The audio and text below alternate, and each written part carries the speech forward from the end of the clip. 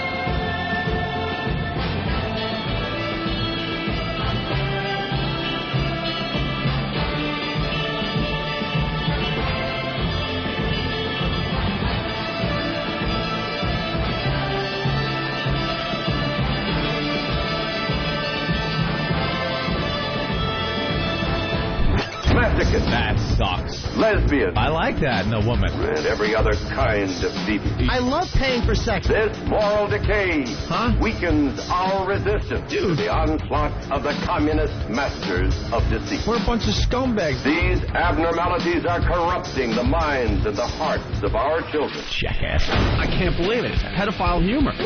It's depressing and horrendous. It's awful. A bunch of idiots. Perversion for profit. Here it comes! Here it comes! The Opie and Anthony program. El virus. The Opie and Anthony. God, that irritates me. It's just like somebody took a bat to my brain. We're the only radio show that makes you want to hate us. Opie. I want my coffee. Anthony. I want that fax. Jim Norton. I want Ozzy. We are going to dumb this thing down to the point that we're going to be #1 with Down syndrome children. Hysterical. The Opie and Anthony Show. But enough of this palaver. Let's get the show on the road.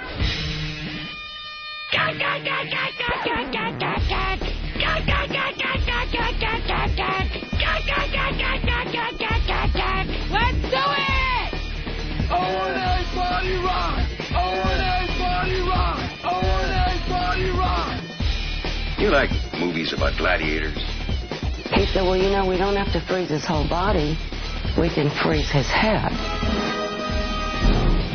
What we're dealing with here is a complete lack of respect for the law. Beyond AM, beyond FM, it's XM Satellite Radio. Have you ever been in a Turkish prison? I'm gonna kiss you on the mouth. Do you want to kiss me? Hello, exactly. Wow. Good morning. Wowie kazowie. And welcome to the Opie and Anthony program. All right, we only got, 2 hours left? Man, maybe. Can't we just make believe we did 2 hours and go home and go to bed? Hey, that's not a bad idea. Oh, my God. Less work for us. Oh, I'm not used to this. We could just make believe we've been here for 2 hours. Why not?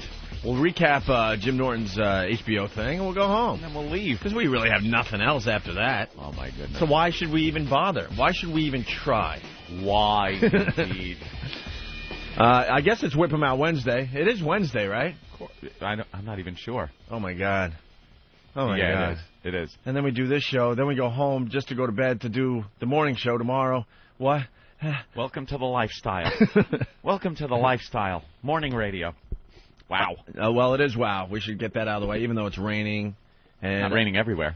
Oh, yeah. I'm willing to go out on a limb and say, oh, yeah. I don't believe it's raining everywhere. Yeah, but it's all about us here in New York City. It really is. Selfish idiots we are. Self-centered asses. I don't know. It's winter. That's all I know. What? Everyone showed up in winter coats today. Yeah. You got your big, huge winter coat again? I hate wearing that thing when it's we've had days that are almost 90 degrees. I thought I wouldn't have to wear that anymore. I come out today and just a dreary jump out the window kind of day. Cold, wet. I'm a little damp. Are you miserable? A little miserable. Yeah. I had a great time last night, but staying up past my Betty Bye time. Even though, we woke up late. Came here late. The alarm is set in the hotel room and goes off, and I'm all confused. Like, you look at the clock and you're like, I have no clue, like, what time it was. And then I'm thinking, why? And I asked my girlfriend, I go, why did you set it so early? It was 8 o'clock. It went off. Went off at 8 o'clock. You're thinking it might be Saturday or something. And I'm like, no, because I thought, for some reason, it should have been set for 8:45 because it would have taken me 15 minutes to get here. But then the show would start at 9, and that would leave no preparation time whatsoever. I'd walk in, do the show, much like Jimmy Norton, strolling in. So I was all confused, and then she goes, no, it leaves you 45 minutes once you get to the studio. And then it hit me, and I'm like, I got to get up now? Because I looked and thought, oh, cool, okay, I woke up, but I still can sleep for like another 45 minutes. Yeah. Nope, get out of bed, ass. You got a job to do. So I kind of rolled across the street. Here I am, exhausted. Okay. Well, we should tell people it's Whip 'em Out Wednesday. Yes, it is. One of these Wednesdays we'll really start promoting the damn thing. But basically, go to opieandanthony.com, especially the new listeners, and send in a self-addressed stamped envelope. That's how you get to start playing. And we send out a WOW sticker. You throw it on your ride if you're a fan of the show. It serves two purposes. It shows other people, hey, I listen to this show. I'm a fan of these guys. Support. And then it's a little extra bonus, if the girls see the WOW on the back of your ride or your car or whatever, and they feel like it, they're going to flash you as you're driving around. They see it and go, oh, I know what that means. It Pull works up next to you, a little flashage. Yeah, it works great. It's happening all the time. And to be in the game, you just got to get a WOW on your car. Simple as that. So, self-addressed stamped envelope. The address is up on opieandanthony.com, okay? Right. But it's not about us today, Anthony. No. It's about little Jimmy Norton. Little Jimmy Norton. What a night he had. We went to the HBO taping last night of Jim Norton's half-hour comedy special. And I guess it's going to air in August, Jimmy? They originally said June. Now it looks like August. We don't know exact dates. They keep changing. And really? And I don't even know where to begin. I guess we should begin by just telling everyone that wasn't there last night that Jimmy just destroyed. Absolutely destroyed. Yeah, when you see this, you're going to be floored. You just killed Jimmy. Thank you, and thank you guys for coming. I know it was like a late night and a pain in the ass. We wouldn't miss it. We wouldn't miss it. I missed that one. Yeah, of course. I mean, he was talking to me and you backstage like it was a chore. I'm like, are you insane? HBO taping? I mean, of course we're going to be here. And I've seen Jimmy probably I was trying to figure it out this morning, probably 100 times, Jimmy. Yeah. The rhythm and the pacing last night was the best I've ever seen. It was unbelievable. It was unbelievable. You stepped up to the plate, and like A-Rod, you kicked ass last night. Like A-Rod, huh? Well, I pulled a little lad out of the street. 10 RBIs, 3 homers. Yeah, no, you just destroyed last Grand night. slam. And it was just a lot of fun to witness. And you know what? Another thing I got to say really fast, get it out of the way before we really start goofing, because there's a lot of stuff to goof about.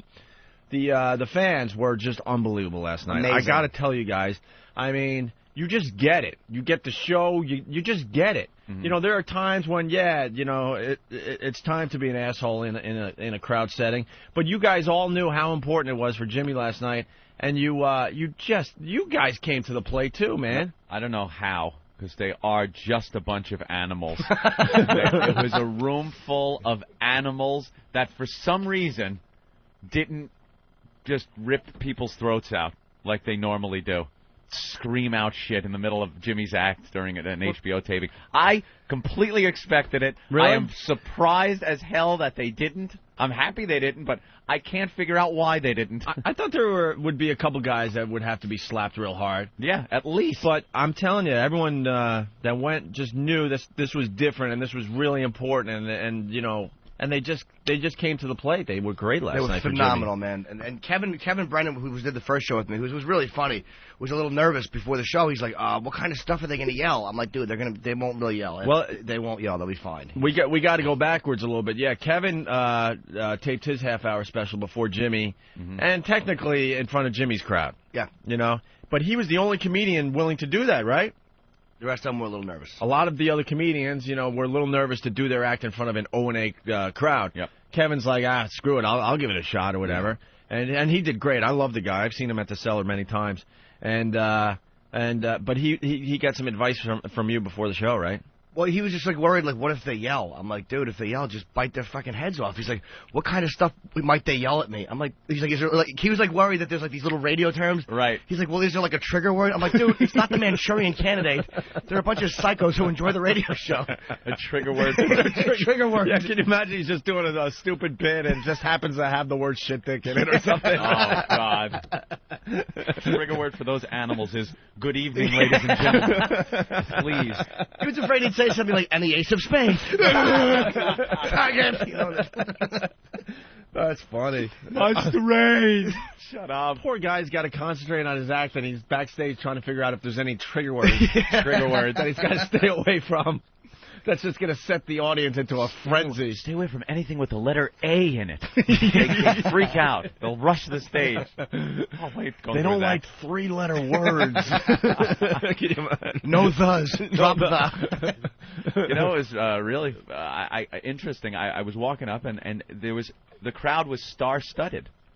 Did you notice some people? I'm looking around the room as we were walking to our seats and going, look, there's Pat from Moonachie. I was doing the same thing. And there's the EMT guys that don't like being called EMT guys. The EMT guys that are officially stalkers of this program. It's getting a little awkward with the EMT guys. I like the EMT guys. And they want to be called what? Medics. They want to be called medics. Yeah, they chastised Ben. Yeah. Ben introduced them as, hey, here are the EMT guys. And they're like, hey, we're not EMT guys. We're medics.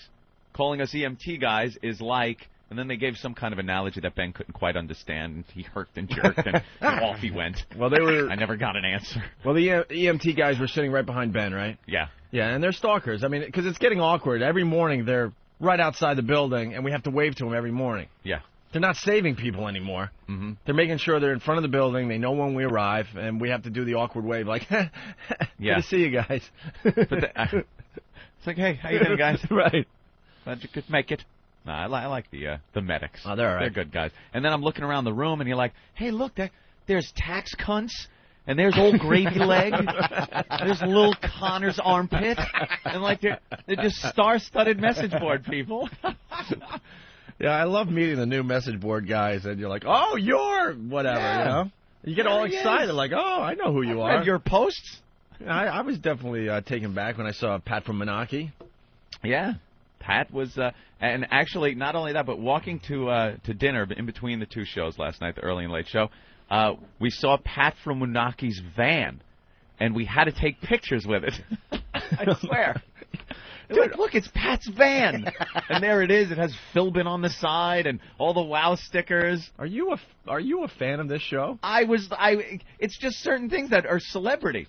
You've said it in the past. If you put a grapefruit on television and then take it on tour, people will go, look, that's the grapefruit. I think that's an old Dana Carvey bit, actually. That it's I might just have, some kind of a celebrity thing that was might going have picked on. up on when he said it. You know, yes, yeah, you could just take anything on tour and it'll become famous, and people will want to check it out and get a picture next to it. So You're right. Pat's delivery van, I was like, dude, that's Pat's van.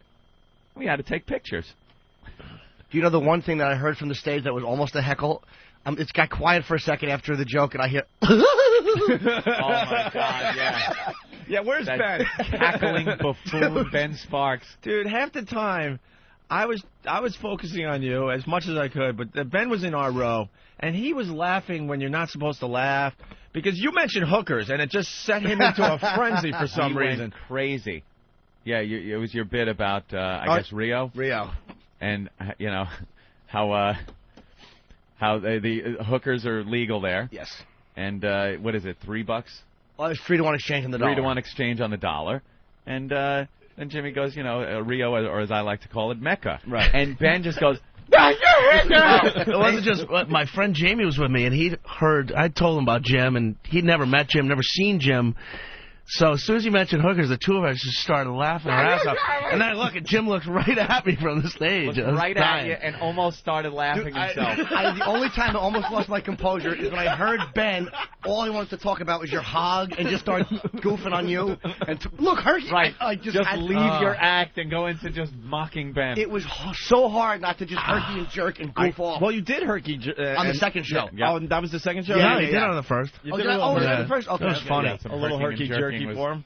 That was funny, though. I've seen a lot of your act and, the comedy stuff, but that's funny. Oh, thanks. And I was, and I'm with a group of my friends, and then I got Earl in my row. By the way, Earl was mortified by certain things. Oh, was he there? But, man, that was funny. We were just laughing our asses off. Yeah, it was an unbelievable set. It really was. And you showed restraint, Jimmy. Because, like you said, how could you not go off on a tangent on but he knew damn well if he would have gone that road, the audience would have gotten involved. But HBO would be jerky gravy leg. HBO would have been backstage like, what the hell did we get ourselves into? This is all inside stuff. I mean, the audience is laughing their balls off, but we can't throw this on HBO. I had to do stuff that could be left in. Like during the Late Show, there's one point where I do a bit of the military, and I'm in the car with the soldiers, so I threw in a little Pat from Munaki laugh, which the crowd loved, but that can stay in because people at home are like, all right, they enjoyed his little laugh. All right, whatever. It's not too inside. Right. But yeah, you definitely showed restraint. Pat almost got a standing ovation during that one. I know. He actually waved a little to the crowd. Yeah, that's me. That's me. He's doing me. Tip this insulin. I'm even hooked on the Pat now, man. I'm trying to imitate him. Well, there he was, in the audience like a star, like a celebrity. Like when you pan the seats at the Oscars and they zoom in on the celebrities and stuff. Pat was one of those guys. Everyone's looking over at him. Look, that's Pat. What's going on in the line outside, too, before the second show? Yeah. I walked over. I was like, hey, Pat, what's going on? He's like, oh, it's been busy. Been signing things and taking photographs. And there's people coming over. It's like, oh, it's Pat from Monoghy. He's signing autographs. That's awesome. That's really, really cool. And then the crowd just yelling out O&A Party Rock when we showed up. Oh, O&A Party Rock is the war cry. It's the new war cry. It's such a faggy war cry. Let's be honest with you, everybody. It is awful. It is awful. That's coming something from the balcony. O&A Party Rock! I imagine that's something that Scott and Todd's fans would yell at them if they even have fans anymore. Scott and Todd Party Rock! Right. Oh, just a horrible war cry. I hope people realize that we're mocking something. We don't know what, but we're mocking it with that whole O&A Party Rock. We're not dressed like guys that should be yelled at with that. No. O&A Party Rock, indeed. Man. I'm trying to, there's a whole list of things to get to here. Standing ovation when Jim walks out. Yeah, did you expect that? No. I knew that did give me a nice hand, but that was kind of overwhelming. Sometimes you get a couple of rows or, some of the crowd will stand up. Yeah. If they're really fans of the comic that gets up there and stuff, but the entire audience stood up. It was amazing. And just wouldn't sit down, wouldn't stop cheering. Well, because I think everyone knew that this was your moment. They were excited for you. Mm-hmm. This was the culmination of you just working on your act to this point, and people got it. They just got it. and they just lost it, and everyone stood up before you even started your act, man. Yeah, it was overwhelming. I'm not. Patrice actually helped me a lot because I saw him the night before he taped. Before his first taping, he was. I mean, you guys know Patrice. He was nervous, man, and I could see he was nervous. And he wound up having great shows, and the second show he just destroyed. I didn't see it, but they said they murdered. He called me the next day. He goes, just don't try to be too cool for the moment. Meaning, like, let them applaud, let them do what they want. He's like, 'cause you know how we sabotage things. He's like, all right, stop clapping. He's like, don't, just let it be what it is. Let it be big. And Patrice really helped me. Like, I was self-conscious. We all have low self-esteem, and they're all applauding for me. And I'm like, how do you make this stop immediately? Stop, this is uncomfortable. Oh, my God. But I'm not worthy of this. Oh, dude, it's like they're just loving you, and they're telling you that. It's like, how do you accept that? It's really, dude, you handled it perfect. You just took it all in. It was nice, man. What were you thinking just before you hit the stage? This was it, bro. I mean, the cameras are rolling, I hope my breathing is okay. I hope I can breathe. Really? Yeah, because I get this thing where, like, when I still have it kind of where I can't take a full breath. I can breathe, but I can't take a deep breath because I'm tense. Then what do you start thinking? What if I just pass out up there? What if I can't breathe? Oh, jeez. Because you get beyond where I'm not afraid of bombing anymore necessarily. It's like, what if I can't breathe? What if I pass out? It's all this like hypochondriac stuff that you start to get afraid of. But it was overwhelming, man. It was amazing, and it was like emotional. It was like these guys are the greatest. It was just I looked out at you guys. I was happy to see you guys there. The message boards, all the people that like made that little remember that little West Side Theater show on 43rd Street with 300 people that like Whackbag and Cringe, and I know OpieAnthony.net yelled at me. All those guys promoted, got HBO there to begin with, and got this whole ball rolling. So it was like a real listener thing while we were off the air. So it was like a really this weird. Started about a year ago, right? Even more. Whenever that show was February or something like. Jeez. Last February. It was yeah. It might have been last February. You're right. It was like last winter or something. Yeah, Aunt and I were in no man's land. Who knows? We were in no man's land. Jimmy had to find us. I think I don't even know. I think it was in California. Who knows where Anthony was? I didn't talk to him for months at a time, and we had to all get back together for this reunion for Jimmy. Remember that? Yeah. Well, hey, what's up? What have you been up to, man? How you doing? I used to do a show with this guy. And then we were awkwardly taking pictures with fans, I remember, and I'm like, man, we've been out of the spotlight for a year at this point or something. It was really strange. But then last night it all came together, obviously. That show started the whole ball roll, and it got promoted through all the message boards. We had no advertising in New York, so that was all the fans, man. Voss is coming in today, and I think he was the one, as we're all leaving last night, finally at, I don't know, like 12:30, whatever it was. He's like, don't forget to... don't let Jimmy off the hook. He was blowing kisses to the audience. Did you blow kisses to the audience? Dude, and this is because I didn't see it. On the Late Show, and boss, you're a tattletale and a scumbag. Oh, a tattletale, like no one's gonna notice in August. This wasn't a little show in Boston, like it's hearsay. Dude, I came out, and like you have to come out and do a quick like encore wave. It was just part of it for the credits. So I'm waving, and I as I'm backing up, I blew a kiss, and as I blew a kiss, all I'm thinking of is Voss and Patrice are going to kill me for this. As it comes off my lips, I know I'm fucking finished, and I can't believe I just done. That. Stupid Voss, though. That's the only thing he had to say. Obviously, he's very proud of you, and you guys but he's really completely good right, though. He's completely But that's the only thing he commented on. He blew kisses to the audience. Don't let him forget it. Like I'm Ethel Merman after a show. Just say, there's no business backing off. Thank you. And when Voss said that, I thought to myself, oh, good. I'm off the hook. Because when you mentioned us, which was awesome, and of course, what can I say about that? I actually gave you a thumbs up. Did you? I didn't know. I like I mean, for the people that weren't there, Jimmy, we were sitting in the audience, and Jimmy gave us props, and the cameras, obviously the big moment, because I saw the lights going up in the theater. I'm like, hey, why are the lights on us? Like all of a sudden, right over us, the lights start coming up. I'm like, here it comes. So here comes the acknowledgement or whatever from the stage, and Jimmy mentions us. We get a really nice reaction. Thanks to everyone there for that. And I didn't know what to do. I'm looking at Jimmy. Jimmy says stand up, so all of a sudden I stand up and I just go. Gave the big thumbs up. Yeah. I got to be honest with you. I looked up and my arm went out and I was just ready to put my thumb up. Oh, were you? But I held back and gave him the point. I just pointed at him with my pointer finger and went, no, you, Jimmy. I'm like, you. It's about you. Because what are you doing that? I know, it's very awkward. You want to just wave, but it's too faggy. You just go, hi. Kind of turned around, waved to the crowd a little bit. They were giving us a lot of, I did the old Broadway bow. And then I did the Queen wave.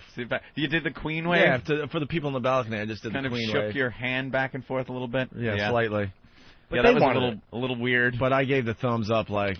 Oh, hey! God. Give him the Fonzie. I didn't even notice, dude. I'm sure I'll see it today when I watch the DVDs. Oh, God. It'd be awful. You know who got a great ovation when they were seating him? Rich Voss. Yeah. Yep. When they were bringing Rich and Bonnie up to their seats, it started a slow little rumble when he came in, walked through the door, and he's walking up the aisle, and people just started going crazy for Voss. And it must have made him feel all good. Oh, it made him feel great. Yeah. You could just see it in his eyes. Dopes. What are you making Voss feel good for? And then I don't want to give away too much of the material, but the Terry Schiavo, Pat O'Brien thing killed. Oh, yeah, I had to do that. How else are you ever going to do that? And that was, like, more inside for the fans. But, absolutely. Yeah. That was one of those things where the crowd just went crazy, man. Jimmy has one of the best bits on Terry Schiavo. Yep. I think he actually did it on the air, matter of fact. That's probably where it was born, actually, was on the air. Somebody just threw out on the radio. You did it on the air. It's one of the best, looks at that whole situation. And then you threw in the Pat O'Brien sex tapes, some of the famous lines from the sex tapes. And the people just lost their minds. That's probably my favorite moment from the show was the Pat O'Brien lines. Yeah. Something just for the fan. People in Middle America will watch and go, what do you mean you're so fucking hot? What does that mean? But whatever. Right. Jimmy Danza took a few applause breaks during the show. People are saying Jimmy Danza. Yeah, amazing. Just people going crazy. And you didn't want to step on the applause because it's your instinct as a comic because, you just want to barrel through, but it's like you just got to just be in the moment. Just hold it. Yeah. And the tagline, it was like, you just got to do that. You can't just go and stop them from clapping. I was just happy they were Shut up. Yeah. Stop clapping. Because then they might just go, all right, well, fuck off. We'll just kind of sit here, stupid. Yeah. They'll show me who's boss. Stare back at you, idiot. And then when you came out for the encore or whatever, what was that called? Like an encore? Just a quick wave. Call. You come in for 5 seconds, curtain call. Curtain call, and then Jimmy came back to another standing ovation, and then you leave. What were you thinking after the first show? Oh, thank God that's done. Now one more to go. One more. Thank God that went well. Because now there's no pressure for the Late Show. Yeah, that's what we were all saying backstage. Everyone was telling you, Jimmy, man, that you could pretty much coast on the second one now and have fun up there because the first one just destroyed. Well, they both destroyed in the end. Big Rich is saying we went crazy about the Voss thing. We were exploding in laughter because Voss was seated all the way in the back of the theater, and you guys had great seats. It was funny that, Voss was walking in, and he just kept walking upstairs. He kept going higher and higher. He was in the nosebleed seats. He had the worst seats in the theater. Oh, God. We just don't take care of each other. Because remember when Voss had his big moment at the Donald Trump roast, and he invites Anthony and I, and we're thinking, wow, Voss has got a lot of heat these days. Yeah. He's going to be one of the guys, roasting Donald Trump. We have to have good seats. Of course. We had the worst seats in the house. Voss. We actually had to find an elevator. We were the only table that had to find an elevator at the Donald Trump to watch the roast. Behind that TV monitor up on the top. Oh. I finally got my pictures printed out. Actually, the pictures I gave you yesterday. I finally got them off my digital camera, and there's a picture of Anthony and I's seats at the Donald Trump roast. I got to get that online. It's hilarious. You can't even make out Donald Trump in the distance. You can't even make him out. So, all right, why don't we take a quick break? When we come back, we'll go right to the phones because a lot of people want to congratulate Jimmy there. Sure. On the HBO taping last night. And we got to get to some other things. Oh, my God, there's just so much. I'm trying to... Like sleep? Well, yeah. Oh, that's later. Yeah. All right. Yeah, we got to get into the Ricky thing, I guess. The whole gang... He's supposed to do his report today. He's got a report on sarcasm. And also, I guess they shaved his mustache last night because he was really drunk. I heard there was just a wing-ding going on here last night. Dude. There was some kind of shindig. Well, I got into the office at, 8:15, whatever, and Danny was just waking up. On the couch I usually sit on. Who's that chick? That's Donkey Sausage. Donkey Sausage making out with Ricky? Making out with Ricky? No, Wow. That's a fake kiss. You can tell by Ricky's lips. Are you sure? Yeah, positive. How could you tell by Ricky's lips? Why? It doesn't look professional like you would think he would be kissing? You could tell, dude. He's not even attempting to soften up or anything. Well, there. we'll hear the story and then look at Dan. Jesus Christ, you bunch of drunks. Yeah, it was like a slumber party here. Steve called me and goes, "You're not going to believe this. The office stinks. Danny slept here with his shoes off." Oh, no. So I opened the windows and kick him off the sofa. Yeah, they all slept here. It was a slumber party. Derek slept here. Intern Ricky. slumber party. Yeah. Great. There's photo evidence of things that were going on. Yeah. Right. And I get a message from Nathaniel the other night. Like, I'm so panic-stricken about this. He's like, "Hey, it's Nathaniel. We got tickets. You think you could do something so we don't have to wait in line?" Get the interns wanting VIP treatment on the way in. They're all partying and drunk. It's a fucking madhouse. And I'm sure that was top priority on your things Absolutely. to do. I almost threw the phone, but then I'm like, I have to save this just so we can get it onto... Oh, you got it? Oh, of course we do. Of course. Oh, we got to hear We that. have it right here? Oh, my God. I got to listen to this. And then we got Ricky decided to record himself when he came back here. And, Right. oh, yeah, tons of good stuff. Very good. Want to hear it. Okay, we'll get to this after the break because it's good stuff. Ben, really fast. What was up with the Master Poe thing? Eric, what was that again? I don't. Well, Eric saw it, and well, Eric did a great job. He gave me a bunch of bullet points here about Jim Norton's HBO tapings last night. And one of the things in the first taping, Master Poe taking photos with audience members and discussing the aspects of the show, points Ben out to fans when obviously he didn't want to be noticed. Ben wants to be noticed the least on this whole. I was with a group of my friends. It was a group of us, So I brought a bunch of my friends, and we were all sitting there, and then they had the 4 seats next to us for you guys. And Poe, I don't remember because Eric was sitting behind us, and I'm talking to one of my friends who was getting harassed by one of the listeners. Took a photo of him and was harassing my friend, who then decided that he thought he was going to kick his ass. So I had to calm down that these are just the wackos that we deal with. Wow. And then Poe decided to announce where I was sitting, and Eric, I was like, oh. So what? I don't even really remember. Poe was sitting at the end of the row that I was in, and until you guys came in and some other seats they had reserved, they had seat fillers. Yeah. They were students from NYU. 2 seats behind us were filled by the seat fillers, and leaning over, and one guy recognizes Poe. And he goes, "Oh, my God, that's Master Poe." And these 2 guys are freaking out. They're like, "Oh, my God, Poe." Poe goes, "Yes, yes, gentlemen, how are you?" And, he's shaking hands, right? He does Master Poe well. That's pretty good. So he's shaking everyone, by the way, everyone here has their Poe impression. Everyone does them. Everybody in this building does a Poe impression. So he's shaking hands and everything, and the guy's like, "I gotta get a picture." Sure. So they lean up in the row there, and they're punching fists, taking the photos. And the 2 guys are just talking about the show. "You're incredible. The show's great. It sounded better than it was at NEW, blah, blah." "Oh, yeah. Well, those guys they're really, they're just outstanding. They're professionals. They really polish their craft and all this, right?" And so then he goes, "Oh, but if you want a real treat," and then he leans over to the second row, and he goes, "That's Ben right over there." Oh, boy. And Ben goes, "Oh, great. Hi, how you doing?" And then Ben turns around real quick and just ignores everybody. Blew up his spot right there. I'll blow up Ben's spot and Steve's spot. They hate the fans. Yeah, Ben cannot stand you people. They really just don't like you Ben guys. hates you people. So does Steve. Yeah. Steve and Ben can't be bothered. I just want to be left alone. I don't want to talk to anybody. Steve hates the fans so much he didn't even show last night. I couldn't make it. No, I know. I shouldn't do that to him. He was stuck in traffic. But who else does the Master Poe impressions? Maybe everyone should step forward. Everybody. Who does a Master Poe all the impression? interns. The interns? Yeah. All the interns do one. Who else does one? Who wants to step up to the mic and do their Master Poe Steve impression? C does probably the best one I've heard out of everybody so far. Yeah. Yeah, Steve does a really good Poe impression. Steve, I know you couldn't make it last night. No, I know. I was really. I haven't driven into the city at around 4:35 in a while, and I just underestimated the traffic completely. Yeah. So anyway, everyone else made it. Oh, there's Poe. Yeah. You can't be in here. I don't give a shit.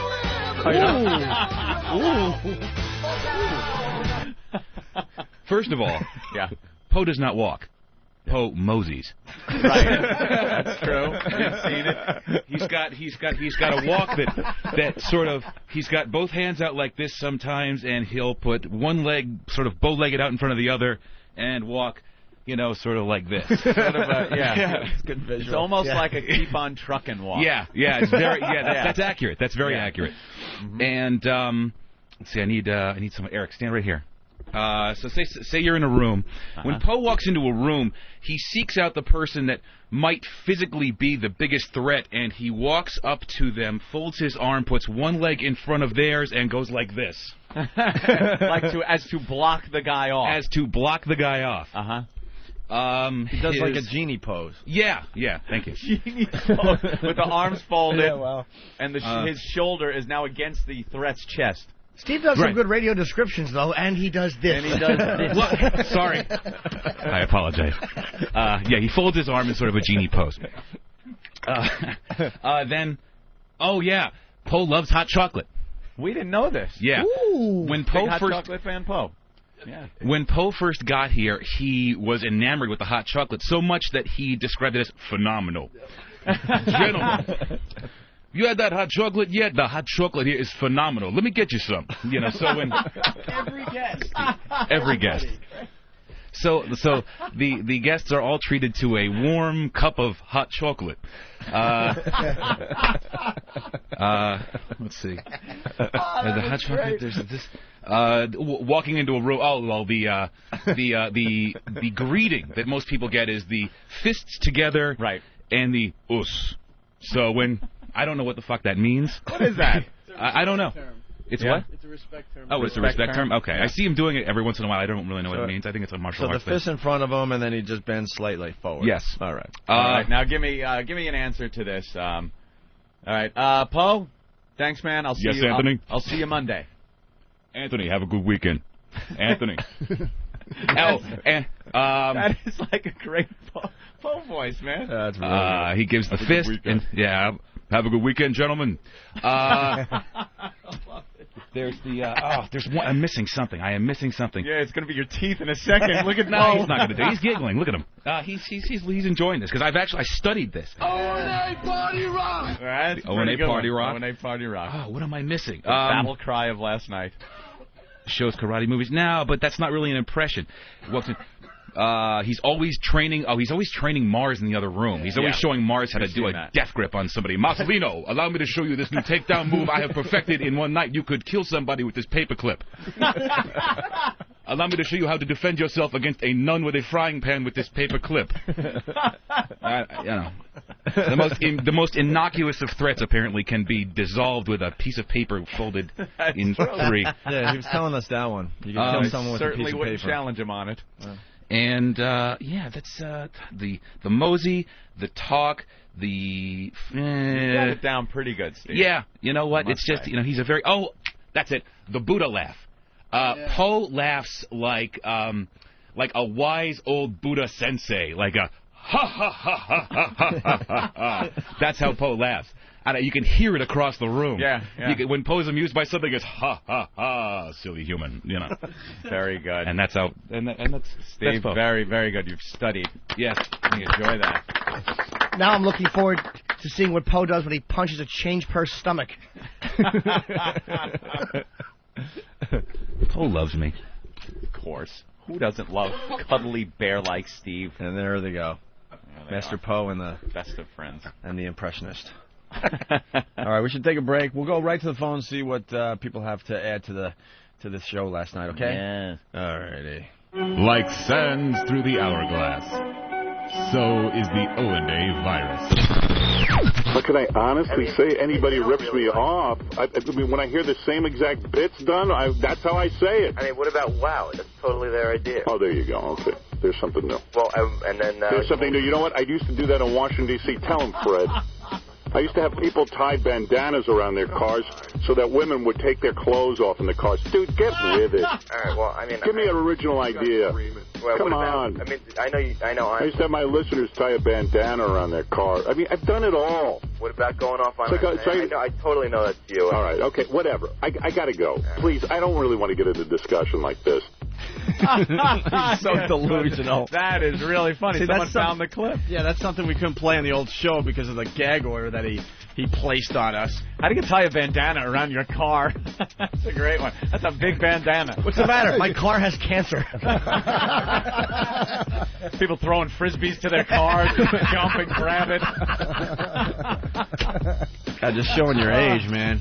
You can't even tie bandanas to antennas anymore. It's all hippied out. You honk the horn, like beep, beep. Dude. Honk, dude. He's so delusional. Oh, man. Just admit it. Wow is such an original idea. I invented everything. I've done it all. He even said, I've done it all. Wow. Even the stuff that's going to be invented, I did already. There's no original I went into ideas. a time machine Everyone and I already just did it. Killed themselves. Right. I've done it all. I was the first one to do anything. Marconi ripped me off, Robin. Remember the what was that thing called? Dot, dash, dash, dot, Morse code. It was Howard code earlier. The guy ripped me off. I invented SOS. Robin. What a complete jackass. He's the guy. Wow. Wow. He invented wow. And it had nothing to do with Whip 'em Out Wednesday. Wow, it was tying a bandana around your car. Thank you, Howard. And what were we supposed to do if you saw, like, I don't know. He didn't really explain it very well. Of course he's not going to explain. If someone had a bandana tied around their car somehow, girls would get naked in the car? Was that what it wasn't even flash. Yeah, girls would get naked. They're driving, taking their clothes off, crashing into a butt, Mr. Robin. I invented the traffic accident. A bandana around an antenna. That reminds me of something else I've heard. It's called the fucking flag. That's not exactly somebody's fucking invention. I invented that, Robin. They say Betsy Ross did that. I sewed the stars on. Ooh, it was all me. I don't care. I don't care. I honestly don't care. I don't care. I invented the bandana. Opie and Anthony, the virus is spreading.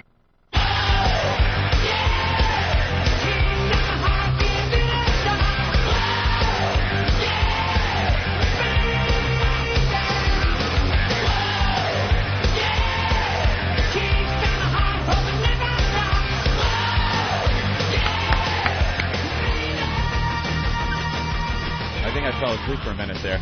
Did you really? Break. Yeah, I leaned back in my chair, my eyes like shut. And we got a lot of energy though so far. Yeah, hopefully we can keep it.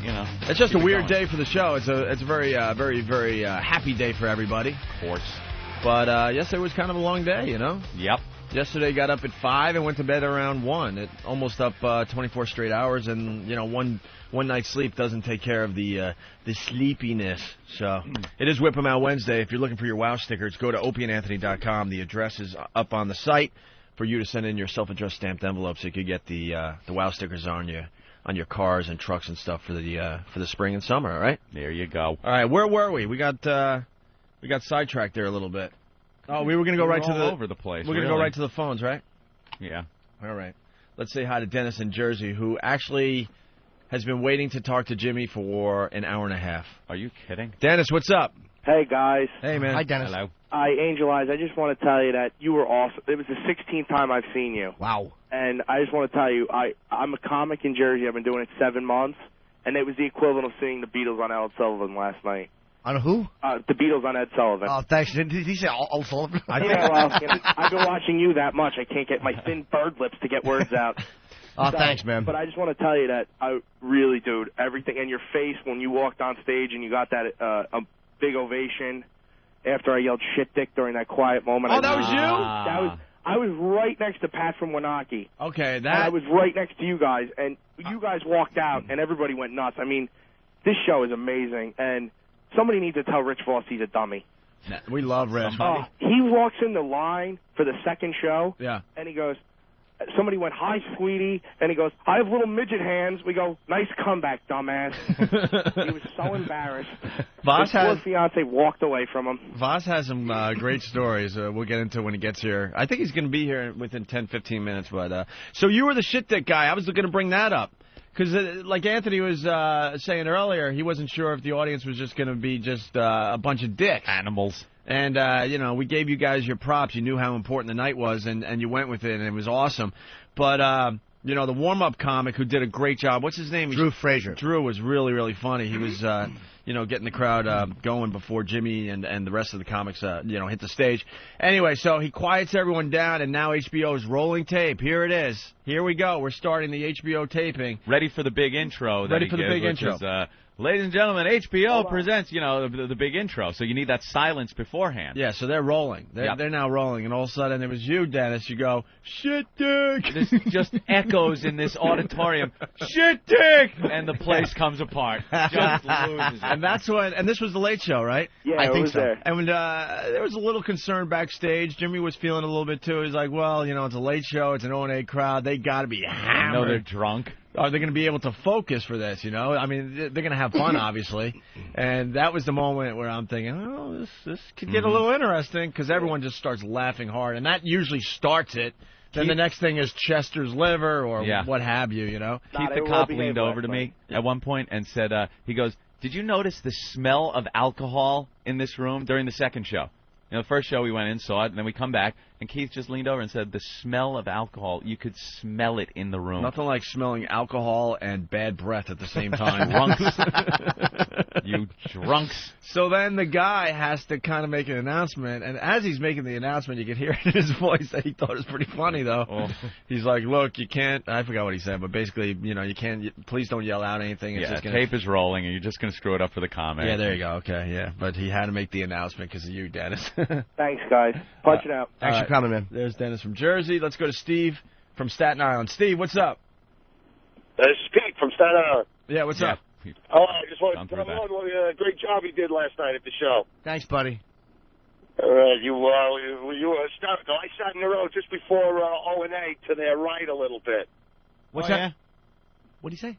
He sat in the row just before O&A to the right a little bit. Oh, that's kind of my telling next us question. where he sat. And he, Thanks.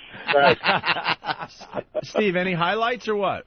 Somebody, I think it was Anthony, was just saying how everybody reeked of alcohol. I don't know who all the guys were sitting around me, if they were all your interns and everything, but my wife and I were like, these guys really stink.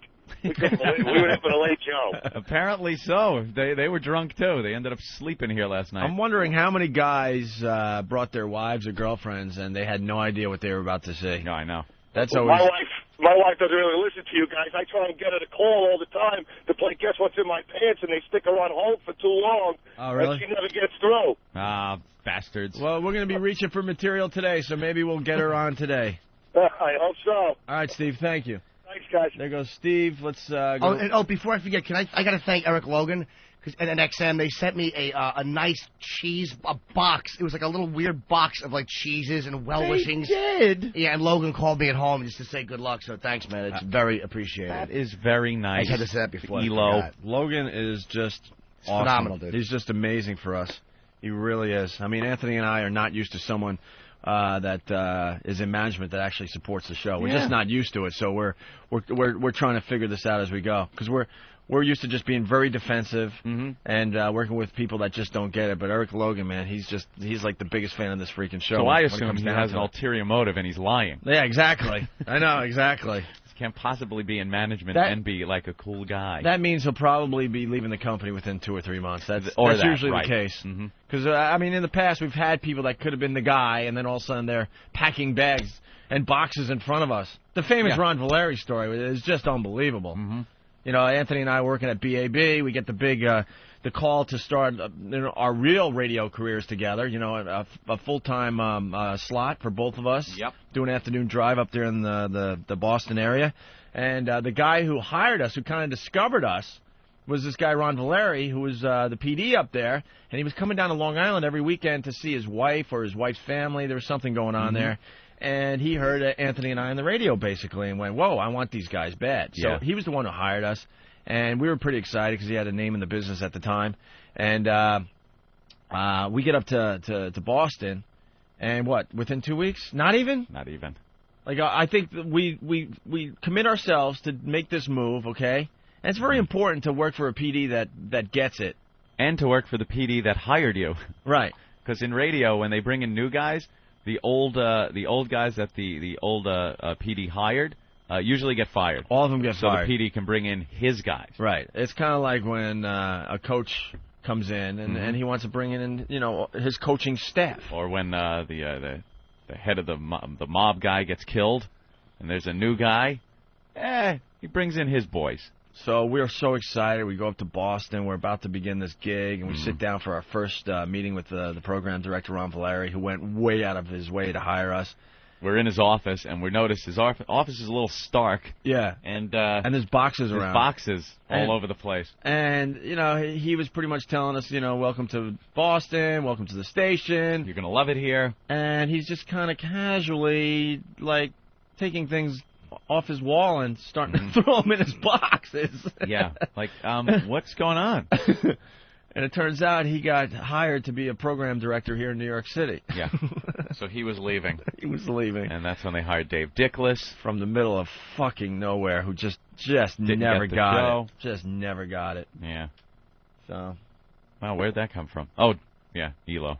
Oh, yeah, so Elo gave you the basket. Yeah. I'm sorry, Jimmy. No, dude, I just wanted to thank him. It was just fantastic to get that call, and it was just really, really supportive. Very nice of him. Yeah, it was All great. right, let's go to Mario in Brooklyn. Mario? What's up, guys? Hey. Jimmy, you ripped it last night. Thanks, Mario. It was very much. excellent. I don't know how you speak so eloquently and talk about Terry Schiavo, but you think that stuff would make the HBO special? Well, I don't know how much of the final. I mean, HBO obviously has final say, but they give the comedians quite a bit of freedom on what set we want to use, on what we want to cut out, because I have to cut 10 to 12 minutes out of each set, because it's got to be 25 minutes, 27 minutes. So as far as Opie was just talking about, how many girlfriends had no idea what to expect, I had to give my girl a warning as far as Jimmy's cancer jokes. So, because her mom is suffering for cancer right now, so oh boy, I had to lay that in just as a warning. I really didn't do any cancer. I just did the one cancer reference, cancer patient shitting, which that was just kind of not really a cancer patient joke. But congrats. Had I known, I would have done more. Yeah, I hope the thanks, buddy. The Terry Schiavo material is, so harsh and so funny. I just pray HBO doesn't get a little scared about that. HBO is pretty damn good with letting the comics do whatever the hell they want, man. You got to think that's the one bit. If they're gonna have a hair in their ass, that's the one, right? Well, the only standards questions they had was anything that might libel them, with names. Okay. That was it. Any name I mentioned, they had to verify that this person did do this, so they don't open themselves for lawsuits. Right. That was it. There was not one content mention for any of it. They really don't. I've seen HBO comedy specials. Some of them, they let the comics say whatever the hell they want. Absolutely. There was not one mention of content other than... Oh, hi, Rich. Look who's here. Hey, Butterfly. It's you Rich killed Moss. last night. That was great. What's up, Rich? It was great. Thank you, man. Oh, God. I got to tell you, I got to get right into it. Everyone was commenting how tan you are. You are the tannest individual And I ever. know you got back from Atlantis at least a week ago, bro. I can't get a cab. I try to get a cab here.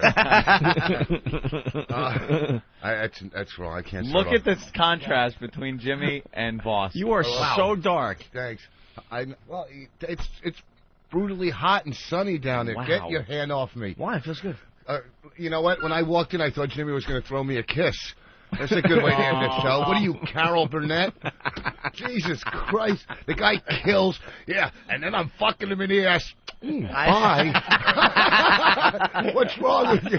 Dude, and then I'm smashing her head against a brick wall. Love ya. As soon as my hand left my lips, I thought of you and Dummy.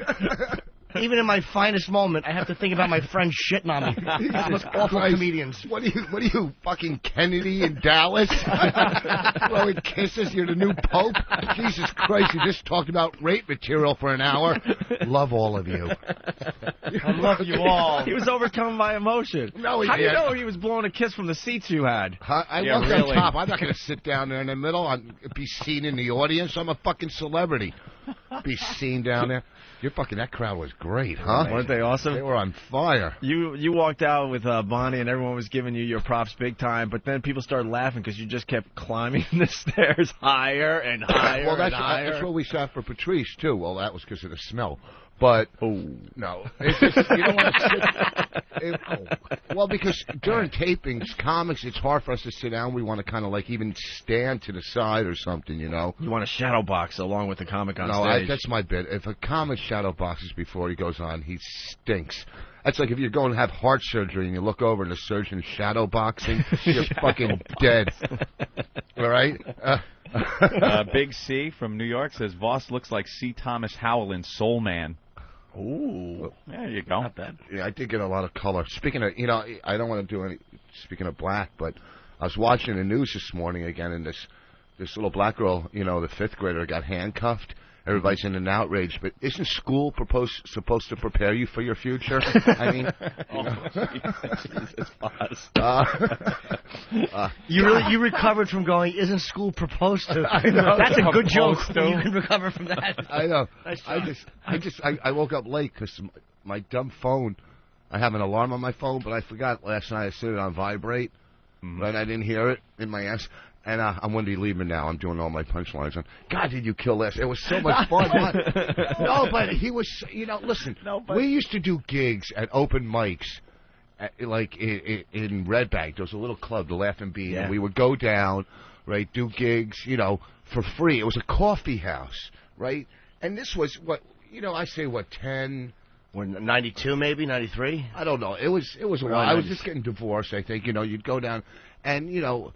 And we would always go, me and him, and from that to doing an HBO special, I mean, you know, that's a lot of cock to suck. You know, something just transpired here that is just beyond me. You were just handed a note, Rich. Uh-huh. Look what it said. No, don't. What? Don't even start digging. Eric just handed Rich a note that says, need money for your food. Now, I'll bash Rich along with the next guy, but he is a guest on the fucking show, helping out. He's coming in here free of any, you know, financial gain. How does the show not pay for Rich's fucking food? Nobody has money out there. That's why. Everyone's broke. It's an egg sandwich and a coffee high roller. Yeah, I'll get that. Maybe when we go out to dinner, you can get There is no way any guest coming in on this show should have to pay for their own food. They never do. I was just told, ask Rich for money for his food. Nobody has any money out here. Okay. It depends on the That's guest, what I did. Anthony. You want to start, you know, paying for Stalker Patty's breakfast all of a sudden? No, because that's not a guest that's coming in that, like... It's a guest. No, not Stalker. There's a definite line between a Rich Voss and a Stalker Patty. Yeah, you'd fuck Stalker Patty. I'm just saying, you know. Not to pump up the guy's ego or anything. Let's go back to... Oh, shoot, we just lost Mark. Mark? Yeah, he was waiting a while. Let's go to Rob on Long Island. Rob, what's up? Jimmy rocked last night. Jimmy, you killed it. I felt like a grandparent watching his retarded kid graduate college. It was just like, it was phenomenal. It was just like, your timing was great, man. Congratulations. Thank you, man, very much. I hope the audience took care of you. They were phenomenal, dude. I could not have asked for better crowds either show. So thank you. You have such a cross-section of demographics. I swear to God, there was people, all walks of life sitting there, and I was sitting between two of them, but it's my own fault for bringing one of them along with me. All walks of life. Idiots and retards. All walks. Brain dead and murderers. Brain dead and comatose. What was the highlight for you? Definitely, I'm looking forward to the next hurricane coming up. Oh, yeah. That was very funny. Jimmy gave a couple little clues to my future, I would say there. All right. But the porno thing at the end was great, too. Cool. Talking about the black porno guy. Oh, Lex Steele, yeah, man. Oh, my God, I was howling. My jaw had to relax for like a half hour after that show because it was just so tight from laughing. Thank you, Angel. Cool. All right, Rob. Kevin Rock, too. Yeah, well, I like Kevin a lot. Brennan's great, man. They told us that we couldn't sit in the audience for his half hour. I was bummed. I really wanted to be in the crowd for that. They were just a little nervous because... I thought it would be cool. I thought we shouldn't, you know, because the crowd, you know, you didn't want to put any attention on us. Might have got a little rowdy, yeah. Yeah, let the comic do his shtick. Do you know what stupid Patrice said last night? What Jason... I go, how can Patrice didn't come? Jason said, well, Patrice felt that it was your night. He didn't want to take attention away from you because he draws so much attention. I go, that's self-centered douchebag. What was he going to do? Climb the Skirball Theater with a blonde on his shoulder? He didn't want to take attention from him. He'd look good chained up on that stage, wouldn't he? Jesus. Don't take pictures of him. I talked to Jason and I said because I was kind of because Patrice is the one who relaxed me when I was so and Patrice I just did said he rub your belly and go come on. But I was kind of hoping he would come. It was all right. I'm a comic. I know how it is. You're like, fuck it. I'll see. Whatever. We don't care. It's what we are as comedians. He had some glass dildos to buy somewhere. Exactly. Yeah, he had to dehumanize some poor immigrant for $3. Let's go to Joyce in New York. Joyce. Hey, good morning, everybody. Hey, Joyce. How are you? Good. Jimmy, I have to tell you, when the light went on and you came on and walked in, before your bald head made an appearance, I jumped up and screamed, and everybody else stood up, and it was just a wonderful show. A night of love. It really was. Really it was like was. You follow a comic from their beginnings. You see them come on an HBO special, and you think, my God, your friend has arrived. Thank you very much. It was wonderful. And you two rock stars walking in there, commanding everybody's attention. Opie and Anthony. It wasn't our night. Well, it wasn't. It was but very it nice added to the have magic. the audience It was really nice. It was respond great. like that. That's we almost didn't get to see Jimmy because when they let us in to see Kevin Brennan, they told us we couldn't stay for Jimmy. Oh, okay. You went to see Kevin had his solo show. We stood online 2 hours prior so we could get in, and then they handed us a ticket that said 9 o'clock. So I whipped out my email and said, "Wait a minute, I'm here to see Jimmy. Whoever the hell this Kevin guy is, I'm not here to see him." HBO is a bunch of nervous Nellies, weren't they? Running around like crazy with their radios and stuff. We need two seat fillers, and this can't happen. And the 9 o'clock, and this. They were just like running around like crazy people. Oh yeah, they were. There was a blonde Nazi woman. Yeah, that was her. Yeah. Oh my God! Up top, she was seating people during Patricia's special, and she was yelling like Nurse Ratched. Sweetheart, you're sitting people, okay? Exactly. You're not a player. She said, "I have to look at you before I put you in the seat." Excuse me? Oh my God! Yeah. So, well, for the up front people, they kind of want some, good-looking people.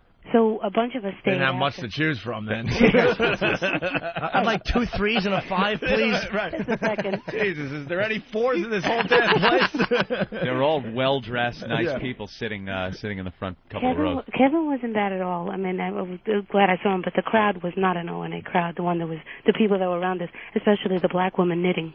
I didn't see her. There was a black woman knitting right in front of me. Knitting. Knitting? Unbelievable. It was better than stealing. Unbelievable. Stealing. Yeah, so we got to stay for Jimmy, of course, and then we moved to even better seats, me and Hospitaliano. So it was great. Thank you. It was wonderful, and thanks for a great night, guys. Thank you, sweetheart. I very appreciate you coming. Take care, guys. All right. Bye-bye. There she goes. Joyce, let's go to John in New York. I mean, the phones have just exploded. John? This is John from Westchester. What's going on? Hey, Hi, what's John. up, John? How you guys doing? Good. What's up, little Jimmy? Hi, John. How are you? Fantastic, man. Listen, last night was just unbelievable, and it started for me outside on the line. I mean, I got Stalker Patty, shrilling voice, 2 people behind me. I was going to shoot myself or jump in front of a bus, but good thing I didn't because I got to see yesterday. She was there? Yeah, she was there. I saw her from the stage. It's amazing because the lights. Really? And that's what you need to do. Just look at her dead, non-reacting face. That's a real mood booster. I didn't get that joke. Oh, great. She's a great supporter, but she doesn't know what she's supporting. She's just yeah, she's one of those people that is supporting something she has no clue about. She doesn't even know. Online trying to be a rock star, but couldn't be. She just wanted all the attention, and then she just put her head into her shirt and was just done. This show is against everything she believes in. It really is. It's our sense of humor is nothing like hers. She is into being nice to people and nice things. Being charitable. She doesn't like sex or bad words. She gets embarrassed. But she supports this show like a lunatic. Yeah. And where's Stubby Fingers? I'm over here, man. Seeing you pace outside that line looking for attention last night was the I didn't look funniest for thing. First of all, you work in the line, Rich. First of all, the difference is you were standing on line. That's one. Second of all, I just walked in. But that is kind of funny because I did walk past the line going O&A stink just to get their attention. All right? You're walking with a hot broad. You want those mutants to look at you, And Bonnie was looking good last night. Certainly was. She was very funny in the green room, too, man. She She was killing you. But hey, Rich, how come you left the room right before the set was over? We went downstairs to the dressing room, right? No, we watched the whole set. You mean when he came out, right when he came back out for his standing O and to throw his kiss, One, I didn't want to catch hepatitis, and two, we wanted to go down to the dressing room before, I just figured you stop smiling. Black guy in the dark. Oh, you know what? You start off with such a good call. What can you do? All right, go to a message board and kill yourself. You guys, O&A, you guys are rock stars, man. I was right across from you guys on the lower balcony. Okay. I was the first retard screaming, O&A Party Rock! O&A Party Rock. I heard it from the balcony. O&A Party Rock! All right, boys. Listen, have a great show. All Jimmy, right. you rock. I can't wait to see you again. Thank you, mister. Have a good one. You're so lucky that, and you were even saying this, that this was taped in New York. Can you imagine how horrible that would have been if it was L.A.? I thought of that, too. Like, I would love the only other place I would have found acceptable, obviously Boston, Philadelphia, yeah. Cleveland would have been, I mean, any of those cities. But New York, they could have done this in L.A. or another city. Too cool for the room people in there. Don't get it. Bunch of industry dummies just sitting there. How awful that would have been. I didn't want industry people there, too, because they don't laugh. They just sit there and they suck. Well, if you have to do that, next time we just rent Greyhound buses and just ship these psychopaths out there. Exactly. Stalker Patty, what's up? Hey, I want to congratulate Jimmy. He did a stellar job. Thank you, Patty. You are awesome. A nice little box of Godiva will go your way. Oh, thank you.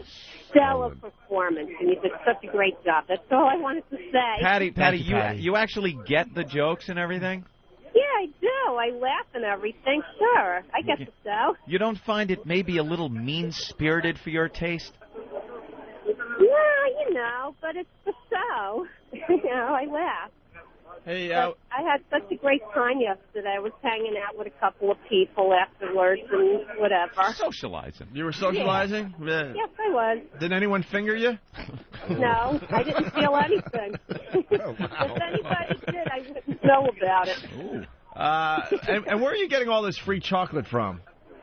Well, sometimes we have write-offs, and then, if it's someone's birthday, I'll buy something for them, and I get a discount, a really big discount in the store, so it's really awesome. A lot of my gifts come from the store. I got my... It's 95% of my Christmas shopping. I got my chocolate hookup on Columbus Avenue. One of your fellow... know him. What's his name? His name is Michael Chocolate or Chocolate Michael. I've only met him like twice in my life. He never comes in. I walked in to get the some. only time I hear from him is to call for my manager. Nah, he's a good guy, man. He hooks me up. He's my chocolate connection. Yeah, I know. He gives me his 50% discount. Yeah, that's cool. Well, family and friends. All right. Where are you calling from? Oh, I'm sitting here looking into my cup of coffee at the Brooklyn Diner. Oh. Are you getting recognized at the Brooklyn Diner today? No. No? Do you? No. You ever get recognized at the Brooklyn Diner? Not really. Does she have a cell phone now? Comes up to me. Why? Calling card. Patty, you have a cell phone? Yeah, I do. How did you get your whole life together? She slapped her life things together. just fall into place. That's all. For the new listeners, I have to tell you, for the new listeners out there, Stalker Patty was a complete mess. I mean, you think she's a complete mess now, but no, she was a complete and total wreck a couple of years back. Just about homeless. No, it got to a point where she was homeless, she was living at in the radio studio. station.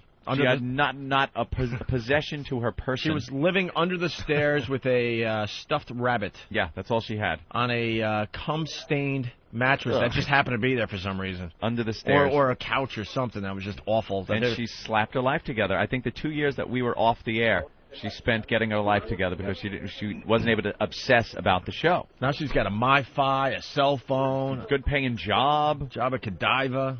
Yeah, very good, Patty. Very proud of you. Thank you. All right, Patty. Okay, have a great day. All right, there she goes, Stalker Patty. And the goal of the show, by the way, is to get her to lose all of those. Oh, absolutely. Of course. That isn't even a question in my mind. To have her destitute again. That is what we want. Lose her job. Mark in Jersey, what's up? Hey, guys, how you doing? Pretty good. Jimmy, great show last night. Oh, thank you, man, very much. Hey, I come in, and I'm sitting behind 6 Asian girls. They were students at the school. They'd never heard of you before. So they're asking me what kind of comic you are. And I said, well, he's real clean. You know, he's a great comic. He's real nice. As soon as you came out, not 10 minutes into your act, you're talking about banging Terry Schiavo. Good. Outstanding job, guys. Great Thank job. you. All right. Did they stay?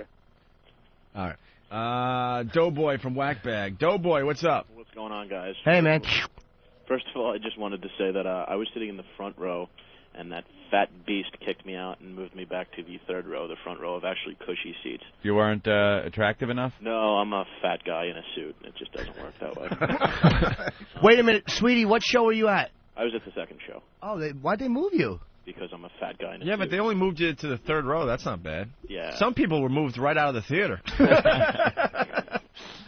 They were told to go see a movie. She's like, yeah, you can go take a seat down front. It's fine, no problem. So I sit down there, and then she walks up. She's like, I didn't tell you could sit here. I just wanted to, like, shit on her. She was awful. Yeah, she was scary. They run a tight ship over there at HBO. They're amazing. Tight ship. But I didn't know that. I mean, I want messes in the front for my shows. That's messes. It's going to be the attractive people, the model-looking people with the suits. Yeah. That way when they do that camera shot, because I saw the camera behind Jimmy a couple of times, and they get that shot where you see the comic from the back, and then you can see the audience a little bit. They want, good-looking people. Well, Yeah, I it's just wanted HBO. to congratulate you, sir. Thanks very much, man. Wonderful show. Thank you, buddy. Adios, man. All right. And one more before we break here. Todd, what's up? Hey, what's going on, guys? Hey. I just wanted to send out a big fat live fuck you to Frank from down in South Jersey. The motherfucker decided to make a left-hand turn into my truck on the way into the show. I fucking missed it. I couldn't get in there. I had my girlfriend. She was all pumped, ready to go. And we sat there and couldn't get in the fucking show because the guy sucks. Kind of a little wreck. I'm Which glad Frank? to hear that you fucking Just killed some Jimmy. guy, Frank, I guess. Oh. Yeah, he sideswiped me. It was fucking awful, and it's fantastic hearing everybody say how good the show was. So, Thank you for letting me fuck turn you, Frank. into your car. Suck a dick. All right. Some asshole Frank. Later, guys. Bye, fella. A lot of people want to know what you did after the shows, Jimmy. Was there a big night? Well, we've known in the past that Jimmy likes to celebrate in very strange ways when he gets these career moments.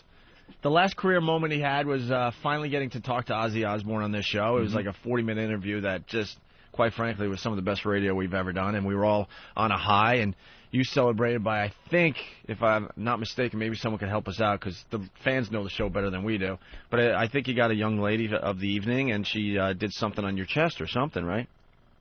I don't remember, but I'm sure one of the listeners will. It's very, very likely that I did something awful. So you were, you had this unbelievable high, and then you decided that this is what you needed to do to celebrate. So, a lot of us wondering, well, this was his big moment on HBO. Yeah, how did you screw this up? Yeah. We were off the air when I did the West Brain Music Fair. I did a great show there, and I picked up a prostitute that night, and her boyfriend was chasing her down the street. And he's beating on my car windows. It was awful. He's like, get out of the car, bitch! She jumps in. She's like, help me! And she jumps in my car. And that was what I did after West Brain Music Fair. There's always some type of misbehavior. But last night, I went to the Comedy Cellar and just had apple pie with a little ice cream. What a faggot I'm turning into. Yeah, but he made me take the ice cream and drop it on his stomach. Chocolate, of course. Chocolate, yeah. They gave me a room at the Soho Grand, and I was going to stay, but Ooh. I was like, I wanted to just go home and get up and do the show. Oh, you didn't stay in the room? Only because I had to come in today, and what are we going to do? Yeah. Just lay there with no computer and realize I'm in my hometown. I have nothing to do. Yeah, that's true. It would have been depressing. So It no, was I got cool nothing to go out. He didn't want. He wanted to go home right after the tape, and are you crazy? To Yeah, you still gotta hang out. you gotta ride out that high that I'm sure you had. Yeah, we did. We went to the cellar, and that was where I would want to be anyway. And we were all laughing at you in the green room because he was comparing like the HBO thing to the time he was on the Tonight Show. Like everyone in the room could relate to something like that. Mm-hmm. And what was it? The lighting or the crowd The or applause, something? I really am an ass because you were talking about the applause. Right. It was in between shows. They just clapped a lot. And Patrice told me that was going to happen. He's like, just let it happen, enjoy it. And I'm like, yeah, I know. I'm like, I kind of had that. I'm like, if they do that on the Tonight Show a lot, they'll just kind of clap after the bits. Like he's in a room with like 10 guys that did some time on the Tonight Show. We're all just like, yeah, we can relate to that, Jimmy. You said it so casual, like, yeah. It's just you're not used to having your jokes clapped after. It's just a very odd, nice thing. But you just gotta. I could tell you that. It definitely worked though. Let's get another lady on the line here. Stacy in Jersey. Stacy? Ooh, lady. Hey, Stacy. Hi. I just wanted to congratulate Jimmy on a great show last night. Ooh, thank you. Why can't you You're speak? Why do you have to speak so quietly? All the girls are Am I talking very speaking softly quietly? today. Yeah. Maybe I don't want to be attacked. I just wanted to say great show. Oh, thank you. You're welcome. We're in a good mood today. I don't think Yeah, you sound it. we're not going to be attacking today, I don't think. Tomorrow we attack back. All right, then I'll call tomorrow. All right, thanks, Take Stacy. care. Bye, miss. Bye. Bye. We have time to She play was the a little Nathaniel thing? confrontational. She certainly I was. didn't like Stacy just then. She was nervous, Anthony. She had no. She was talking low. I said, "Why are you talking low?" She's like, "Well, I don't want to be attacked." It's like, no, you're not going to be attacked. I didn't like that call. She was very nervous. She You was think nervous that was we were it? going to just jump down her throat. Definitely. Oh, the fan pictures of Pat from Moonachie are showing up. Here's one. He's got like a look that he puts on in all the pictures now. There's some guy, I guess, taking a picture with Pat, and he's very excited about it. And Pat's doing a thumbs up and making a "hey, haha" kind of face. That's Pat, the one that looks like Stinky from Abbott and Costello? Right there. Oh, you haven't met... I had food court in my mouth. You haven't met Pat from Moonachie yet? I probably met him. I don't know. Yeah, he's a star now. By Character, character. is he? Yep. He's a star. Mm-hmm. All right, we got the Nathaniel voicemail. What's this all about? It wasn't a big deal. It was just that I'm just so nervous about HBO, and I get the interns calling me, trying to get the VIP treatment, wanting the tickets, just wanting to cut the line, and it's just like... Now, I would think if Nathaniel wanted something done about getting not having to wait on the line for the HBO thing for Jimmy, he would probably go through Eric and say, "Look, is there a way I could get there?" But he figured he's a go-getter. He's going right to the source. Regardless of the fact that Jimmy's probably thinking about the HBO special every, 10th of a second or so, and has nothing else on his mind. He took 2 days off from this program to get his mind in order and set for this HBO thing. But Nathaniel assumed he should call Jimmy and ask him to get him on the line, get him so he could skip the line and get right in. Yeah. Uh, And Jimmy will get right to work on that. Can I meekly defend myself You now or can. after we play the audio? I think after, right? Yeah, I think we need to hear the audio first. All right, here it is. Hey, Jim, it's Nathaniel.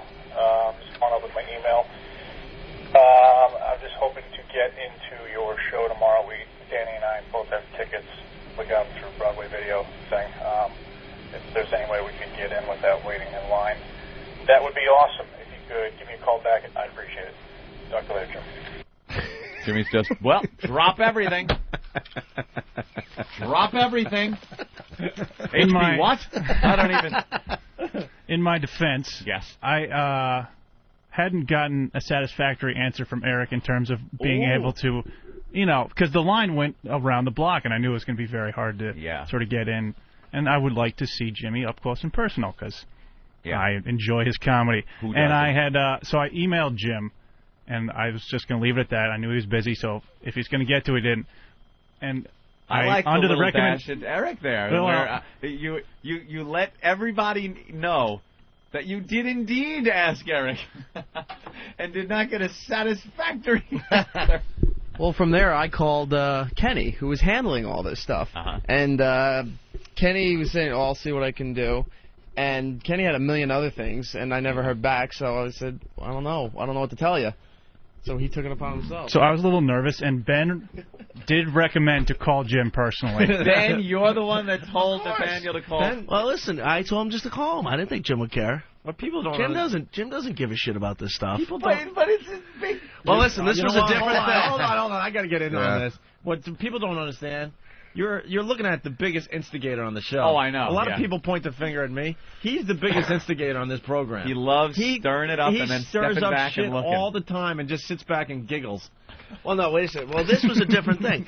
Kenny was being like, oh, this is HBO's thing. I mean, look, none of us had backstage passes or anything last night. It was a whole thing. I even asked Kenny, we're going to have seats reserved? Oh, I don't know. That was yesterday. So how this whole thing went, we had no control of it. So I told him just to call Jim. I didn't think Jim would care.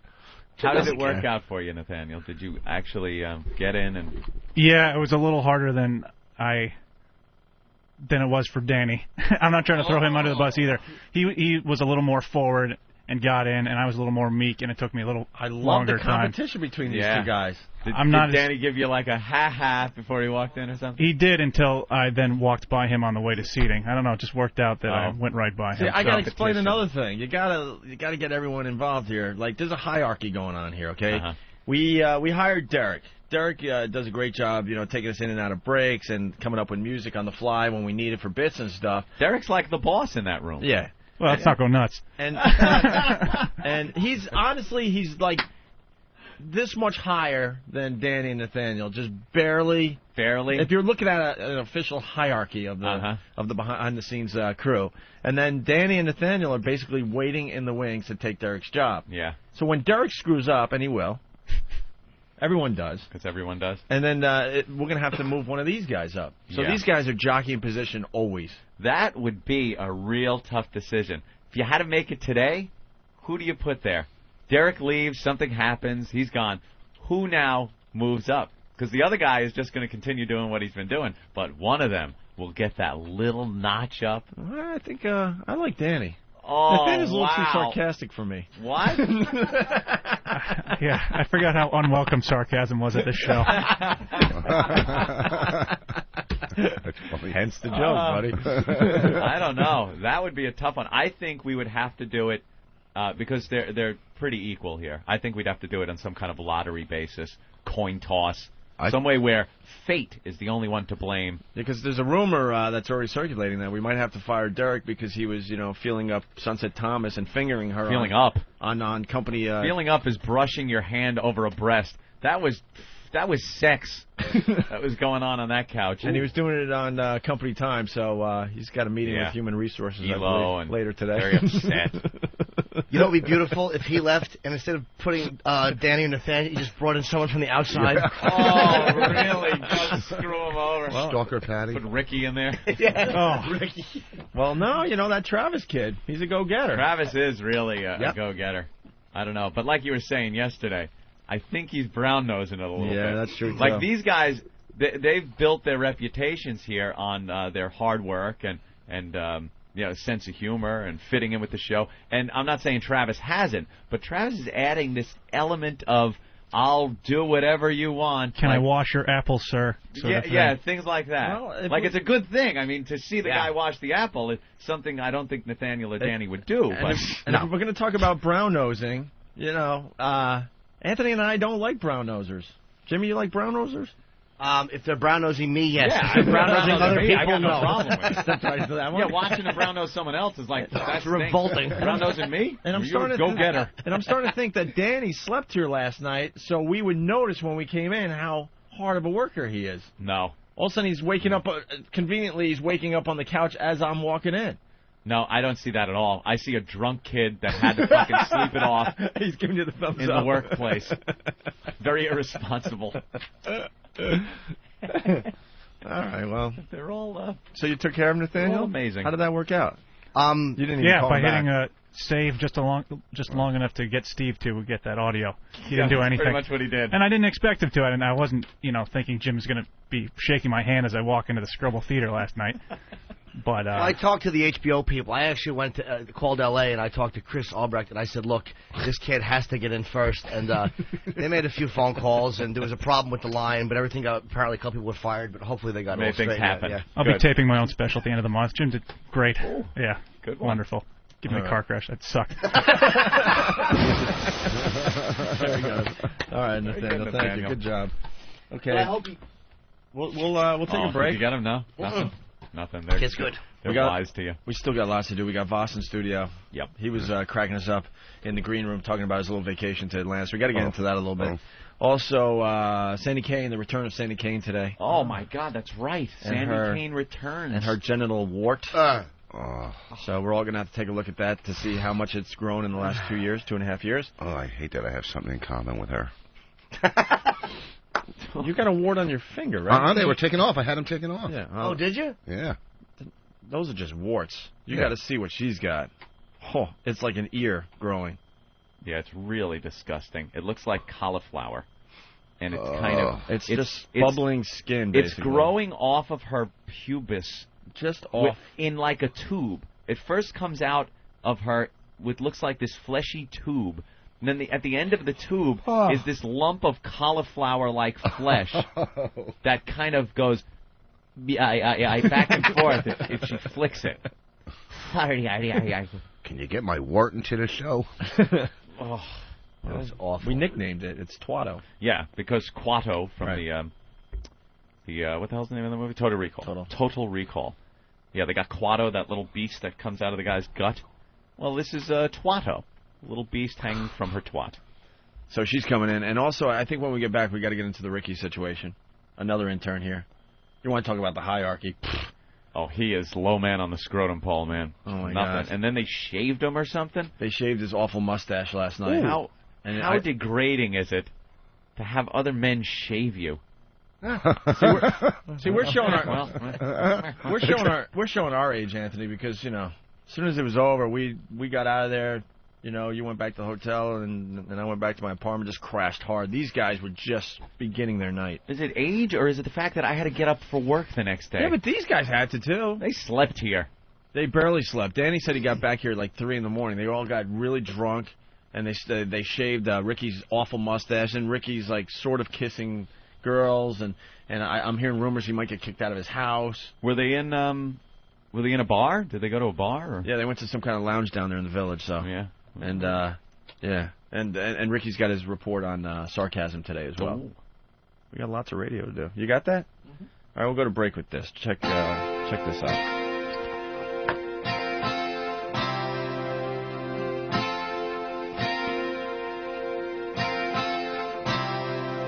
I've been dreaming of going to Mars, where mutants drive plastic cars. So I go there, you know the rest. The best part was the girl with 3 breasts. Total Dylan.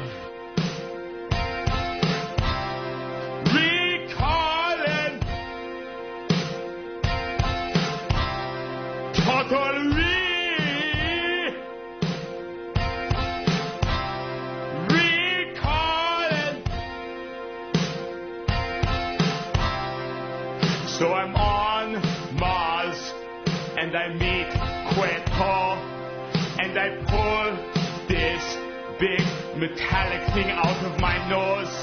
It makes me scream and shout and move my big robotic head all about. Total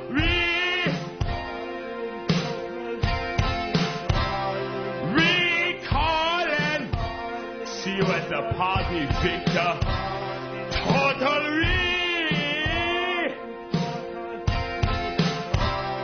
recalling. One more time, fellas. Total recalling. I'm going to start balling. I'm so sad. I can't screw Sharon Stone, and Macaulay Culkin is left home all alone. Total recalling. Johnny, give me the bass. You got to slap it a little harder. Give me the bass. All right. Okay. Boobs always bring this show to a halt. Oh, screeching halt. It's Whip 'em Out Wednesday. Whip 'em Out Wednesday. Whip 'em Out Wednesday. Whip 'em Out Wednesday. Oh, this is fantastic. This set was beautiful. It's Whip 'em Out Wednesday. Whip 'em Out Wednesday. Those are real. Wow, that's cool. How about the woman that took her shirt off? Ah, yeah. Sexy girls. Sexy girls. You have sorry girl show boobs. I see boobs. Yes. He just got wowed. Wow. Hey. It was amazing. That's nice. Opie and Anthony. Hey, yeah. It's world renowned. It's Whip 'em Out Wednesday. It's Whip 'em Out Wednesday. Whip 'em Out Wednesday. Those are real. Cancel your appointment. Okay. It's Whip 'em Out Wednesday. Out Wednesday. Oh, wow. XM 202. The Opie and Anthony Show.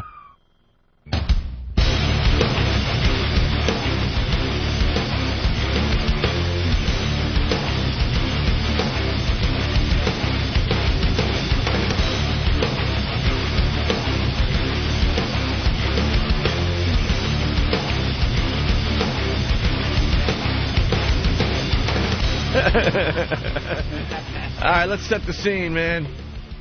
It's Whip 'em Out Wednesday. This is the O&A virus spreading across America on XM Satellite Radio. Yeah. Rich Voss in studio. Jim Norton, of course. We're just glowing in the whole evening that we enjoyed with Jim Norton last night as he taped his HBO special. We're going to get Ricky the intern in here to do his report on sarcasm. And we'll comment about his new look, I guess. Yep. Courtesy of the fans that decided to shave him at like 3 in the morning at some freaking lounge in the middle of the village. Right. And Sandy Kane is here. Oh, well, should we bring her in? Well, she's getting through security and the paperwork and... so you're going to wait? You're going to let her wait out there? Is that what you're saying, Opie? Rich, I want to thank you for being here, just in case I forget. I can't believe I got right in either. Yeah, really. It was unbelievable. No, Rich knows what to do now. Rich doesn't mess around. Rich just walks in the door and sits down. He's now. like, I ain't fucking He's waiting. Like, he knows if he sits on the couch of doom over there, you're just stuck watching I'm gonna the show. sit out there like a fucking fat girl. Hi, someone asked me to dance.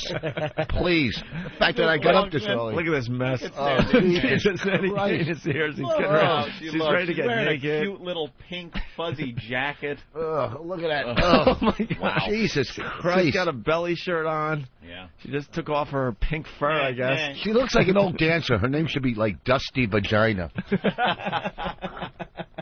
Hey, you're getting props on the phone lines today, Voss. James, what's up? Hey guys. Hey, I got to tell you, whenever you have Voss with you three, it's like it's perfect. You could be talking about dirt, and it would be funny. I mean, Jimmy and him are like brothers. You guys sound awesome. Yeah, we love when the Rich comes in. Yeah, it's just a bunch of friends getting together. You know, Hey, Rich, in case something happens at the end of the show, thanks for coming in. Oh, thank you. You're right. And we just did that. Here's the thing about these HBO specials. You know, the two people, you know, comics, you know, you kind of get a little jealous because you're not. But the two people that you love that you're fucking are both doing one. It's almost just as good. You know what I mean? Yeah, because Voss's fiance Bonnie did one as well. Friday right? night. Friday she night. got a standing O. And, you know, for 2 months I was, you know, I mean, we've been on the road forever, you know, and she wasn't a road comic. She was an L.A. comic, and I'm a road comic. So I kind of had to help her along, you know. And then she got this special. They asked for a tape from her. She didn't have a tape, so I booked 2 nights for us. And I'm not taking credit. I'm just saying how you help as a couple. Oh, boy. No, as you help as a couple. Here we go. But listen, this tape right here that you're hearing, folks, will end up in litigation. No. I'm going to tell you what she said. That will be played in courtroom. Oh, boy. Wait, let me tell you. Jimmy's giving you the look like, just shut up. No, but listen. But no, when you're a couple and you're doing shows, she has good shows around. She's not a comic like us. But when we were at the Stress Factory, I mean, she doesn't do well there. It's not her club. They're animals, you know. You got to follow that phone call and fucking Vinny's Hackfest. So, you know, all we do is fight. But she came a long way, right? When I came off your show last time, you guys were talking about prenups. Remember you were talking about prenups? Yep. I swear to God, driving home that day in the car, she brought it up.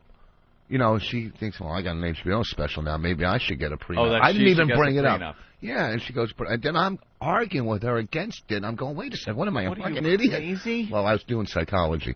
Oh. And so it was perfect. Psychology. But as I'm saying, it's tough when you're.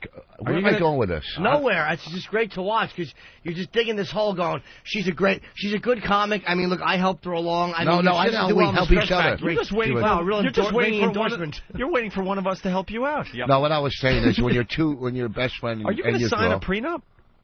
Fuck yeah. I just look at this watch. You think I'm going to let her take that? That is nice, man. I'm trying to get the necklace and the ring back and still get married. It's a nice ring. She trashed me in the dressing room last night. You know, this we got to be fair on this show. I mean, we kill each other on a daily basis, but you know, you got to give props as well. I was up late It was a school night, and I remember that you were telling me you were going to be on Dennis Miller. I'm like, oh, yeah, that's right. And I've been starting to take a peek at Dennis Miller. That show's not that bad at all. I'm starting to enjoy it. And you were on Dennis Miller. Yeah. Let's get right to the thing. And he doesn't have you come out and do your act in front of the crowd or his studio audience. He sits down with you. So you're sitting right next to Dennis Miller doing your act pretty much for him. You know, one guy, basically. You're focusing on him. And he was just enjoying the hell out of you, man. You could tell when these TV guys are politely helping out the comics. But he was really, really enjoying it, and I was really happy for you, man. I was like, holy crap, Voss is killing in front of Dennis Miller. Well, thank you. The thing is, when Wait, you're doing... you did Dennis Miller? Huh? I didn't know you did Dennis Miller. Listen, don't. No, listen, it's like he just did HBO. Dennis Miller. That's like, you know, it's like serving him filet mignon and throwing scrapple in my face. That's nice. Isn't it? Well, because we were talking about Okay, let me tell you something. Shut up, jizz comic. Okay. Wait, was that CNBC? No, actually, he's fuckface. Okay. I was, you know, you got to do a lot of stuff when you're waiting for your own TV show to get started. You know, so you're doing little stuff to keep your face out. Oh, you fucking. I'm happy for you. Wow. Oh, look at this douchebag during a special, and me and Colin Quinn, he's name dropping during his own special. I'll explain why. I'll explain why I mentioned Colin's name, because the joke. There was one line in the joke where I said.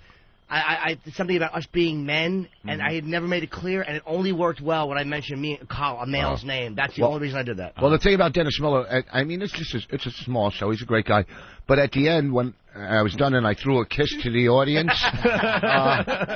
Dennis said, "You can always come back now." Okay. Voss, you missed that whole discussion we started the show kind of talking about that. Oh, yeah. And you got me off the hook because you told me right after the taping, don't forget that he blew kisses to the audience.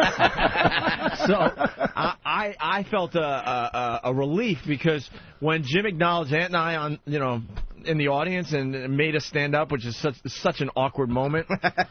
I actually gave him a thumbs up. I looked at him, and I didn't know what to do. So I just go like this, thumbs up to Jimmy, right? And I'm like, oh, did I just give a thumbs up? And then Anthony admitted that his thumb was I was on almost the way up. gonna, but then I decided to give him the point, it's about you. So I thought I was going to get killed because I knew in that situation. I knew someone saw that and was going to throw me under the bus. And Opie gave the thumbs up that should have been the freeze frame that do at the end of Chips episode. When they freeze Punch doing a thumbs up. I'm like, did I just give a thumbs up? I'm like, that was horrible. It really was bad.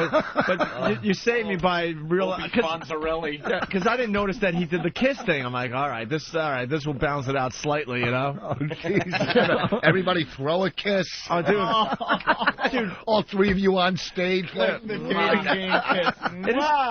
end of the newlywed game. It's just weird when there's such a special, happy moment for one of your friends. There was such gay crap going on the stage, in the audience, backstage in between shows. Jimmy's hugging and kissing Anthony and I and saying he loves us, and I'm just like, this is just awful. When he threw a kiss, Milton Berle died again. It was horrible.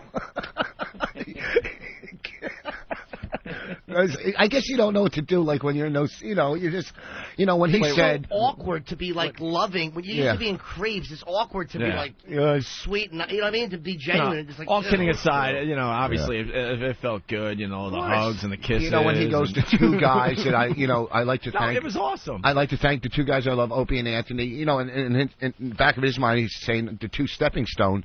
That's not true at all, Rick. Shut up. Fucking. So listen. Here we go. He would have said hi to you from the stage, but he needed a bullhorn so he could hear it from the seat you were at. Yeah, but I wanted to sit there so he looked thin. Yeah, just, if we could actually rewind a year or so and Jimmy was doing the same special, I'd like to thank Colin Quinn. Yeah, I know. Let's rewind 5 years ago. I'd like to thank Andrew Dice Clay. Whoever it is. You should have just edited that part out just in case something happens before it airs where you can just pop in whoever. I'd like to thank Bob Levy. Hey, by the way, Anthony and I want to get in on this a little bit. Jimmy filmed his HBO special last night. Voss just did Dennis Miller. And Anthony and I are featured in Penthouse this month. You just spit all over the flew out of place. your mouth. Oh, I love that. I do that all the time. I knew it was going to sound absolutely awful. First of all, isn't it Hustler? Oh, I said Penthouse? Yeah. Oh, we did. And then you spit all over the board. Well, we do have an interview coming out in Penthouse as well. Oh, we do? Ah, they love us. The smut magazines love you and I. Smut magazines just adore No, this it's Hustler program. magazine. I'm sorry. The July issue. We have a little mention on the cover too. You can't spit if you say Hustler, though. You know, Penthouse. Hustler. We're in Hustler magazine. But where were we at?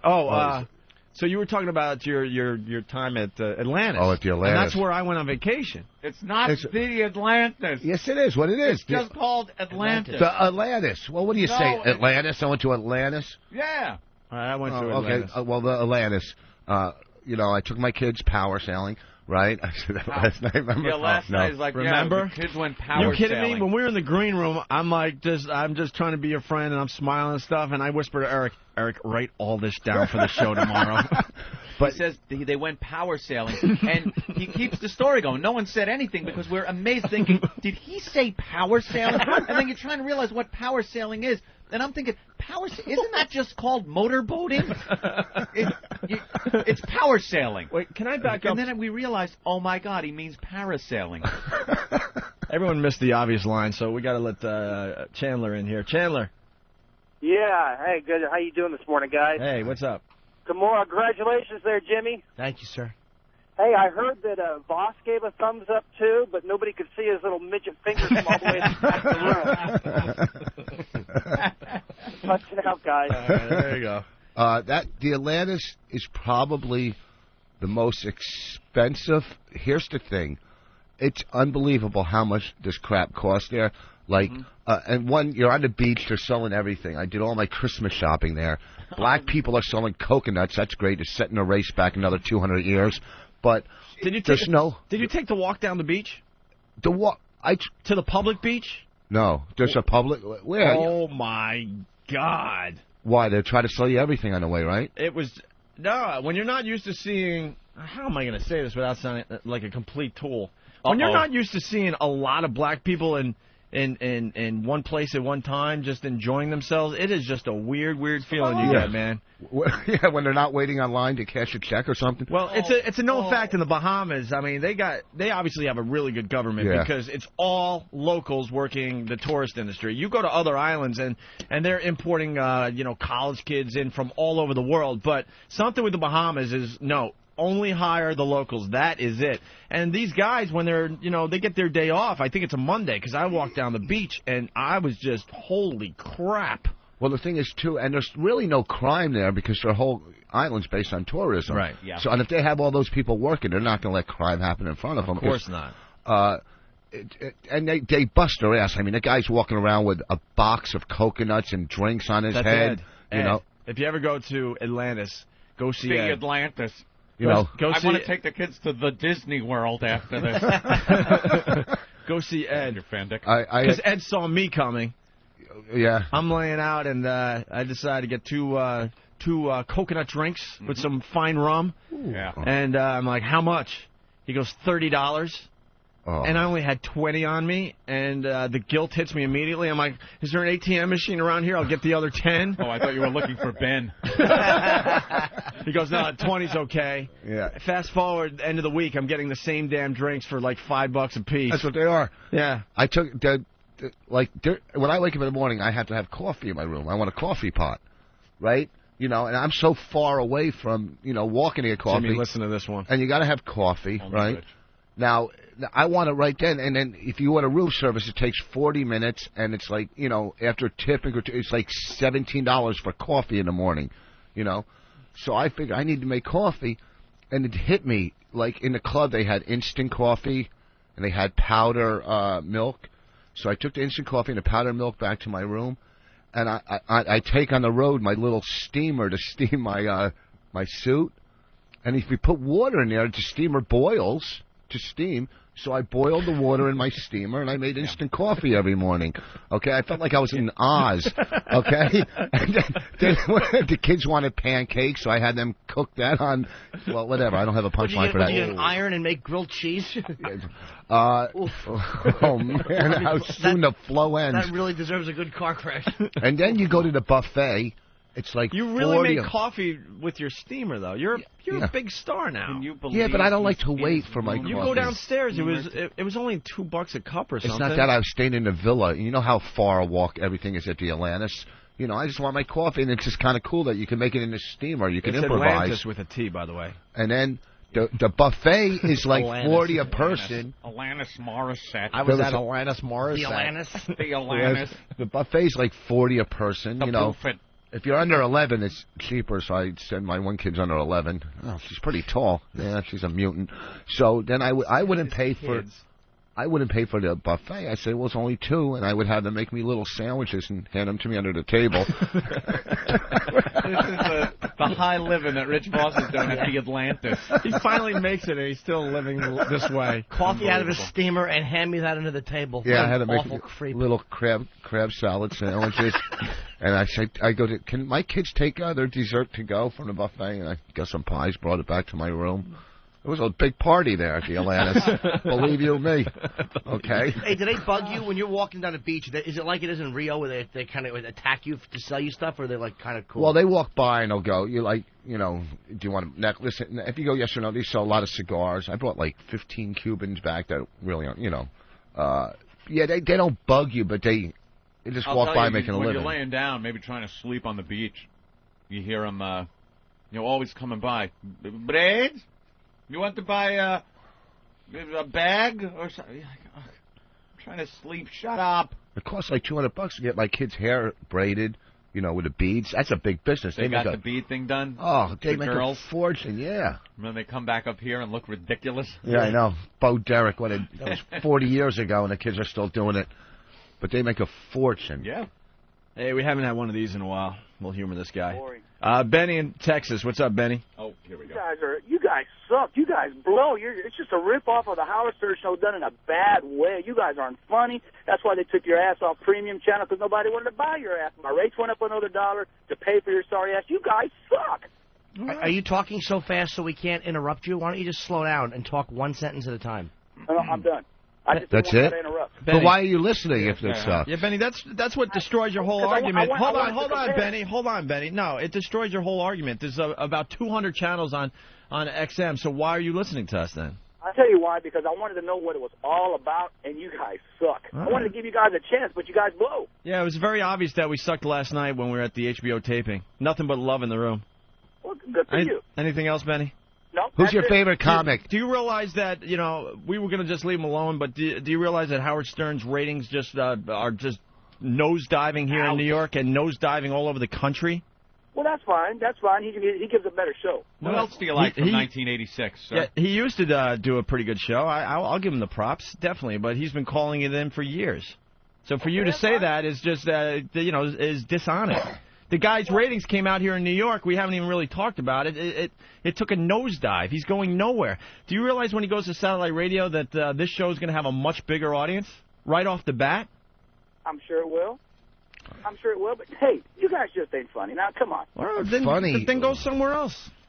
You're obviously listening. That's what amazes me. When I don't like something, I don't. First of all, I stop listening, and second of all, I don't go out of my way to call the host of the show. Benny, you'll keep listening. How do I know if I'm not going to like it, if I don't give you a chance? So I'm giving you a chance. Listen. You'll keep listening, All right, sir. listen. You gave us a chance. You hate it, so move on. That's how it works. Well, how long do you... And you know what? And if enough people hate the show and don't like it and move on, guess what? It'll take care of itself. We will not be on the XM platform. That's how it works, Benny. Exactly. But guess what? Guess what? We're going to be here for a while. You'll keep listening, Benny, how long have you listened? Just for today? No, actually, I've listened for a week. For a week. So you actually spent a week listening to something you didn't like? Dude, you're an idiot. No, I did not. I spent the week trying to get to know the show. No, dude, I listen. I don't know what decision-making process you go through, but I'll listen to something for like 5 or 6 minutes, and I can pretty much tell if it's my vibe. Are you that stupid that you would spend a week? Sometimes there's just something that during the part of the show that that sucks, but maybe something else along the way might be funny. But you guys aren't funny. Well, it's 'cause You're maybe- boring. Dude, the Blah, bottom line blah. is this. Dude, you spent a week listening. You're a dumb motherfucker. I am paying for XM satellite. Dude, You're paying for your Dude, shit. I don't care. The rates went up. I know you don't care. That's What you why pay for, Benny. you have a menial job. You're Keep not- spending your hard-earned money on us. You're paying for us. Benny, you're not paying for the actual Opie and Anthony show. You're paying for the whole XM platform. Mm-hmm. So if you don't like this channel, then there's a million other ones to choose from. That's how Absolutely. it works. A million now they got. You know, you don't have to try to say it's that you're paying just for us. That's that's not true. And also, Benny, I don't know if I want you to let me in, but my DVD is funny that you can get on richvoss.com. Why don't you give that a chance? He's right. Give it a plug. Okay. Let me- Benny, hey, look, I got to get to work. I appreciate you guys giving my call. Appreciate it. Well, let me ask you a question, though. How does it feel to have voiced your opinion and to understand that nobody in this room cares about you at all? I feel better.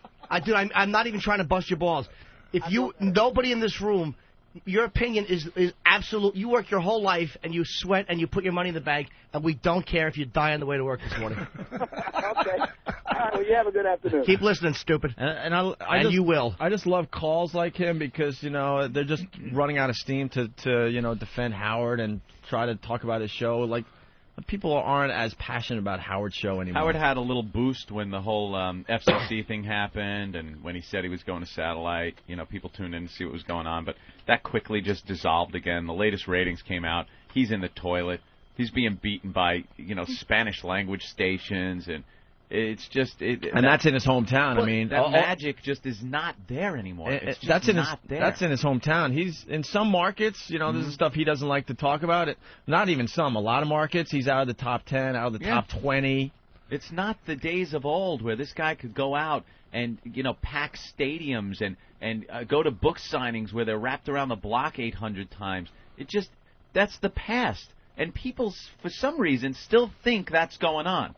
They got this fan mentality that they absolutely believe. That's the point I want to make, though. Not as many as there used to be. No, not as many at all. But there's a couple of there's these fans that actually believe that it's still the glory days. That calling up and going, "You suck, Howard clones," and "Bob Booey," and things like that are like relevant. Yeah, but what even still? Why can't you like two? What's the difference? Why can't you like Stern? Shut up, diplomat. No. It was an irritating little bit of. Stop trying to put gems of wisdom. You're a dumb guy. Accept it. Okay, that's a good point. Relax. He's never calling you to go on the show. I know. Listen, you think I would?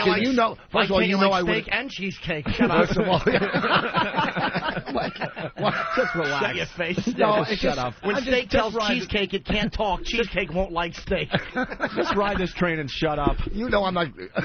Just shut up. Why can't they like bullshit?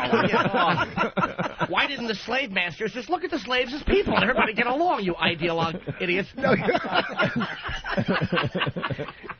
I don't know. Why didn't the Germans and the Jews shake hands in the 40s and cut all the malarkey out? I don't understand. Confused, naive little boy. You know what? Awful wart-ridden man. Shut your face. It's becoming more and more obvious to the people out there that Howard's just calling it in. Has been calling it in for years. He's all he does is come up with excuses why he can't do a radio show anymore. And when the fact is, he just doesn't want to do a radio show anymore. He doesn't have to. He signed up for his latest and last payday. That's it. Sirius and Mel over there, they're handing this guy $500 million. And you know what? Godspeed. Congratulations on your contract. That's a lot of money. But for anyone to sit out there and believe that this guy is doing this for the sake of radio and to make his show better and to give the people a better program, you're just being stupid. You'll see for yourself, I guess. The guy's going to collect a check. And he really has given up. He gave up a while ago. And the whole, everyone's ripping me off. It even used to be funny. It's starting to be very, very embarrassing. But now it's really stupid. Anything that's brought up, the guy insists he invented. It's been that way for years. It was funny to goof on for a while, but now it's just sad. It's like someone's grandpa sitting there just saying that I remember that I came up with that one. That was my idea. Shut up. You didn't invent everything.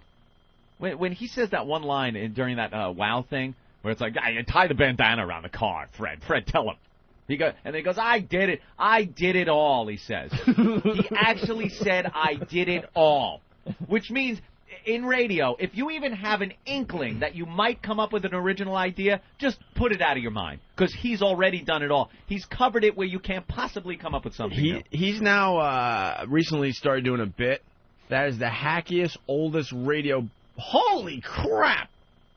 Ooh. Bam! Well, that's a plane's wings ripping off. Was that the old footage? I think it was. Wow. Yeah, a plane just crashing without wings.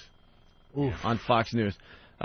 We all have ADD, I know. Where were we? Yeah, he started talking about this bit he just started doing, right? That is the hackiest, oldest, one of the oldest radio bits. Yeah. I was doing it in college radio. I did it at BAB. And I'm not trying to say, he ripped me off, because that's ridiculous. Because I just know. You picked it up from somewhere. It's just something that was out there. I just know of many, many shows that, did this bit years ago. I'm telling you, I got a tape of doing the same bit 10 years ago. And now he's claiming that he came up with this thing, and now he's pissed off because other guys are doing it. Yeah. It is the simplest thing. You guys out there could probably relate. You probably did it with your friends. You call 2 Chinese restaurants, and you get them to talk back and forth. Mm-hmm. You order from one guy, and then the other guy responds, and it goes back and forth. I was doing that 10 years ago, and I know other guys that were doing it, long before that. 10 years ago, whatever. It's a prank call that kids would do at home that just kind of made its way to radio. So it's really embarrassing to hear that, he finally discovers this bit that's been going on for years, and now is claiming that people are ripping him off by doing this bit. It's like, dude, are you insane? People could look up this stuff now. It's I not was like the first one to call a bowling alley and say, do you have 10-pound balls? It's not like the How old... do you walk? That was me, Robin. It's not like the old days where there was no internet, so it's a lot tougher to, check up on some of these things. That's a bit that's been out there for years. I mean, years. Is your refrigerator running? No, you better catch it because it's running. Do you have Prince Albert in a can? I got a colored girl in a glass fishbowl. How the joke goes, but It's a dunk tank, right? It's the dunk tank. That Jay Moore line about it being a dunk tank was just brilliant. Absolutely brilliant. Yeah, Ralph, what's up? Another thing that Kiss Ass Dick Leno rips off is he's got this guy he calls Ross the intern. Yeah. And like I don't know what that is. And he's some intern, and he's like, here's Ross the intern. No, nobody did that before you. Nobody knew what an intern was before. Now, you know what? Here's a guy, a fan, pumping him up. Here's the difference between the shows. If someone called in with that with us, we would fucking destroy you. No one had interns. But, his listeners have to, stroke his ego, and he's actually going to go with this call like it's serious. Now he's going to go with it. What an intern was before you started profiling somebody like that, I see the way I've influenced television and what has gone down in the last... since I've got on in L.A., which... Oh, my God, you can't be serious.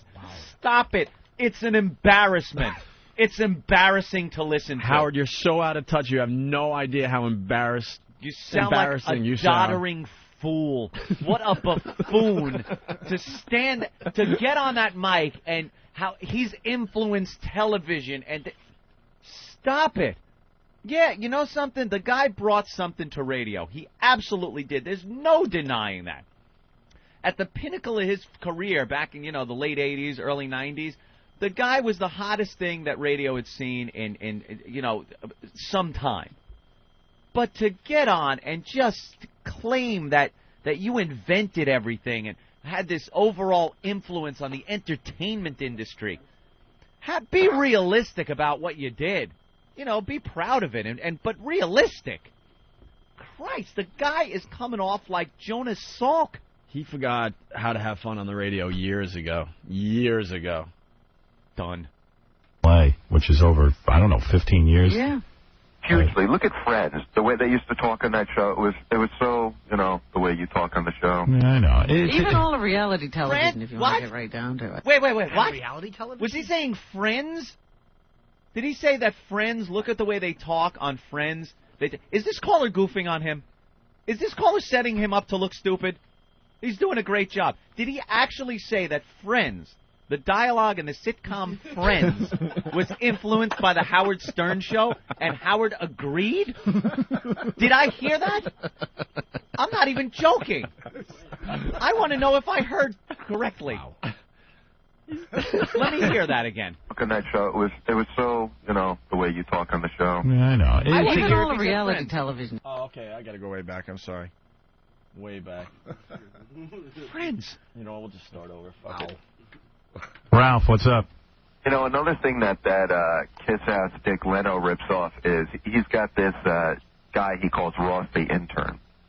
Yeah. And like I don't know what that is. And he's some intern, and he's like, here's Ross the intern. No, nobody did that before you. Nobody knew what an intern was before you started profiling somebody like that, I see the way I've influenced television and what has gone down in the last, since I've got on in L.A., which is over, 15 years. Yeah. Hugely. Look at Friends. The way they used to talk on that show, it was so, the way you talk on the show. Yeah, I know. Even all the reality. Wow. Apparently this is Ralph, his hairstylist. Oh, it is Ralph? Yeah. Okay. Just feeding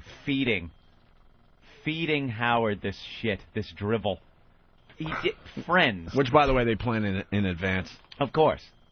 Friends was... Now, I've never been a big fan of the show Friends, but I have caught some episodes of the show Friends. There is... You can't even come close to showing any kind of Howard Stern influence. I don't know about... There was one... I don't watch it much, but there was one time where Chandler walked into the room, and I think it was David Schwimmer walked in, and he walked in, he goes, hey, how are you? And I think Chandler said, I'm fine. And I'm like, Jesus Christ, where is that from? I'm like, that is such an original way of talking. That has to come from somewhere, and I'm glad I found out where it was. Yeah, well, okay. Well, I'm wrong then. Even all the reality television, if you want to get right down to it. Hey, you know what really pisses me off more than anything? All the reality. All the reality television is directly linked to the Howard Stern show. Holy Jesus. Hey, you know what really pisses me off more than anything? This Telepictures who we did a thing on the air for years called the Homeless Game. Still do it. And after the first 2 times I did it on the air, the Homeless Game, I got calls from every television guy out in L.A. saying we'd like to do, because I said I might develop a TV show like this where we go out and ask people stuff, then we bet on it. And they all called me, and I said, well, quite frankly, I don't need, including Telepictures, I said, I don't need you guys to do this. I'll do it on my own. And I started to develop it. Yeah, sure. Next thing I know, they got this show Street Smarts. Street Smarts, yeah. It's in its 6th. Is he claiming Street Smarts came from him? I don't even know what Street Smarts is. Oof. It's a game show where they have contestants in the studio, and they have to guess what people on the street are going to say an answer to a question.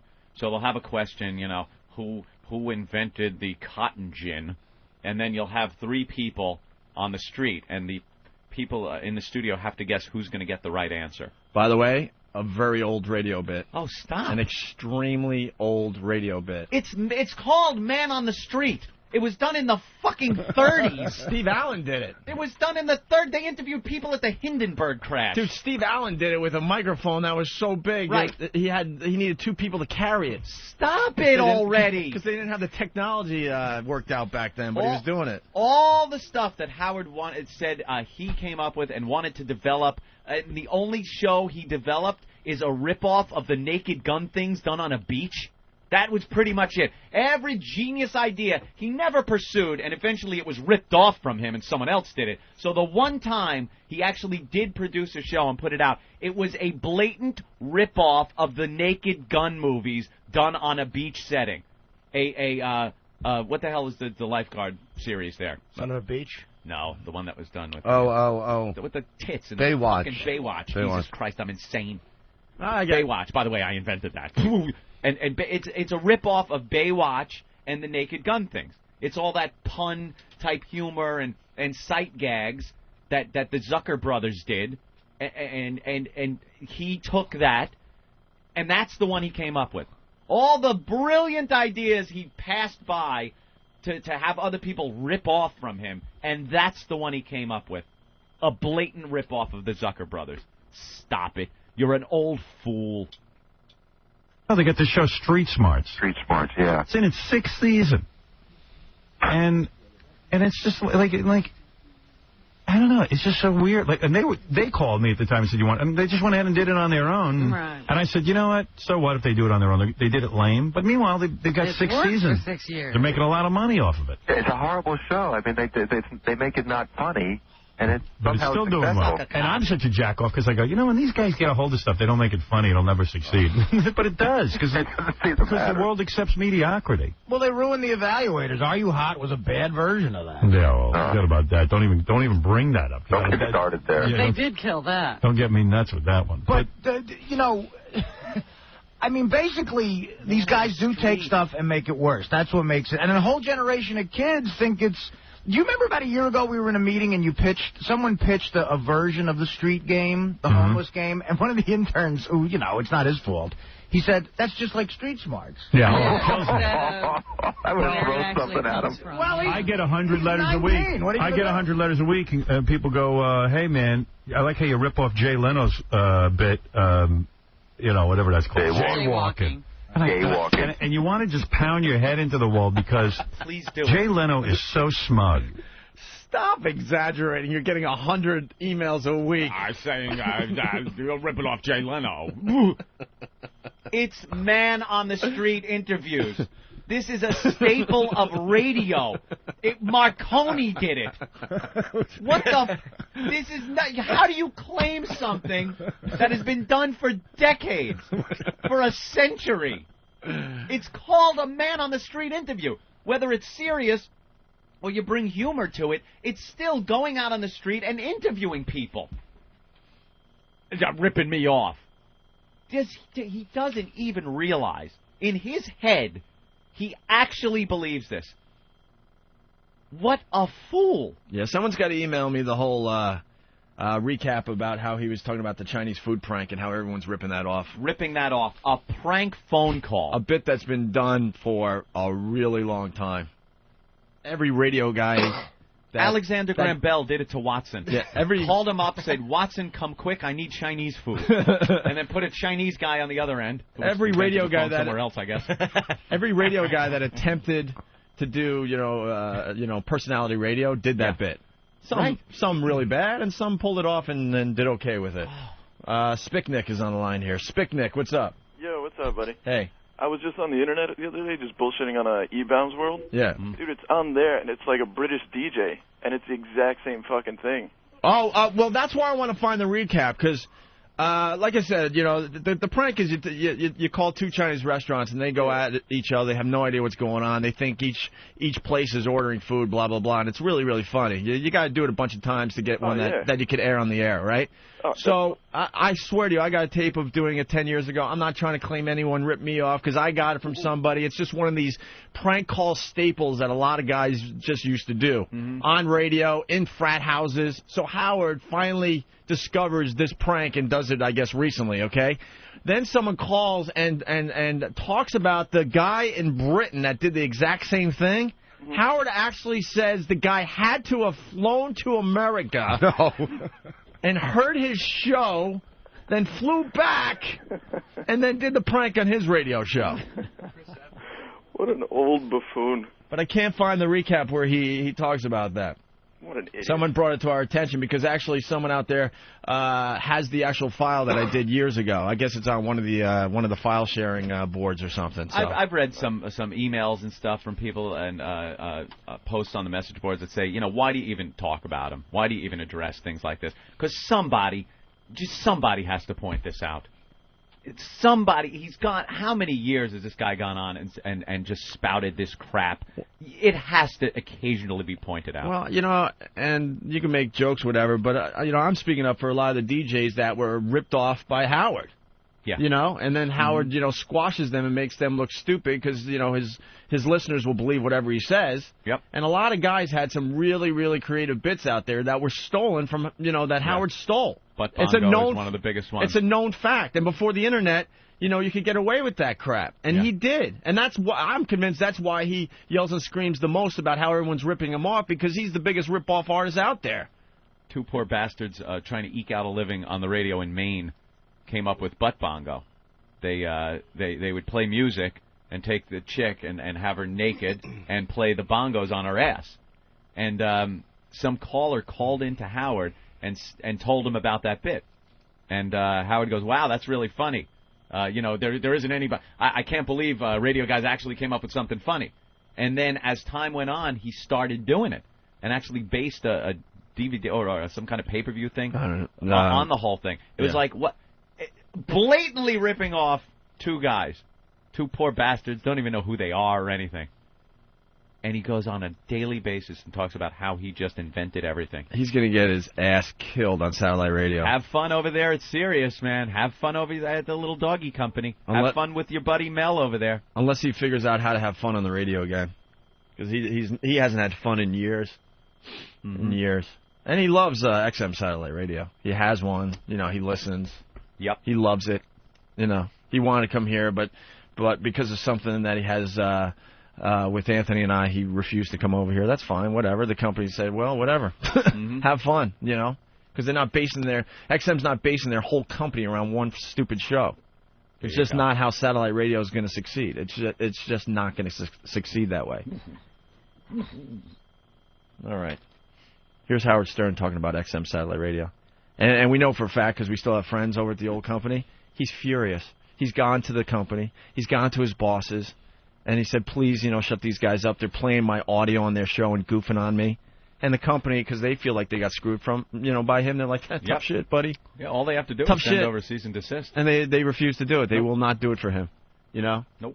Because and this is the beauty of why we're doing it. Because in the old days, we would point out some of this dumb shit, and we would get yelled at, screamed at behind the scenes, threatened to be fired and sued and all sorts of stuff because he couldn't handle it. And he's still playing that game, but no one's listening anymore. They're like, oh, well, Howard, too bad. Too fucking bad. I invented that. So here's Howard Stern talking about XM satellite radio. If you're planning a road trip this weekend, it's time to take XM satellite radio along for the ride. XM gives you 100% commercial-free music. It's the ultimate playlist with channels for album rock, alternative, heavy metal, hip-hop, unsigned bands, blues, jazz. There's an XM channel for everyone in the family, including the biggest names in news, sports, talk, and comedy. All in digital quality sound for less than $10 a month. No wonder it's the most listened to satellite radio service.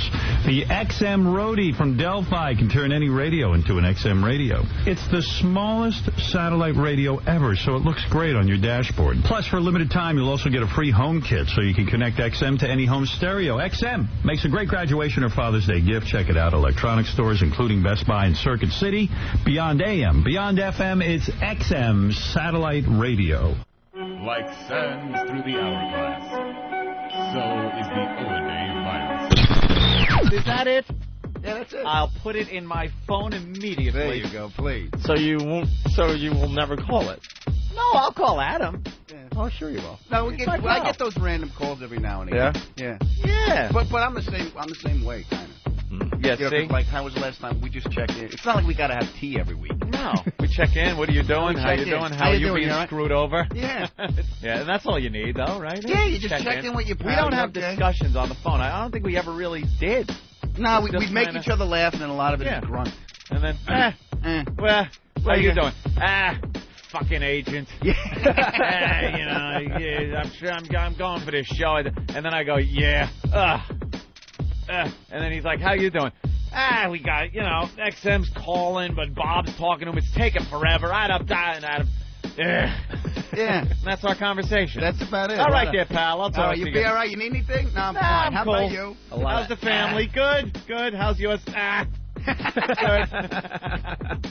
Your grunt's grown and hang up. And then did you ever get this? Like the girl, my girlfriend, like, so what'd you talk about? Nothing. He's all right. Yeah, that's pretty much it. So what's Adam doing? Nothing. Yeah, same stuff. Yeah, he's being funny. Yeah. somewhere. Yeah, it's the same thing. What is Late Show Friday's going to suck, but you do it. I mean, it's the same. That's pretty much our come-home conversation. I think it just happens to all. My father's down to grunts. He's not even at this point. Doesn't even throw any words. Pop? Hey, yeah,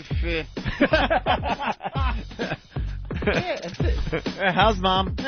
That's I'm not feeling too good. Yeah, I think I'm depressed. Yeah, welcome to Earth. Try living with your mother. She's a carrier. Yeah, when you become like really close friends for many years, you just don't have those conversations on the phone. It's the same checklist. Those conversations you have with people that you're kind of friendly with, or you haven't talked to in a while, but you just run out of shit to say. Then you catch up and stuff. Yeah. What do I got to tell Adam about? Oh, I'm getting a new couch. Yeah. Well, no, it's always the checklist. First, his family's all right. Rose good, Sal's good. All right, good. We all go through the family. Then how's work? And it's always that's where that's the grunting comes from. Did you do anything cool? They go, yeah, we had Sunset Topless doing the news. Really? Okay, I gotta go. All right, pal. See you later. To you. That's it. No, as a matter of fact, take your number. I don't need it now that I think about it. Forget it. I'm taking you out of my book. I really don't have to call.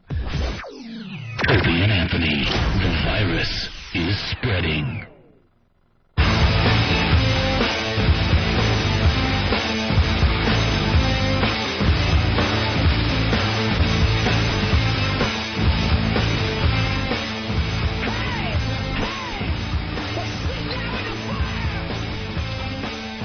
We still got a lot of show to do today. We got to get Sandy Kane in here, huh? Yeah. Got a quick, interesting story, though. Yeah? Popped up. A shocking story surfacing within the La Jolla School District has many parents on edge. Police say 2 6-year-old boys were performing sexual acts on each other on campus. That's right. Did a magic act. Was there a porch involved? We were told the 2 6-year-old boys in question were performing oral sex on each other in the restroom. And, school parents very upset. Another 6-year-old student walked in, saw what happened. Little Budinsky. Loose lip sink ships. I almost screwed that up. You certainly did. Loose lip ships. And children are now being monitored as they go to the bathroom. Ooh, who gets that lucky job? Just stand over the shoulder, peek. Can you get a hard on at 6 years old? Wow, I have no idea. Jim, can they? Two parents contacted Action 4 News complaining because the little boys were only given counseling in a brief in-school suspension. What are you supposed to do to these kids? Suspend them for what? Like what? It's stupid little, boy experimentation stuff, but what are you supposed to do? Suspend them and beat them and... Yeah. You know what? They might come. Obviously, it's not something new, right, Jimmy? Yeah, I mean, I've heard that a lot of little boys have had those little things. Stuff like this has gone on in the past. Sure. Maybe it's not a completely normal thing that everyone does, but obviously it's been done in the past. Under different names, I'm sure. Absolutely. You just let it happen, and sooner or later, one of them will grow up and talk about his little fat stomach for a living. Kids might have called it a creature precipitation, something like that. Yeah, but probably one of them. There might be like molestation there, and one kid. There might be what? I was just going to let him mouthful. Whatever it's called, fucking pedophilia or whatever. No, not pedophilia. Molestation? Yeah, molestation. That's what I said. Mollusks and were in there? That's why kids... Was that some form of sea life? You finger a barnacle before it's ate. Some mollusk might have happened. Oh, clam. No wonder Bonnie calls me the idiot know-it-all. The other day, you know what I said? Annie Lennox was on, and I'm trying to be like, yeah. She used to sing with the Arithmetics. I said to her. The Arithmetics. And Bonnie looked at me and goes, you're just a fucking dummy. And when I was getting gray in my hair, she goes, it's horrible because now people are going to think you're intelligent, and then you open your mouth. She's the distinguished gray on your pimples. She goes, and then you open your mouth and it just ruins everything. What was the crack line she was saying in the green room last night in between shows? God damn, I don't remember. We were talking about, obviously... addictions and stuff. The addiction and your old addiction with crack, Voss's addiction that he used to have. And I guess my addiction with video games came up. And I said something like, well, at least to get a video game, I didn't have to suck any dick. And Bonnie said that Voss would smoke the crack just so he could suck the dick. Oh, she's just smashing him. Oh, just at every turn she's bashing him, and it's hysterical. We were in the elevator, all of us were on the elevator, and we were talking about how when Rich walked out and got that huge ovation, and she goes, yeah, it was the first time I thought I made the right decision.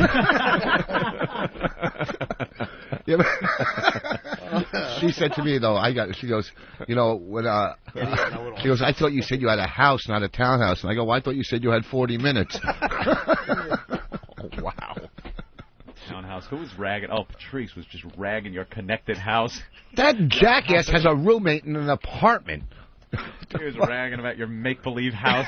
My fucking place is nice. I took the tour, you know, after playing golf. Yeah. I was an apartment. I was happy for you, but I'm not feeling the old furniture though. I got antiques. I got stuff in there that's so nice. If your grandmother was a gay male, that's how my house is. Like it's decorated. I got nice. What? Because I don't have shit from IKEA. I got fucking. No, because you don't have shit after 1980. Listen, you have a great couch if you want to watch Raging Bull on it. Listen, I feel like your apartment is haunted. The stuff is so old. Is it really? No, you got a lot of old stuff. I like antiques. You know, I go antique and garage sales, and I like to I do the stuff over myself. You buy your stuff at garage sales? No. You wanted to say refurbish, and when I do it over myself. A lot of this stuff I used to.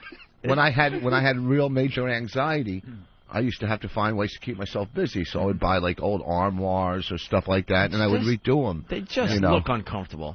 No, yeah, the couch is pretty uncomfortable. It's a nice Victorian. I got artwork in there that's like $200-$300. What are you talking about? I mean, I got expensive shit. No, I got some nice antiques. Get rid of the old junk. No, I got nice. You never listen. I mean material. You have and you have a picture of you on stage at Woodstock, right? I have 2 walls of like a lot of my stuff where the Oscars I wrote on stage at Woodstock. I was on the big Sony screen New Year's Eve one year. You know, I just got like he has a wall with him and all celebrities. You got a better photographer though. What? You could have got a better photographer. Like blown up Kodak Instamatics. I got some fucking cool stuff. Look, you know, you could trash my place. I'm not but trashing. I started this by saying I'm happy for you. I'm just not feeling the old furniture. That's all. Yeah, well, everybody has different taste, you know. Get some new furniture. You know, it's the fuck. Howard told me to get it, so I ran out and got that kind of stuff. Why can't you like new furniture and old furniture? Make a stand once in your. No, I do make. Oh, I make a lot of stands. Kofi Annan idiot. I was just gonna say Kofi. Wow. I have never had somebody say Kofi Annan as it was about to come out of my mouth. Holy shit. Hey, Voss, have you ever done the news for us? No. It could be fun, is all I'm thinking. Oh. Why? How do you do the news? What do you mean? Well, maybe next time you come in, we'll have you do the news. I'll fucking do the news. I know what's going on. All right. I'm fucking well read. No, you actually have a news report and everything. You know, stories in front of you and shit. Yeah. Yeah. Fuck. I think that could be a lot of fun, actually. Let's go to. You want to go to Sandy Kane finally? Yeah, absolutely. All right, let's get Sandy Kane in here. Wow, we've never been on at this hour. Wow, we're supposed to be off the air by now, no? Yeah. We're doing an extra show today. Ladies and gentlemen, Sandy Kane. Hey. What are you doing, guys? I missed you. Well, you got to get up by the mic there, Sandy. Okay, Take a seat. Okay. And pull that mic up to your mouth. Okay. She looks like Dolly Parton with AIDS. Oh, Jesus. I'm sorry. Wow. Dildo, man. I'm not offended. I love to be, I think I'm really into S&M. I just can't wait to be abused. Really? My mother abused me, so. Did she? Uh-huh. What did she do to you? My mother's a bisexual. Really? Yeah, if my father didn't buy her something, she didn't feel sexual. Did your mother really abuse you or no? Oh, yeah. No, not physically. Well, in a way she did. Yeah? Really? Did she beat you around a little bit, smack you? No, Joe sent me to dentists. What? Joe sent me to dentists. Right, and you've had that big problem with the dentist. And I it's remember just, hearing that I'm story. going to cry. But, you know... oh, I forgot about it. Remember? She had a problem with the dentist, knocked her teeth out or something? Right. What happened? Wait, she was... Well, that's why, you know. Hold on, because Sandy, we gotta get right into this. I mean, we have a whole new audience now. We're heard all over the country. You gotta tell the dentist story again. I forgot all about that. No, you were dating a dentist? Dating? No. I was addicted to dentists. Because of my mother. To dentists. Yeah, I was addicted to dentists and the drill and stuff. Maybe it might have been sexual, but my mother always sent me to dentists, and I just want to advise anyone that dentists are the worst people. Usually you don't, teeth heal more than people know it. Because now I can't go to one, and because it's just almost, futile. But I did get one female dentist that had a heart. But, wait, you are off on a tangent here. We stay focused, Sandy. Okay. But what did the dentist abuse you? I came here for therapy. The dentist now. Yeah. What happened that you got addicted to dentists? Well, every time I think I had a big mouth, my mother would send me to dentist. By the way, she has, she had a problem there too. Olivia. With dentist? Yeah, maybe her mother. So wait a minute, it didn't have anything to do with your teeth. If you smart mouthed her, she'd send you to the dentist. Yeah, because your mouth was being bad, so she would then have your teeth drilled. I think it was a lot more like she would abuse me, so my teeth would hurt, and then she would send me to the dentist, and then he would drill unnecessary teeth, which they do. Oh, she's Olivier, the dentist. Man. They really do. Wow. And I have a big Sandy, problem. what year was this about? 1900 and... 1800 and... No, what was it? What was it, 60s, the 70s, Really, 60s, 70s? 60s, 70s, Wait, how old a gal are you, Sandy? Can you keep a secret? Yeah. Oh, that's mine. How old are you? Not really. Are you over 45? You're over 45. Yeah. So in the 70s, you were at No, least but the thing 15. is, I've been having problems. But now I have nothing to drill, so so you can say that again. No, if I can just help anyone out there. It's 60s. In the 60s or 70s. So I have to get. What's the difference, man? Hey, hold on. I'm a woman. I'm touchy about my age. So no, that's fine. I'm just saying. No, I don't care about your age anymore. I know men are. Sandy, I don't care about your age anymore. Okay. In the 60s or 70s, it just seems to me like, how is your mother still sending into these dentists? Right, when you were 30. You seem like you were a little older. Well, I was addicted, and I would go by myself. You'd go by yourself. Yeah. Because your mother sent you there to be punished, just about. You became addicted to this? Yeah. Because is this some kind of a self-deprecating thing? Some kind of a... I don't know. I really felt I needed a dentist. You felt you needed... And then you would go to the dentist, and what... Did you have cavities, or you just tell them drill? What? Well, there was so much work done, and then it needed more work done, and I was always so used to when something dramatic happened or traumatic, I'd go to the dentist. When it was really maybe my love life sucked. I'm a stripper. I hated my life. Sometimes it hit my mouth, but sometimes it passes. And now when I was supposed to do the show, and my mouth don't do the show, your mouth, But I did it anyway because I know now that it will pass, and the devil tries to get you in certain ways. You still have this Well, look. Well, let me see. It's horrible. Let's see. Let's see. So what? You look. It's horrible. Open your gap. No, man. Christopher Walken. Open your gap. Christopher Walken. He's a bad mouth too. No, but you sound like him just there. Mother used to send you to dinner. If you said something dirty, if you said something dirty, like your father wash your mouth out with cock, I mean, what kind of family did you have? Oh no, they were nice Jewish, very, very. You're not a Jew. Don't say you're a Jew. She's a Jew. Of course she's a Jew? Yeah. With a cross? Look at that outfit. Would you get the cross on sale? She's either a Jew or Ozzy in 1972. Look at the big titties. The Jewish tits. But no, I mean, Jesus saved me. He saved me. Really? Yeah. From dentists? Yeah, from just life. You know, you just go to church and you fear. What kind of Jew? It's that whole Jesus and Jew thing. It's all bullshit, okay? Yeah, can't you like Jesus and Jews? Yeah, right? He was a Jew, though. Jesus was a Jew. We know that. You're wearing a cross. Jesus was Puerto Rican. 3 crosses. So how old were you when your parents started taking you to the dentist? Oh, about 7, 8, 9 years old. So 53 years ago, your mom was sending you to a dentist? Yeah, well, I was Jeez, very young. When Jim was bad, his father would send him to a proctologist. Well, my mother had a thing with doctors, man. Everything went to the doctor, to the doctor, to the doctor. You know, it wasn't like they were just weird with doctors. Wow, and dentistry back then must have just been a treat. Yeah. And it still sucks, and it still sucks, and it still sucks, because I still call dentists, and they still suck. When was the last time you've been to Well, I just called one the other day, man, and it's just like weird. Wait, why did you call a dentist the other day? Because I'm having a certain problem. What? Well, there's a certain something that's kind of coming out. You got a toothache. No, it wasn't a toothache. You need a root canal. You need a tooth pulled. No, there aren't much. It's just I was having a problem, and Was it my a problem that a female dentist? dentist moved to Canada, so But was it a problem that a dentist could solve, or is it a problem that you're having that you just automatically go to a dentist? Well, I because had you're crazy? gone to this female, and she was all right. Although she wanted to, they always do unnecessary work. What was the problem that you had? What was the problem? What was the problem? I have something, that needs to be kind of soldered in. Soldered in? Go to a welder. Got a circuit board What? in your Go to- No, man, it's a big Mako. problem. I What? think, don't we all have problems? What so? has Not to be like you. soldered in? Well, can you do it? What is it? You got to. Wow, You never know with him. You get really turned on by the dentist visits? I used to, kind of. I think the drill, was very... But yeah. now, does your dentist not work on lower teeth, just upper teeth? No, there was a dentist that put solution on my mouth. What the fuck were you and- chewing on? Is that what do you call it? Yeah, No, I gave him a copy. I love Dick. His name was Dick, and I had a show on the air, and I'm wearing crosses, and they're Jews, and I had this bawdy show where I curse on public access, and they just got together and they said, "We're gonna fuck her," and they did. She went to a dentist. No, and I got him and off the chair. He put some kind of solution on her teeth Yeah. that made them rot away. No. Yeah. And you didn't sue him as a good Jew?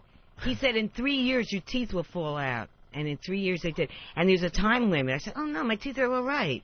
But he knew exactly 3 years from that date they fell What out. could they possibly put on your Yeah, teeth that 3 years later? Yeah. Pop rocks. I'm telling you. What did you not brush it off?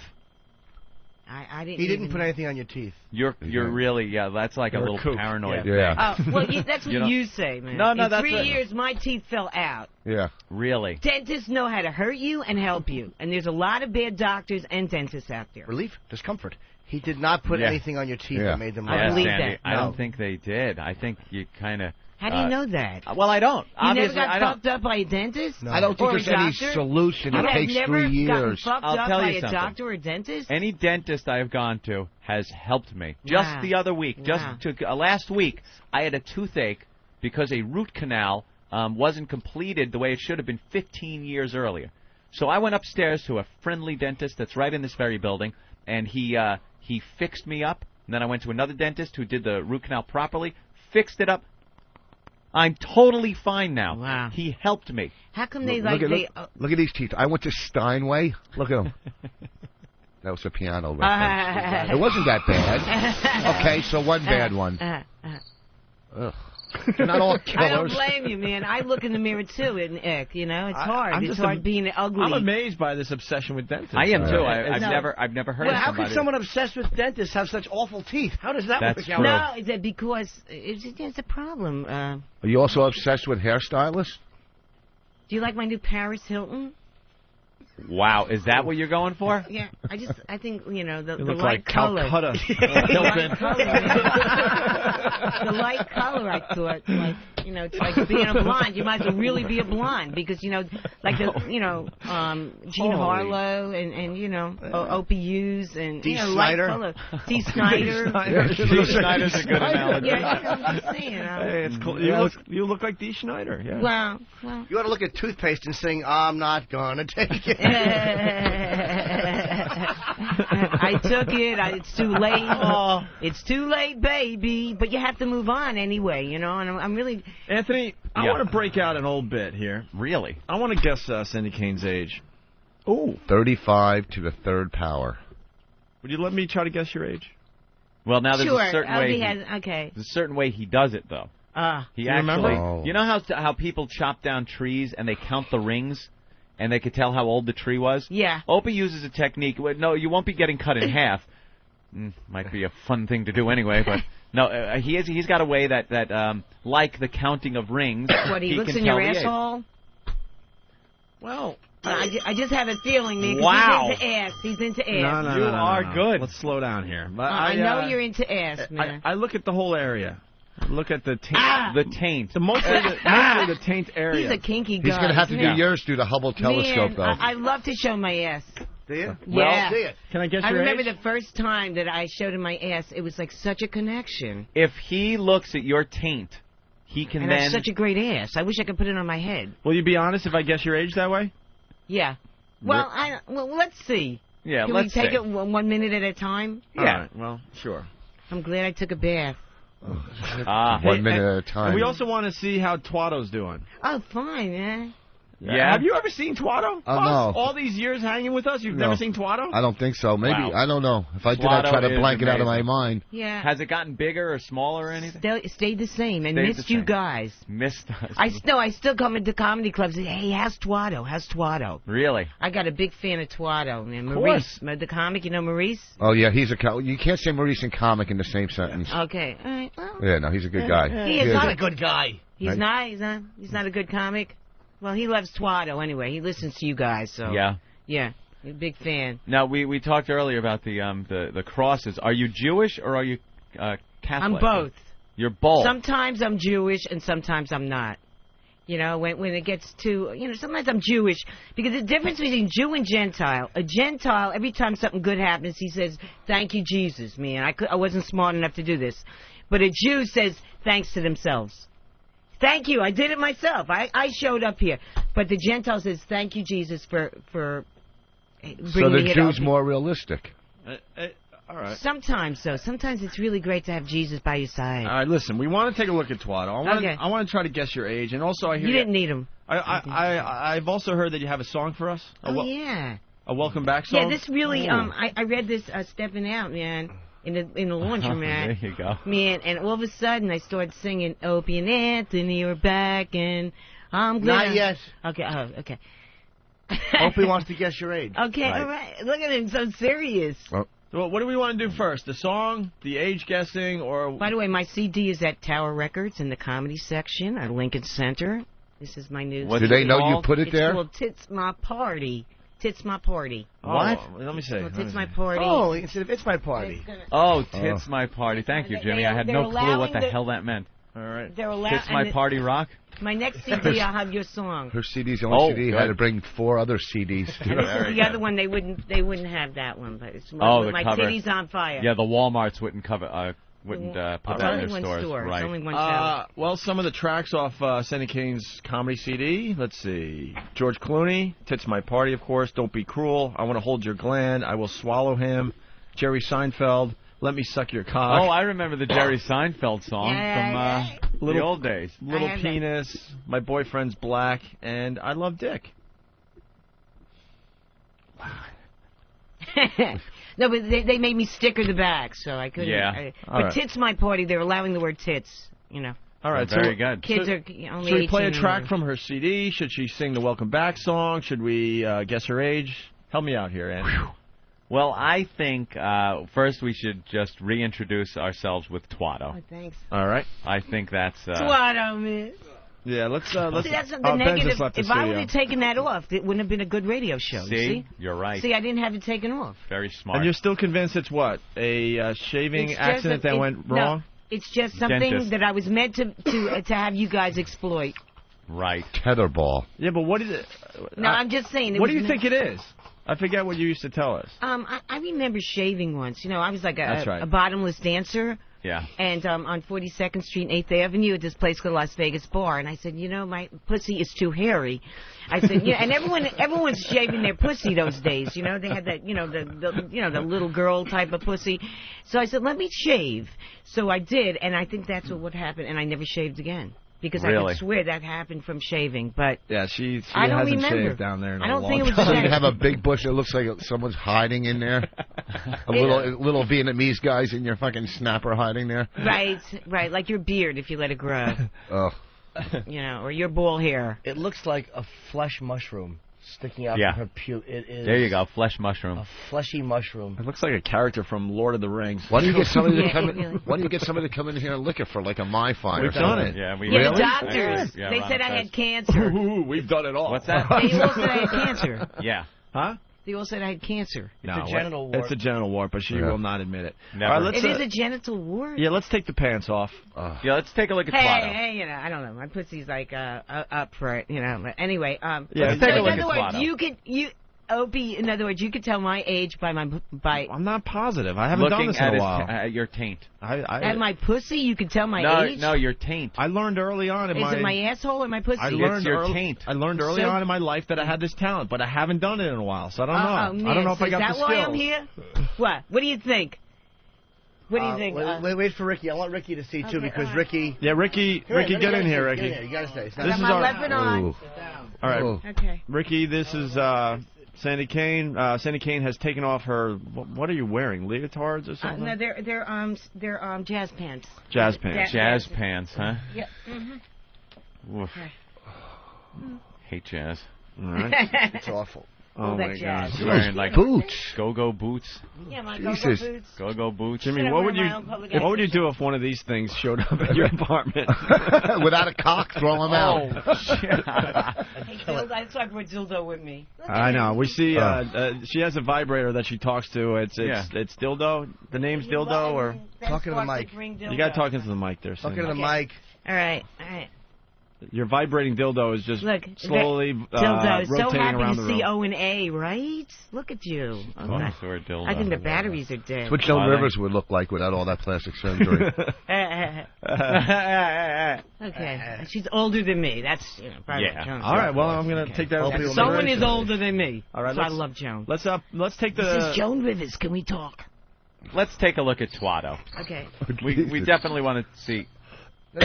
Show it. Don't be shy. Yeah, don't be shy. Have you seen? You've seen? Yeah, I don't care. Pull your pants down. We've all seen you naked. Move your hand. Yeah, we got to see that.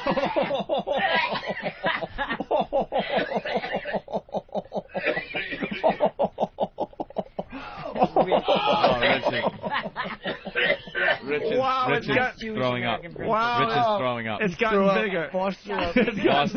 It's gotten bigger. Oh, you should see like Gene Wilder. It looks like a brain in a jar in a lab. Oh, Rich threw up. Show me again. Nah, look at him. Wow, look at all the hair that's piling out of Hey, those. it's better than your performance on Last Comic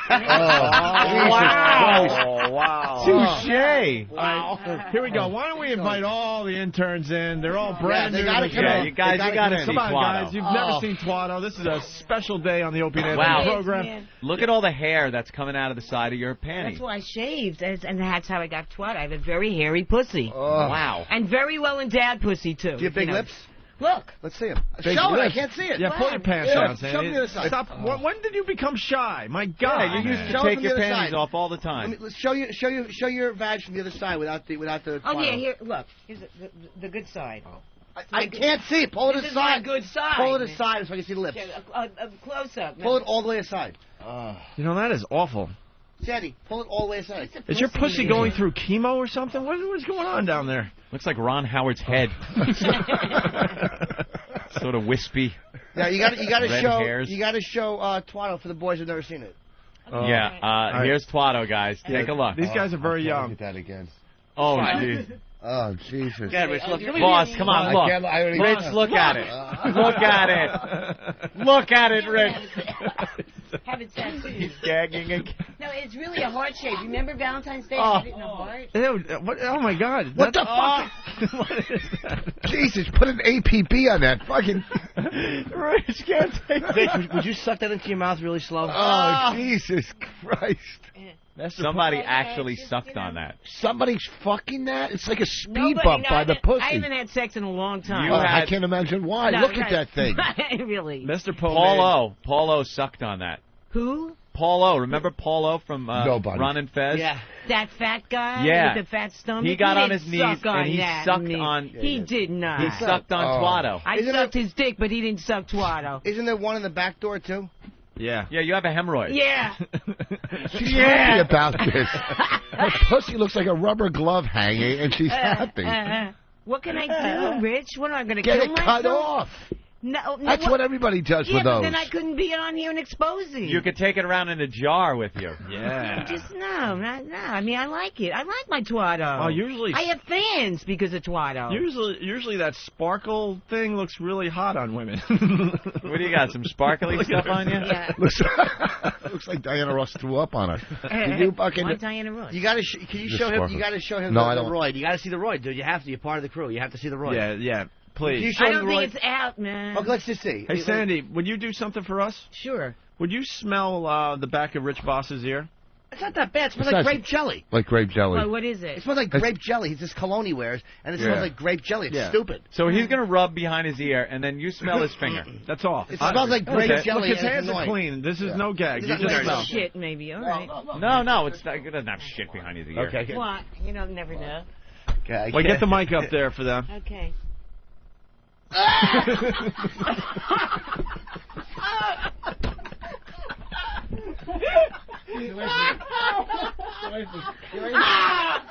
He's drooling. Oh, no, really. It's disgusting. Oh, man. But you know, it smells like my own asshole. I guess an asshole smells like an asshole. Boy, we got a new soundboard. Hey, how do you keep an asshole in suspense? I'll tell you later. Oh, it's that killer. is disgusting, Rich. Anthony, you gotta try No, it. get the fuck away from me. Man. I won't. I'll Ricky lose my never mind. took it. Yeah, Ricky. Ricky, get in here. Hey, get over here. Everyone else has taken it, Ricky. Everyone else has taken it. This is. It's not that bad. We'll explain this to the new listeners in It's a not that second. bad, Ricky. Wait, get the Ricky. mic on Ricky. Get the mic on Ricky. You know, Smell. You got to inhale. Oh, shit. That's disgusting. It's horrible. Sandy, what did it smell like? Like an asshole. Was it? Really? Yeah. Oh, it's that more Phew, intense. Rich, I thought, man, you Jewish? You sure? It's, the microphone. Man. This makes my ear Pew, sweat. pew. It's only my left ear, I though. always knew you were an asshole. Now I know it. He's got. What do you got? A little tumor? What? How do you explain it again, Rich? I was shaving behind my ear when I was a kid. No, I don't want to touch anything. Ugh, it's disgusting. Yeah. Ugh. No, you know what? Explain it for the new listeners. 'cause I don't know what. They said it's like from a cyst. You Yeah. get a cyst. So But it's the cyst isn't out. It's like Me, I had a that cyst isn't your taken out. asshole? Listen. Wow. It builds It up is- behind his ear, See, everyone has- and he makes people smell it every once in a while, and that's the reaction we get every single time. And when you get it from her, you know it's bad. Just between her showing that and grossing him out, and him making her smell that, and him grossing. It's like two evil superheroes like battling with their powers of Really? disgust. Oh, I really thought that was his asshole. No, I thought that's what he did. You got to show the roids. Show him the roids. He doesn't believe it. Show him the roids. Show him the roids. Strike I back. should have had next to him. Yeah, strike back. Okay. Oh, boy. Awful. Come Sandy, on, when Sandy. did you get so shy? Yeah, why Show are you him so the shy? roid. Rip those panties off like a man. You got any cocaine? No, I mean, You got any cocaine? no, you know, a little coke. Show Coke him. really makes me horny. Yeah. All right, make sure there's none in the building. I can curse, man. Ah. Anthony always said, "Shut up, shut up." Now you can curse. I can say, "Fuck you." Yep. All right. All right. Okay. All right, here we go. All right. Wait, no, I've seen it. Turn to Rich. Show Rich you're- now. You know, I got to tell you, your ass is held up. I know. Let me see. Look at No, her. I know. Let me see it. Hey, I look pretty good, don't I? Let's see the ass. Very good. From the neck down. Well, I would start from the belly button. Hell, held up. It looks like Keith Richards' ass. I know. Dude, I look at got- the hair. I got beautiful titties. Sandy. You want a titty fuck? Sandy, turn around a minute. Let's see your ass. Look at the hair. Wait. Like poking out. Oh, you weren't in South Beach a year and a half ago, were you? All right, here we go, Rich. No, show the. Where's the hemorrhoid? Spread them. No, You open it and spread it. No one can just see spread that. it. not over Show here. Rich. Oh, Show show Rich Rich. Boss. Yeah, I don't think the hemorrhoid's Just show it.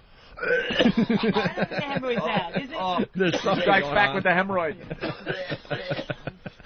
Boss goes down. Our evil powers have overtaken Rich's smelly ear. Ooh, that's a smelly ear. Okay. No, I don't think my hemorrhoid's out, man. It's, you're just going to see a crack. There's something in there Look, fucking look, living. look, look, look. I see something in there. Wait. Oh. Oh, man. Oh, Jesus. How old am I? How old am I? Oh, he's got to check. He's got to look at the tent. I have to do the whole, thing. Maybe you have How to can you smell look it? at that Yeah. without That getting hairy sick? hemorrhoid. Yeah. Well, what's wrong with my ass? So why don't you take your pants off Well, and that touch your hemorrhoid, ass? and No, it was all I bet I have a hairy. nicer ass than you. You better. You're a broad. Hey, I'm abroad, but, you know. Am I going to try to guess her age? Actually, I got a nice ass. Should we guess the age? Let's see. Let's see your ass. Come on. Looks like Rutherford B. Hayes with a cold sore. Let's see. Let's see your ass, Rich. Come on, you have a nice body. Thank you. Hmm. Oh, God, I See feel it. awful now. Isn't it See, just now let's like- see your dick, too. Let's see. I got a picture of my dick. I wouldn't let you look at my dick. Forget it. Why not? What's wrong with me? When was the last time you had some sex there, Sandy? Too long. Is anyone, you know? How long? Steve, man. Steve. Uh, Steve Why was do you- just saying today, Right. Sandy. Why not? Why don't you bang Maurice? Why don't you bang Maurice? All right. Truthfully, no, I'm not going to say All right, I I'll like get white you- men. I just do. Sandy Kane. Usually depends. Though. Sandy, I'll guess. Usually like white Oh, my meat, God. white dick. my I like white dick. Sandy, I'll guess your age, but I need a look. Got to see the taint. Got to go over there where Hawk Now is. the taint. No, don't get too close. The taint is the area between your Yeah, you're gonna have to bush bend and way your down. ass. It's that little bridge, the land bridge of flesh between your pussy and your butt. It taint pussy and it taint butt. It just taint. All right. Okay, so I have to like lift my leg. Oh, that thing looks like a Yeah, tumor. people used to pay for that for me. And Yeah. They still do. No, you got to kind of bend over from the rear and show Opie. Wait, you're still You making gotta- money off your body? Did I just hear that? Well, I'm Yeah. still. I mean, I don't do anything else. On television, I'm on television, public access, channel 34, 110 RCN. I got 1 million. And your warts on what, 35? What? Nothing. No, Good no, line. That was pretty good. My what? That was a good line. My twat? No. Cancer-breathing wart. Oh, my wart. You're on 34. I and your never warts show it 35. only here. I always cover Oh, it. that thing You see it, Rich? I saw it. It just looks like a brain. Man, is it bigger? It looks It like looks a brain. little bigger. It It does. does That's look why, like a you know. Bigger. I don't remember it being that big. Yeah. It's No. growing. Well, Sandy. I think it's really? grown. Yeah, it's Really? It's grown. That wart should be in real. That's the biggest venereal wart on the planet. The biggest what? Venereal wart on the planet. Venereal. Venereal wart? I see, look, I'm puking already. That's the biggest viral wang I've ever Hey, seen. what's the words in your ear? Venereal wart? Yeah, but I can wash my ear. Your ear smells like an asshole. So anyway, no, really, ooh. I bet Okay. she was sexy in her day. Go ahead, not her. Wow. President's wife? Yeah, Bush's wife. Oh. All right, let's. Well, maybe if I had a Sandy, facelift, we got to focus again. should do a before and after. Am Give I me a face. Am I guessing? Right? Am I guessing your age, or are we going to do a song? I don't care either way now. Okay. The moment is almost past, Anthony. Really? Am I guessing your age? Go Show ahead. him your taint. Okay, Show, so stop talking and show You it. gotta- How do I do it? You have to bend over and pull your panties down. Yeah. Pretend There you're at you a go. job Now- interview. Now pull that out of your ass crack, and now bend over more. There you go. Up. You got a view. Now spread them a little bit. Open it. Move those headphones. okay. Jesus. Move the headphones. He can't see. I don't have him. Oh. No, they're on the console. There you go. All right, Opie, take a look. Sandy, turn more towards. You got to bend No, down no, a little no. more. I Point wouldn't your do butt. it to anyone but you guys. I There you swear to go. God. All right. Oh, yeah. Yeah. You haven't said that before. Right. Uh-huh. Opie's studying. Hey, He's Dr. studying. Hughes. He's Wow. studying. Could you spread? You got to spread it just a little Spread bit. a little more, Sandy. Spread it. Don't be shy. Yeah. Open it. Spread them. You're There you go. you're a naughty Hold girl. Go to the dentist. Hold them. Unbelievable. Wait, can you open it so... Oh, man. Yeah, open I it. don't do this on my own show. I just want All right. Boss has to see that. Right. All right. You got it? All right. Doesn't have a great fucking ass. Let him see. He doesn't think it's nice. Open it up for him. Yeah, it's a really Open nice. it, Sandy. Look We're at- gonna open Look it. how nice. Ass, Open man. it for him with both hands. Yeah, look how nice that is, Rick. Oh, my Oh, God. Jesus. Got a million guys Her wanting to ass see it. has a clit. All right, I'm a little confused with this one, Anthony. I Are gotta you? tell you, yeah, Yeah. I'm a little confused. We I know, usually, isn't it gorgeous? well, we usually do this with I women that watch are a my lot, own show. a lot What an ass. younger, a lot Yeah, younger. A lot of hair in there, Opie. A lot of hair. That's the, Really? that's There's a lot of hair in my ass? that's distracting. Distracting my powers, Anthony. Well, maybe listen. I'll do the show again and shave. All right. I'm thinking that this year, we're in 05, right? I think you. This is a big year for you, age-wise. I'm not sure if it's past or it's coming up. But you got a milestone birthday coming up. No. Oh, really? Or, is that true? Or it's just past. I don't know. No, they're all milestones. But I think it's a big birthday. Really? Yeah. What do you think? Al? I mean, because we always do this within a year, right, Anthony? Yeah. Because you never know when the actual birthday is. 1 year, That's give a or little- take, right? That's a little rough. Am I right about a milestone birthday? Not really, no. Oh, no. My powers might fail me today, Anthony. Okay. But maybe she's not going to admit it. That's true. Right. I could lie. I'm a Do you have a woman. license or something that I could compare the age? Yeah, I have something. You do? Mm. Where is it? Give it. Well, It's in my pocketbook. it's in your pocketbook? Yeah. You will definitely show after I give the age? Don't lie. You can't lie. Why not? She's a woman. She might lie. Yeah, I'm not. a woman. At this You're an point, it androgynous doesn't matter. disaster. Why not? Well, who cares how old you are? You got bumps growing all over you. People aren't going to go, I'm not banging her because she's Yeah. 82. Can I see the? You know. Can I Yeah, just? a lot of young guys want me, baby. It's like fucking you. It's like reading Braille. Can I see the front again? The front? Show Yeah. him Twatto. I can't look. No, the other side. I don't need to see that because that's. Yeah. Oh. Yeah. Okay. I think. Just tape and rip. 58, 59. All right. I'm gonna guess. I think that you're turning, or have turned, the big 60. 60. 60? Is he right? No? Why are you giving us that look? Like I nailed it. No, you didn't nail it. No, you didn't. Yeah, you didn't. No? No. Look at her. She's giving me a look like you son of a bitch. No, am I? No, I'm not. All right. Well, how could you prove it? I have ID. No, I have ID. Yeah. Can we see your ID? And all I can say is I have never seen a 60-year-old body like this. No, they're usually better. But yeah, I have my. I don't know where's my purse. I think you're gonna be 60 years old. Mm-hmm. No? No. I think you look younger, but I'm just going from the area. That's how I do this. The area. This is the best part.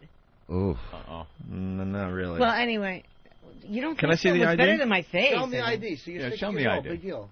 But I'm not. You know, I'm not. Oh, boy. Uh-oh. It's like what the cops have to deal with. Show me ID. No, but now I don't No, have it. you want to see my ID? Yeah. It's in the other room. Can someone bring it? Okay. In that voice, can you just say, "Oh, you're a cantaloupe"? Oh, you're a cantaloupe. Spoils everything. Hey, did you bang Phil Spector? Yeah. Really? Live to tell the tale. Well, Yeah. I remember when we were off that you made the New York Post. It was a big deal. You're in the New York Daily News. She's Daily News. She's part of the investigation, the murder investigation. Really? Yeah. Phil Spector. D.A. Sortino and all the cops out there. Why would you be part of the crooked investigation? Fucking cops. Because he raped me at gunpoint. Oh, he did? Yeah. How interesting. story. And he took Waterloo to forget it. Why didn't you just show him that wart? Well, you know, I don't think I had it in those days. Phil Spector allegedly raped you at gunpoint? Yeah. So how did that happen? Tell us the story. Well, I was working at the Improv as a singer. He hated your comedy that much? No, I wasn't a comic. I was a singer. Songwriter. Okay, so you were a singer. Yeah, singer, and I played guitar and I wrote original songs. What year are we looking at? What year was this, Sandy? What? Oh, that was Oh my God, Aunt! I nailed it. Did you? Hold on. So why are you lying, Sandy? Sandy, I nailed it. You got to give me props. And you say right on your form here, date of birth, and age. Well, here's the problem. She gives her age as 49. But 49. Sandy. 49. You got to shoot a little higher well, than Jack that. Benny said 39. 49. I wouldn't have believed that 11 years ago. All women give the fake age with the 9. Right. Girls in most everyone's 33. Girls in their early to mid 30s will always say 29. Yeah. Right. But so she gives her age as 49, but she gives her date of birth as. Can I give you date of birth out? Sure. Doesn't matter, right? September 16th, 1945. 45. I nailed it. 1945 isn't 60 years old. Yeah. Yes, it is. Yeah. Sandy, you've been lying so long that you don't even know how old you are. Oh, 45. No, it was. Hey, look at my ID. Well, then the ID says 9/16. I made a mistake. 1952. Right. 52? Yeah. But you made a mistake? No, you I made a didn't. mistake. There are 3 different dates No, on I this made thing. no, I There's made a no mistake. way she's 5 years older than me. I'm going to be 48. So she's got to be in your 80s. Hey, I have ID, man. It's a New York ID. Yeah. No, but they asked for date of birth, and No, you wrote I down. made a fucking mistake. On your age? Who makes a mistake on when they were born? Well, I said 49. Okay, huh? I said 49. I think How do you make a mistake and write 1945 down as a date? Because I wrote 49 too, and that was a lie, right? So how old are you? I don't know. How old are you? It's what you read the ID, right? Well, how old are you? What If does it's it younger say? than 60, I'd be yelling and screaming that I'm younger than 60 and give the 19 age. So what's the age? 1952. So you're She's saying she's 53 years 53. old. 53. That's what she's saying. I'm 52. You're not 52. You're 60. You're 59, and it bothers you. It's okay. You're a you look senior great. citizen. You look For what? great. You look great for 60. I mean- Stop. I'm just saying, man. Did you read the ID? It's a New York ID. How would I get an ID? No, How it's not. How would I get a an government ID? Hold on, where's Steve? That's That was a weird ID. Yeah. That's one of those IDs you get in Times Square. The type of ID you can buy on 8th Avenue. No, you can't. It's a government No, ID, is it? man. Check it. Usually, like 19 or 20-year-olds get IDs like that, not a 60-year-old No, woman. man. That is a government ID. It's Steve, what kind of ID was that? It's a government ID, New York government. It's some kind of New York State ID, but you can get fake ones of those anywhere. Bullshit, man. Bullshit. Yeah. You got, man. Ooh. Yeah. Hoo-ha. You know, Hoo-ha. but, I mean, you could believe what you want to believe. It's okay, Sandy. All right. You look great for your age. Thank Stop. you, man. You really do. We're not trying to trash you. I You mean, look look good at for this 60. Look at this ID. A New York. What does it say on it? New That York blue State lettering? benefit identification card. Oh, That is a real ID, man. Is that for Food stamps. Oh, food stamps? Yeah. You don't get food stamps. I do so, man. What kind of joke? How do you think I live? And we thought you lived off your body. Well, I do, too. Food There's stamps. a little bit here, a little bit there. I So need you get food roaches stamps. in your apartment? Definitely. You have roaches? Oh, definitely. Rats? Do you have rats? Rats, definitely. You don't have rats. No, not yet. I You have roaches. Why you come up? Maybe I will. Never happened. You do have Okay. roaches, though. There are a few roaches in my apartment. Yeah. Do you have Doesn't everyone have a Do you have few? like a rent control apartment from like 1920 or something? No, I live in the best building in New York, 400 West 43rd Yeah. Street. It's the entertainment building. Where? 400 West 43rd Street. What is the Apartment Write down 6K. the- write down For the you code. guys Write out this there. here. No, I live on 43rd 9th. No, they did a crib segment up in my apartment, remember? Roaches. Oh, right. When Pam Anderson and Kid Rock were on that day. That was a lot of fun. It was Yeah. roach infested, your apartment. Wasn't that? Yeah, it was that's pretty right. roach infested. Okay. How can you live like that? How can Well- they live like that? Well, I try to, kill as many as possible, but how can they live like It's a mess, your apartment, right? No, it's not. Okay. It depends. How's your little boxy room? I know you moved since then. But you Uh. had a stupid little room. Well, Sandy, why don't we get to some songs? Okay, all right. So you're going to sing karaoke? Yeah. All right. Do we have I- your This your is track? I You see saw this the all- ad. You saw the ad. Saw for- the ad all over the walls of New York, and I was so inspired. Okay. And I'm so the happy ad that to we're be- back that you're- doing radio. I am so happy you're back, man. Sandy, are we. This is so therapeutic. Oh, God. Yeah. I can curse, man. No, Anthony, you've always inspired me to say "shut up" a lot, and I Oh, just well, that's what I usually say shut to you. But up, now, shut up. I mean, just because I was on public access. Well, No, now you're it's- you're you a know. big star. We all know that. Does the wart sing backup? Shouldn't a frog be sitting on that? This is like a. Are we- You're not so hot yourself, Well, man. yeah, but he Well, knows look it. at you, baby. You're not the hottest looking guy in the fucking world. I am. I mean, you're not an Opie Hughes. I mean, come on. But I'm hot. Well, yeah, where? Oh. You have hot girlfriends, I know that. Ugh. You probably have a big dick in there, but do you? Are you well endowed? It's pretty nice. It is nice. Yeah, Well, you've seen it. it's like I like to compliment Norton's cock. Yeah. I'm What? Norton's cock's publicist. Yeah. You have a big dick? It's not big. It's okay. Okay. Nice. Mm. Oh. I should guess just penis sizes. All right. No matter what in front of you, it's look like radiation was thrown on it. You should get this story. All I saw was Motley Crue helps search for missing fan. I have no idea what that's all about, Eric. Yeah, But jump on that story for tomorrow. I guess one of Motley Crue's fans are missing, and the band is helping. Maybe they thought it was hiding in one of fucking Yeah. Tommy Lee's condoms. Look at this. Check Tommy Lee's pool. Look at his nose job. That guy's a God nose damn job. it, that was the joke. I go for the dick joke and you go for the news story. I stink. All right, we got your music, Sandy. Okay. Are you guys ready for Sandy Kane? Okay, right, this is for No, you. but guys. regardless. And Dildo loves you guys. By the way, when we That's go to great. break, someone go find the Sandy Drew Boogie remix. We're gonna go to break with that. But Drew you got it? Boogie. We have The it time here. they We stuck have it their here, finger Derek. in my asshole. And And you screamed. yeah, with a preparation H. All right, here we Yeah. go. Here's your music, Sandy. Okay, Kane. here we go. All right, Sandy. concentrate. Get in the moment. Okay, all right. Oh. It's just like watching American Idol.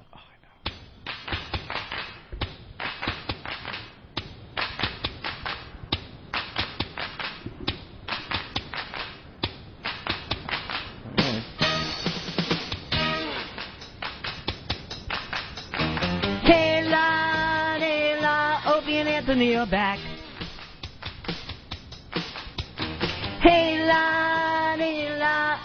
Anthony are back. Everybody. Hey la, O and A are back. Hey la, Opie and Anthony are back. That's it? I'm so glad Opie and Anthony are back. Now I can show the hemorrhoid in my ass crack. Stop it! I'm so glad Opie and Anthony are back. I can show my titties and the hemorrhoid in my ass crack. Wow. O and A are back. God damn it! Are you fucking with me? They're on XM satellite radio. Hold my fucking hand over there. I said choke Now yourself. I can say Now lean fuck forward and and choke yourself. cunt and pussy, you know. He's got a real big cock. I'm so glad O and A are back. Oh, no. I can show my pussy and my hemorrhoid in my ass crack. Yeah, hallelujah, they're back. Oh, the world won't be the same. Yeah, let's smoke some crack. Opie and Anthony are back. I'm so glad they're back. I can show my ass crack. They are back. What have we got here? Oh, they are back. What is your I need a dentist. I need a dentist. I need a dentist. So if we want to book you, do we call who? Broadway Danny Rose? I was, Michael Musto said that. She's something out of Broadway Danny Rose. Who's Michael Musto? Michael Musto from the Village Voice, that gay guy. I got to give her credit, man. We threw the poker chips at her, or I did, whatever, and she I'm barely used flinched. to, man. She barely flinched. Hey, remember, I worked on 42nd Street and 8th Avenue for a long time, so. At the peep shows, right? Yes. Yeah. You like that So sound? I stuck my vibrator in my asshole. So you guys are. I'm used to it. Does this sound do anything for you? All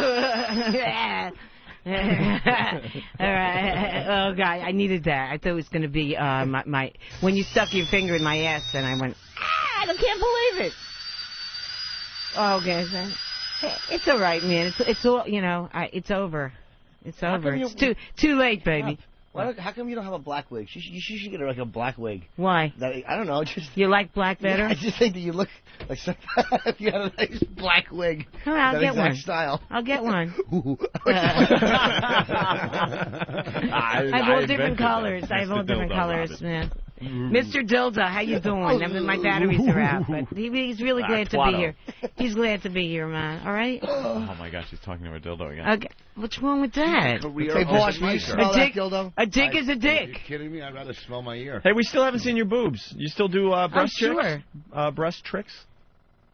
All right. Opie man, the whole 9 yards. All right, let's whip those out. Oh, my God. There they are. For a 60-year-old woman, though, they're not bad. Let's give her some props where props are due, ladies and gentlemen. That's right. I'm not 60, man. Sure. I made out with a broad like you in South Beach. Dude, you're not 60. The girls don't wear tassels anymore on their nips. Why do you have the tassels? Tassels. I know. She has no nipples. Look at her tits with the veins. They look like road maps. But what's with the tassels? Let me tell you, I've had veins all my life on my Put tits. Visine on your tits. Why Visine eyes? I don't get it. I don't get tassels? Clear eyes. What's wrong with tassels, man? Tassels are so 1950. No, they're not. They're tits graduating from high school? I'm a burlesque. No, I'm a burlesque artist. Burlesque? Yes. What year is this? It's burlesque 2005. is happening now, Anthony. No, in your mind. No, there's burlesque happening, man. That's like throw your tits up in the air. You just graduated. There's sequins and those tassels that are hanging from like your curtains or something in a museum. Oh, jeez. Oh, Get be some careful. You're going to give spinning. yourself a black eye. They don't want. They refuse to move it. Oh, they're... She's awful.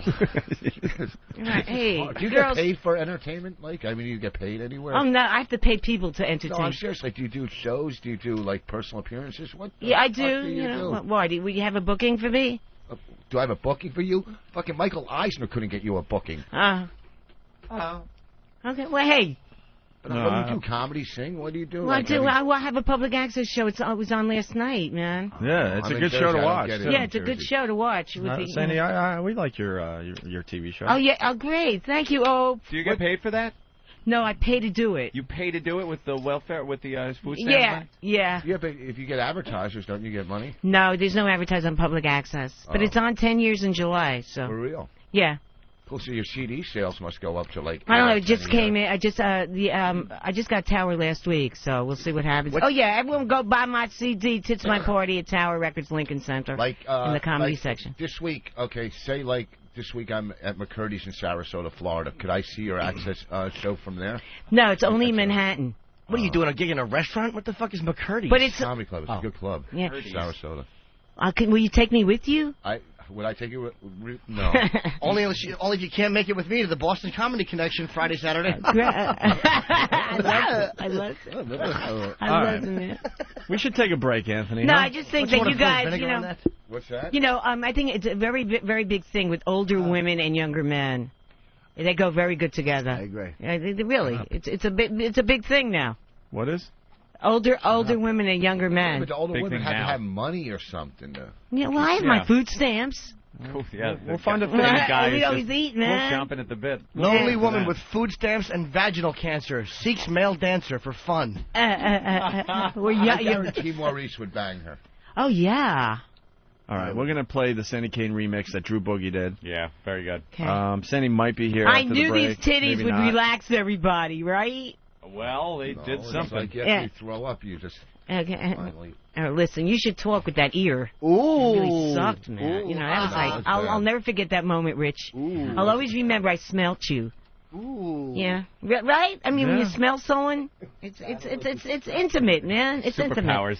I'll be thinking about you tonight and having a wet dream. Ooh. Really, about Rich Force, man. Pew. Hasn't been These- wet in 20 years. I was going to say, do you No, still... my pussy still gets wet, real Please, wet. I mean, she's tumbleweed still is alive. moist next to that thing. Oh, come on, That's man. No, cancer she gets, leakage. She is, okay. God. She's hotter than ever. She's hotter than ever, poor my pussy. All right. Okay. I eat a bush. Yeah, now the headphones are in your bra. Look what you've done. Oh, she's a Look what you did, Sandy. Yeah, there you go. Okay, she's... Nope. Would you let untangling Eric herself. feel your breasts? He's never. Hey, Derek. Come on, someone's got to feel those. Derek didn't see it. Yeah, Derek is the only one that can compare Sandy Kane's boobs to the fine boobs of Sunset Thomas from yesterday. Yeah. Derek, I think it's only... I agree. It's only fair. The boss wants you, Derek. Get in here. Look at Nathaniel and Danny laughing like I'm a step closer to that seat. Why won't Derek come in here to feel Sandy Kane's boobs? I read his lips. He goes, I'm not touching those Opie, fucking things. Why don't you touch one? No, You gotta no, check. not? no. Give me gloves, I'll feel them. Yeah, we have rubber gloves up there. All right, we got Hey, gloves. come on. I want to check for lumps. All right, I've never this is very hoped I'd find clinical. Jimmy, there's some I surgical want to gloves say that we he keep touched on my board titty. here. Ah, look at him. It's check for lumps. It's obvious if she has He lumps just or did an not. HBO It's like, special, and he's going to touch my tit. Ooh, God. Sandy, how old were you when you lost your virginity? who was president? How many states were there? No, you know, it's funny how when I lost my virginity, it was just, I didn't even know. How old were you about? About up, would you? 20. 20? Yeah. Late bloomer. A late bloomers. Yeah. That's why I always wore late bloomers. LOL. You All right, lost Jimmy's your... got his All right, gloves come on. over here. Let me feel one. She lost her virginity when Kennedy was assassinated. Kennedy? Oh, what do you Jesus think? What you look like? It Christ. So seems what do like you that do hurt. tonight? Oh, no, you Really, didn't. I'll hurt you. 65, actually. Sorry. What do you? Jimmy, There's something right there. What? There's something right there. Oh, here we go, man. Jimmy is giving Sandy Kane a breast exam. There's something right- This is really effing creepy. Ow, There's something growing in there. I'm not kidding. Let's try this one. Come here. You sure? Look at that right there. What is that? another little twat. Jimmy, this is really creepy. Jimmy's got gloves on and he's giving her a breast. As he picks them up, they flatten out like You should have been a pancakes. doctor, man. Why? Because you were really gentle. Is there something really in there? Were you just mad when her breast didn't shoot anything? Man, in you your know, you really made my day, Jim. I can't tell. I mean, congratulations on Oh. your HBO, and you touched my Thank you. titties, man. Feels like there's a Lego in I'm one. never going to wash my titties now, man. A sock with a Lego in it. Jim Norton touched my fucking tits. I'll never wash. I swear to God. It's like when Jerry Lewis kissed me, man. You know, it's really, I'm never going to wash them. I swear they're going to be dirty titties. Thank you, Jim. I know you're going to bless me. Here you go. Her ID. All right. All right, we're going to hit Something the in there, Jimmy? Really? They're very possibly. I can't tell. Yeah, you can't usually. It could tell be anything. Something. Yeah, a it lot could- of glandular things going Yeah, on. In yeah, there. yeah, That's the right. thing, yeah. Could you feel like those things that like a goiter? Someone Yeah. gets in their neck like an Right. old man goiter in there. Sure. All right, There could be an old man in there. No, that's funny. No, it could be an old man. You Oh, never would you? know, Jesus. man. Yeah. I have no nipples, though, but I'm not going to show you. Why show? We Why? kind of want to see the fact that you don't have nipples. Yeah. Yeah. Inverted Pull one of your nipples? tassels. No. She's got the typical Jewish nipples. They're, No, sometimes they're they're very inverted. small. They're in. She's got inverted. big boobs and very tiny nipples. That's They're- how they're I like awful. my tits. Pull up. that tassel off. Wait, your nipples never popped out? So this is me. See, that's me. I like my tits up. Pull one of your tassels off. Yeah, just Let's see one of the And then tassels off. I put. yeah. What the hell? Pull one off. Pull one off. Oh, They're that's- inverted. Yeah, I had a girl like that. They're inverted. You got to cut What? like a slit in her back and suck her tits with a straw because they're inverted. I had a girl Could like you that. suck one out? I would. Rich. Suck it out. I'd rather blow You don't have again. nipples. No, Not no. only are they inverted, but you have no areolae around them. It's awful. Wow. No, it's terrible. All right. You got a belly button in your tits. Yeah, You what have happened? kids? Huh? You don't have kids, do you? Nah.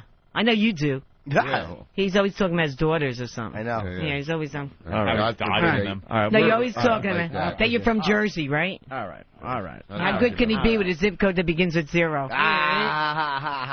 It's Jersey, man, right? And he's talking, right? No wonder his ear stinks. I got bigger nipples than you. Wow. And what about? I know you have a bigger dick than me. Not really with that thing hanging off. That wart is bigger than my cock. Oh, too bad. All right, Sandy, we're gonna get you out of Okay, here. all right. We might bring you back in. We don't know what's going on yet. Okay. How much to smell the front of the pants? Any of the interns? How much to smell the front of the pants? I'll pay you. No one. How? No, who? It's not a bad idea, actually. Make someone put you put guys. their nose in the crotch area of the pants and breathe. Be better than Rich Foot. No, I smell good. I Tim think. G wants to know if her tits felt like a sack of doorknobs. Very funny. What's so fun? All right. I don't get it. I don't get it. Of course you don't. I don't get that Okay. joke. First of all, tits are very soft and doorknobs are hard. Right. Of course. Like I have hard. No, these are not implants. No. These are not Obviously. cement. Yeah. Man, they're not cement. They're real titties. They're real Right. double D's. I hear you. Anyway, divine, delightful, delicious, Double and D long. dangerous. Oh, you're right. She names all her body parts. Dangerous, and I'm really glad that Opie and Auntie are back on What the part is air. disease? All right. No, I really am. I'm Okay, so all glad. right. Listen to the Drew Boogie Sandy Kane remix. We'll continue in just a bit. All right. Ladies and gentlemen, the one, the only, Sandy Kane. Thank you very much. Thank you.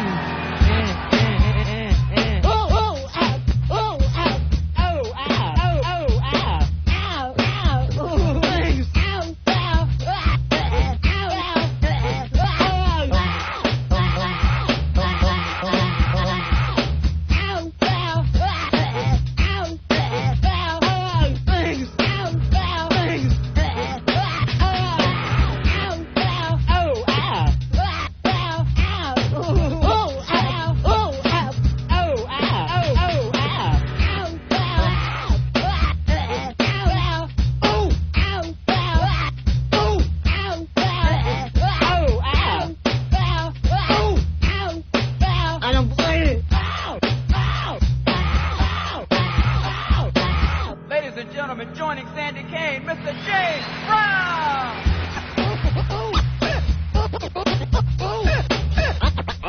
I don't blame it.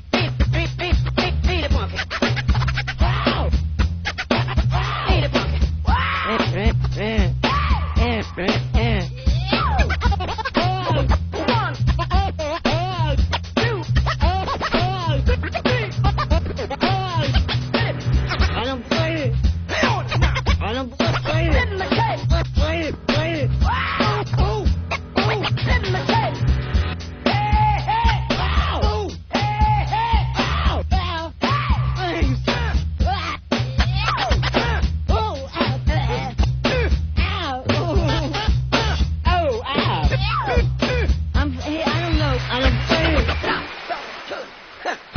Drink a six-pack, turn off the lights, and smoke some crack. I'm beautiful. You're a filthy whore! Somebody and I came up with something years ago. Basically, it says, Whip 'em out Wednesday. Big, luscious, juicy ones. Wow. The swinging tribute to unrestrained female anatomy. It's Whipping Out Wednesday. The Opie and Anthony Show.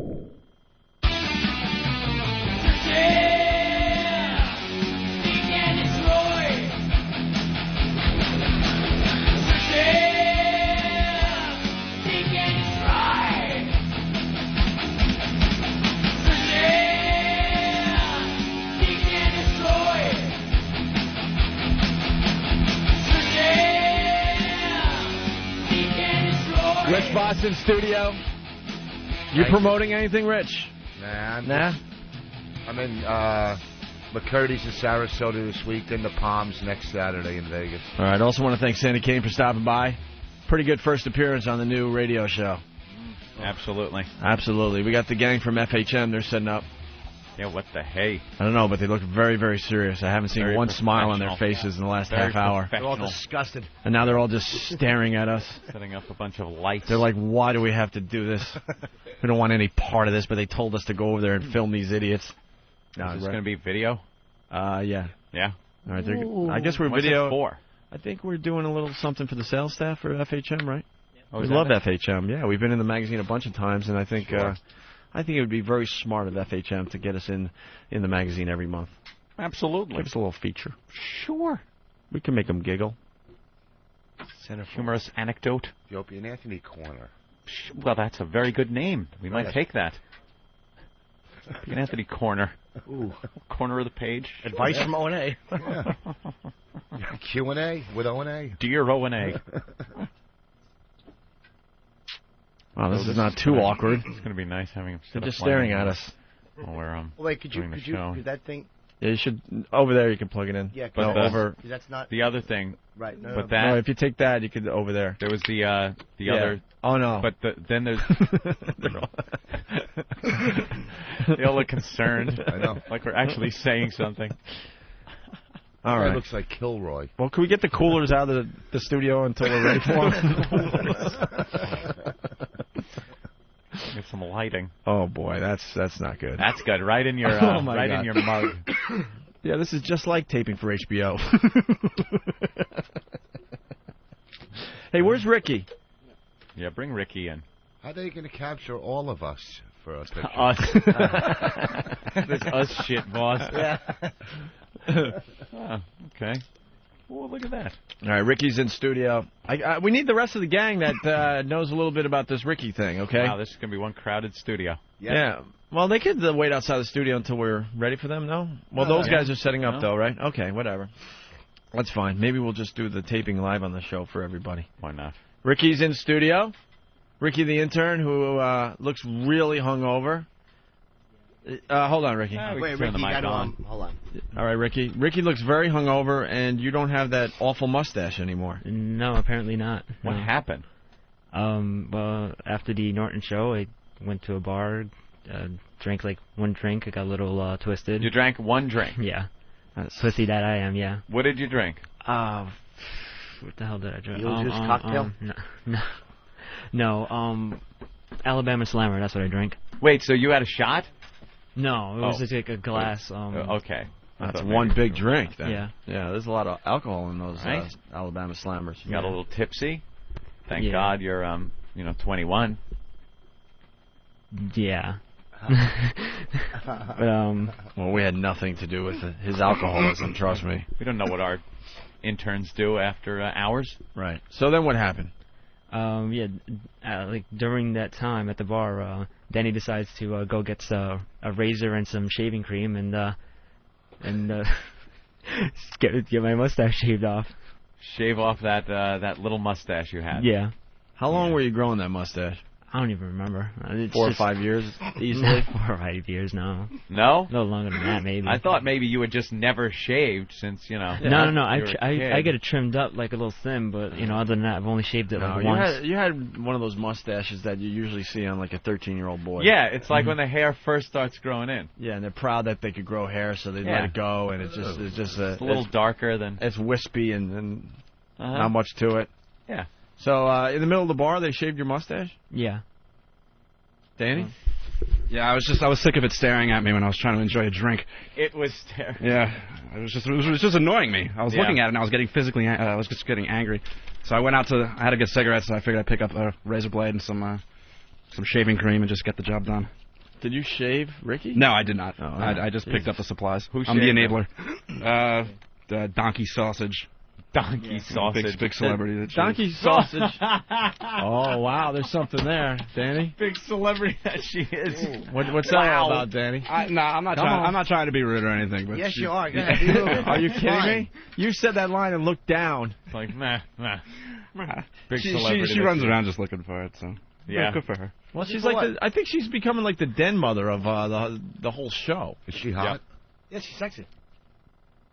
Anything that goes on, she seems to be there and seems to take charge. All right, and she also kissed you, but you weren't really kissing her, bro. No, it was just like just contact on lips. That was it. No making out or nothing like that. Just like. And how did that get started? I don't know. It just happened. Did she come up to you and just grab you? Yeah, it's not and like started that. kissing you? No, it's just that she just cut her lips on my lips, and then it just stayed like that. And I think 2 guys took the picture. Oh, so it was just a photo op more than Yeah. it was to make it. Why didn't you? You should have went for tongue. No. Like if she approached you and did that, you could have slipped tongue without any repercussions. I don't know. Yeah, I don't know either. All right, so then what happened, Danny? Then you guys all came back here all drunk? Well, I was planning on staying in the city anyhow, because just going home didn't make sense. And Ricky decided that he was not going to go home either and was going to crash here at the studio. You're a wild man. Yeah, he's crazy. He's a real rebel. So, wow. We, so he came back here, and Danny gets pissed off when the other interns get it's more not even mic us. time than him. I am so exhausted. I just want to go home and take a nap. All right. Yeah, I hear you. So then you guys decided to record him or something? Yeah, I figured since he was already intoxicated, I might as well make the most of it. So Yeah. I just flipped on a mic and went for it. Good thinking. And are you in trouble at home there, Ricky, for staying here last night? I'm not sure until I get home. I mean, I did talk to my mom. She just called me to see if I was okay and whatever. But I don't know how my dad would feel about it, so I have to wait till I get home. About to you find being out. out all night? Yeah. Just so you went to a sleepover. Yeah. They won't even buy that. They're just like, my mom was upset that like I made the decision to like not go home, which would have been stupid anyway because it's like I'm in the city already. Why go all the way up north to Yonkers and then come back down in the city? Do me a favor, Ricky. Don't practice your speech to Mom on us. Oh, sorry. Yeah, right? That was the mom speech. I mean, Mom, I didn't think it'd make any sense to Come her. on. It wouldn't make any sense. I'm in the city already. It wouldn't make sense for me to go up north. Hey, getting back to the HBO taping with Ricky, host comic is getting the crowd ready before the taping, asks where everyone is from. When he asks, is there anyone from outside of the tri-state area, Ricky raises his hand. When asked where he's from, Ricky said Yonkers. That was you? Yeah. I heard my that big and head, started yeah. laughing, going, who is the idiot that doesn't know Yonkers? As part of the tri-state area. I didn't know he said tri-state area. I heard him say out of town. I didn't know. Tri-state area. Yeah. Vote for Pedro. Vote for Pedro. Vote for Pedro. Vote for Pedro. Vote for Vote for me. Pedro. Vote for Pedro. Vote for me. Vote for Pedro. Vote for Pedro. Vote for Pedro. Vote for Pedro. If you vote for me, all of your wildest dreams will come true.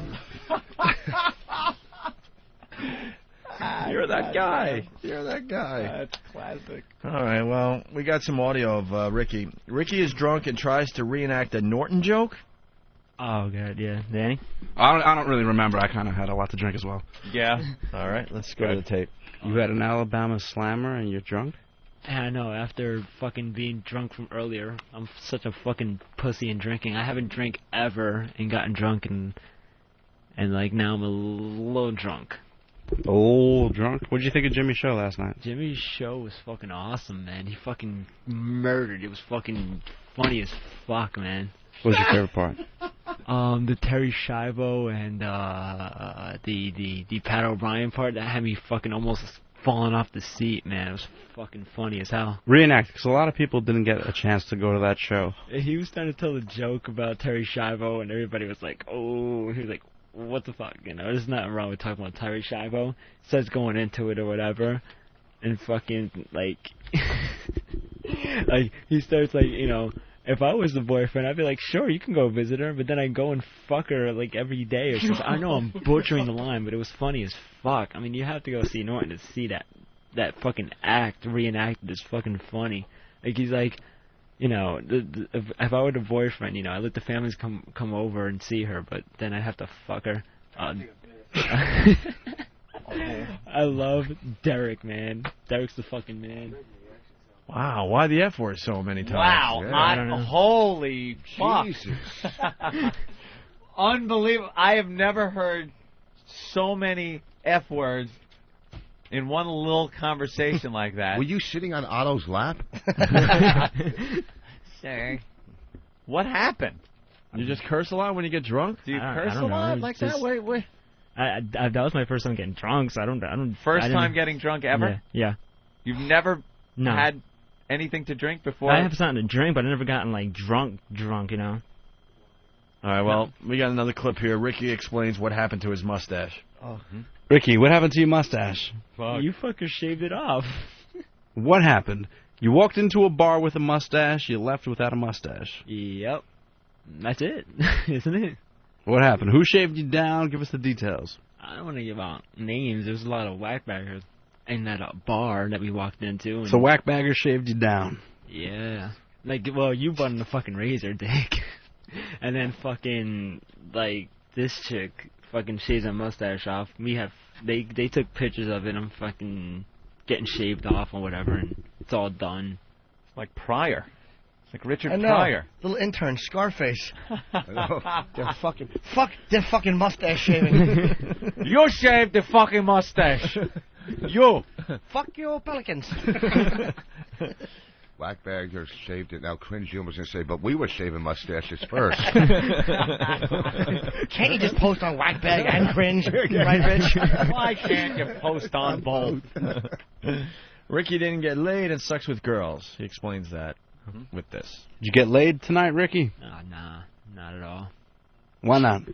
Because I stink. I don't know.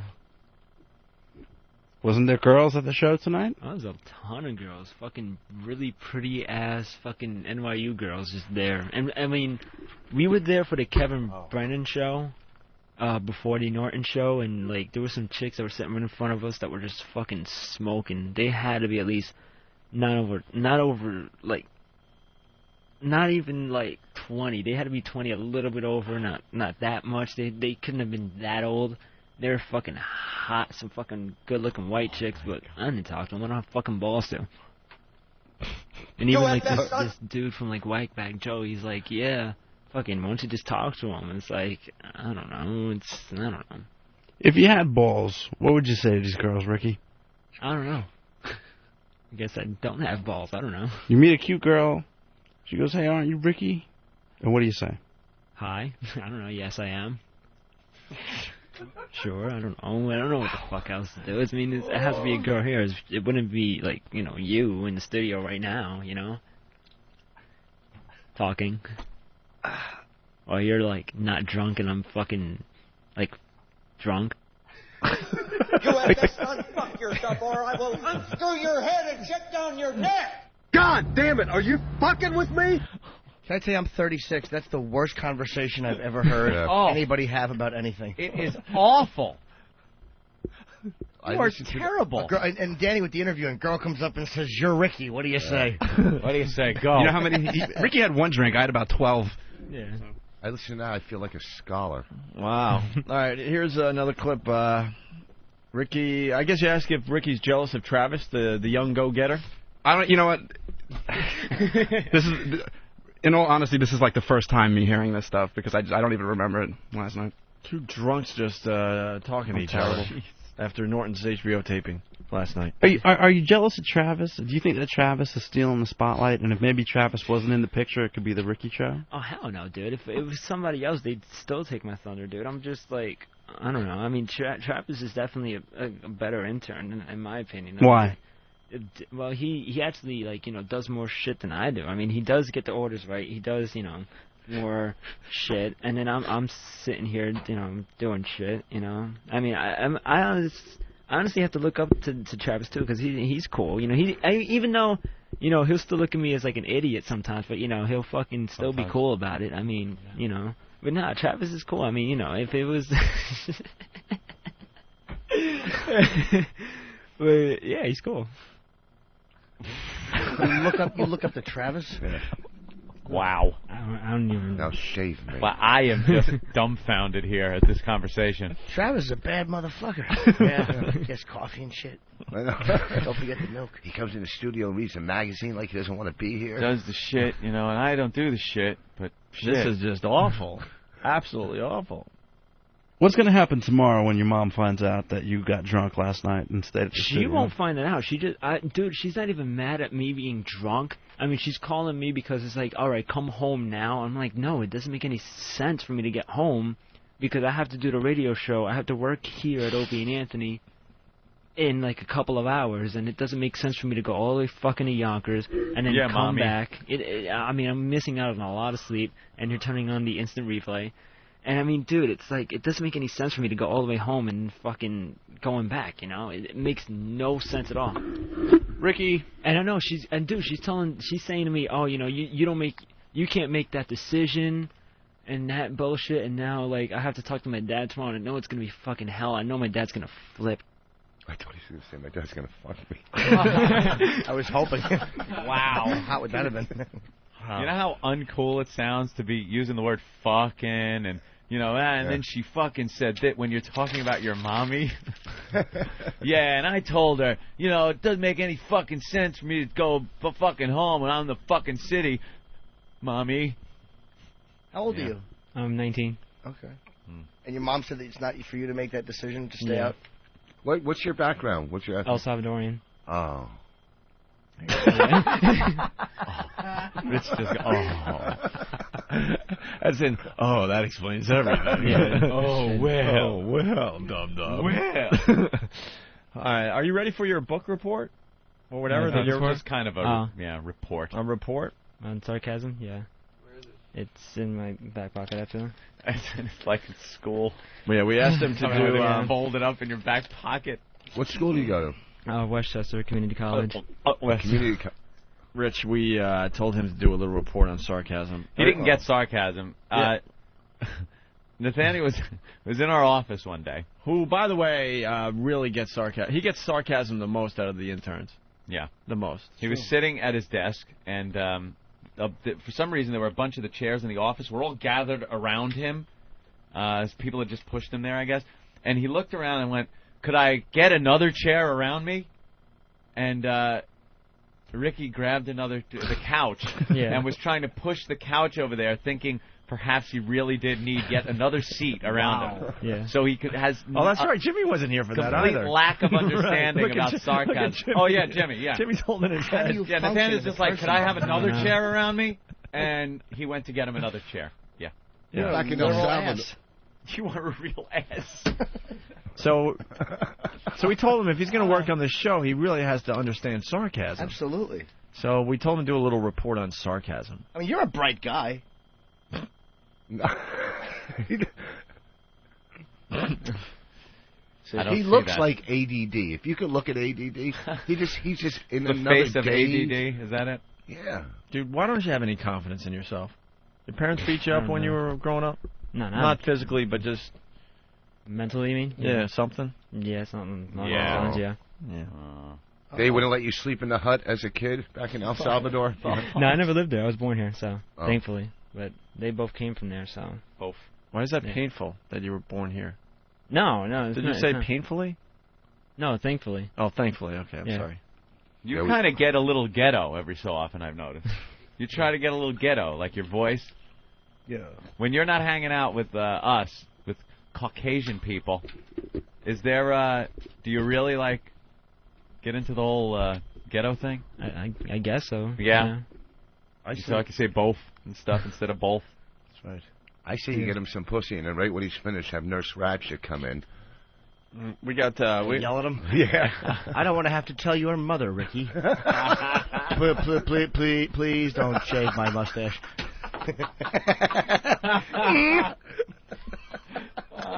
And we give Ricky a lot of credit. He's in college and he does his own radio show. We got.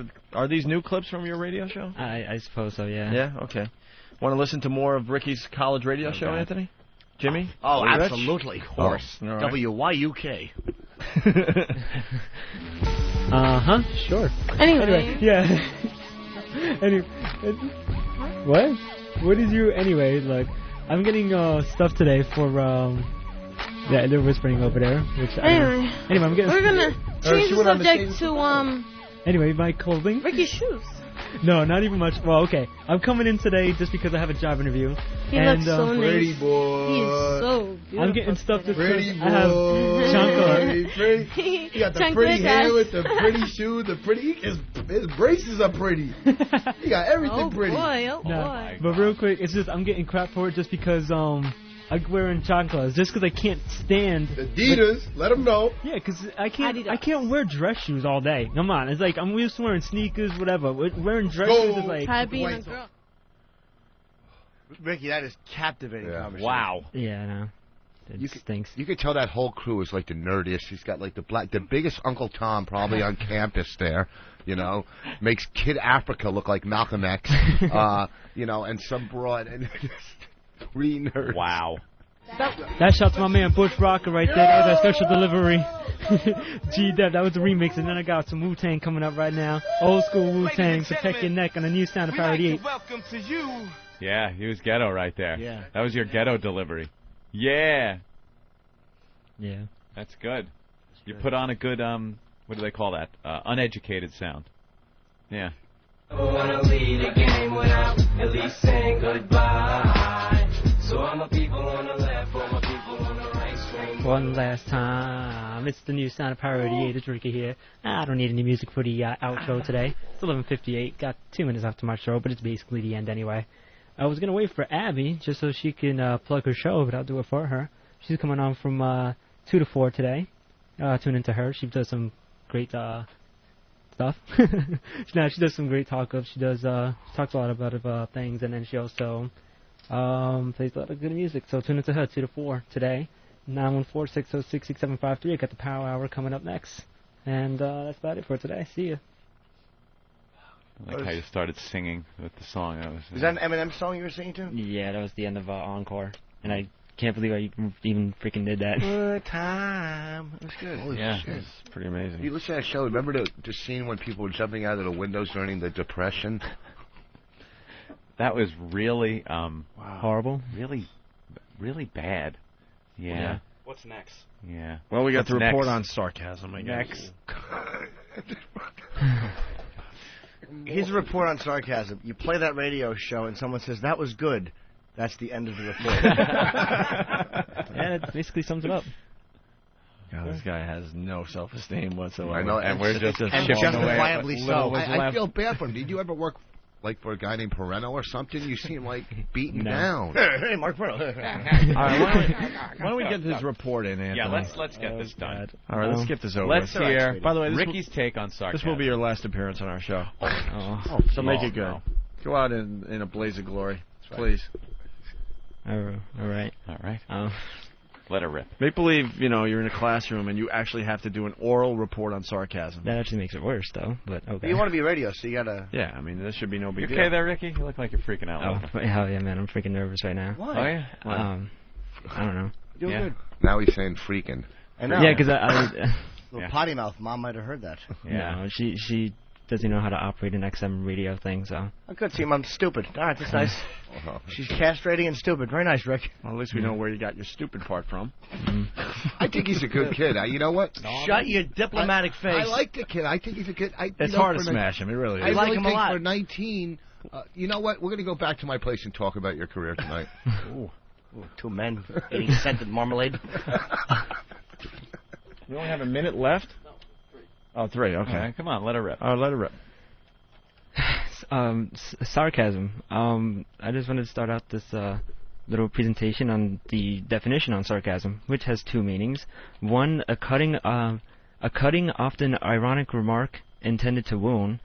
Second definition of it, a form of wit that is marked by the use of sarcastic language and is intended to make its victim the butt of contempt or ridicule.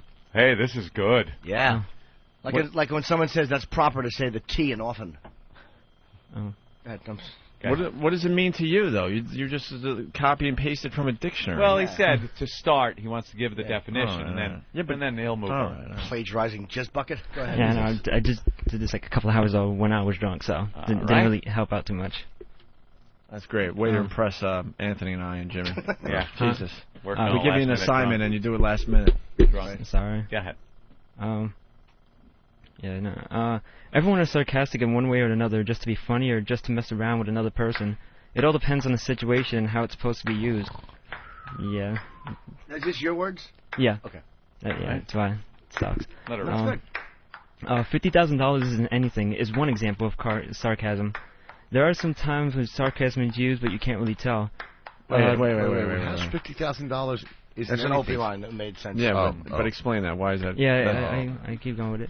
The example I said before about Opie saying to Jim that $50,000 isn't really anything wasn't obvious sarcasm, but there were people that thought that him saying that without a second thought may not. No, you can curse and settle it. Yeah, I know. But yeah, you might as well curse. You need a drink? No. To loosen you up a little bit? No. All right. Back up a little bit because you were stuttering through that whole last line. Yeah, I'm just noticing some typos and stuff. So. Why are you shaking? Look at you're shaking. Yeah, Put your hand out. Just calm down. Put your hand out straight in front of you like this. Wow. Okay. You're shaking. It's not like you're on a really popular radio show that the whole country's listening to. Relax. Just relax. There's only 4 or 5 people in the room. Just picture it that way. Holy crap, dude! Relax. People looking from out there, the whole film crew. Yeah, the film crew. They don't even care. They're just trying to get the lights right. Just calm down a little bit. Yeah. I don't know if I really forgot where it was already. Your hero Travis. Come on now, snap to it. Get to this. Are you? Oh my God! They turned the lights off. they're turning the lights off. Here comes the Sandman. No, go ahead. You can do it, man. Focus. Focus. Come on. Look in Jimmy's eyes. Go ahead. I'm supporting him. Look, see? Look in his eyes. He'll show you the support that you need right now. Wow. All right, we're gonna have to do this tomorrow. Are you in tomorrow? No, I'm in Friday. All right, we'll have to do it Friday because I think the show's ending like right this minute. Rich, thanks for coming by. Thank you for having me. That's it. I'm out of here.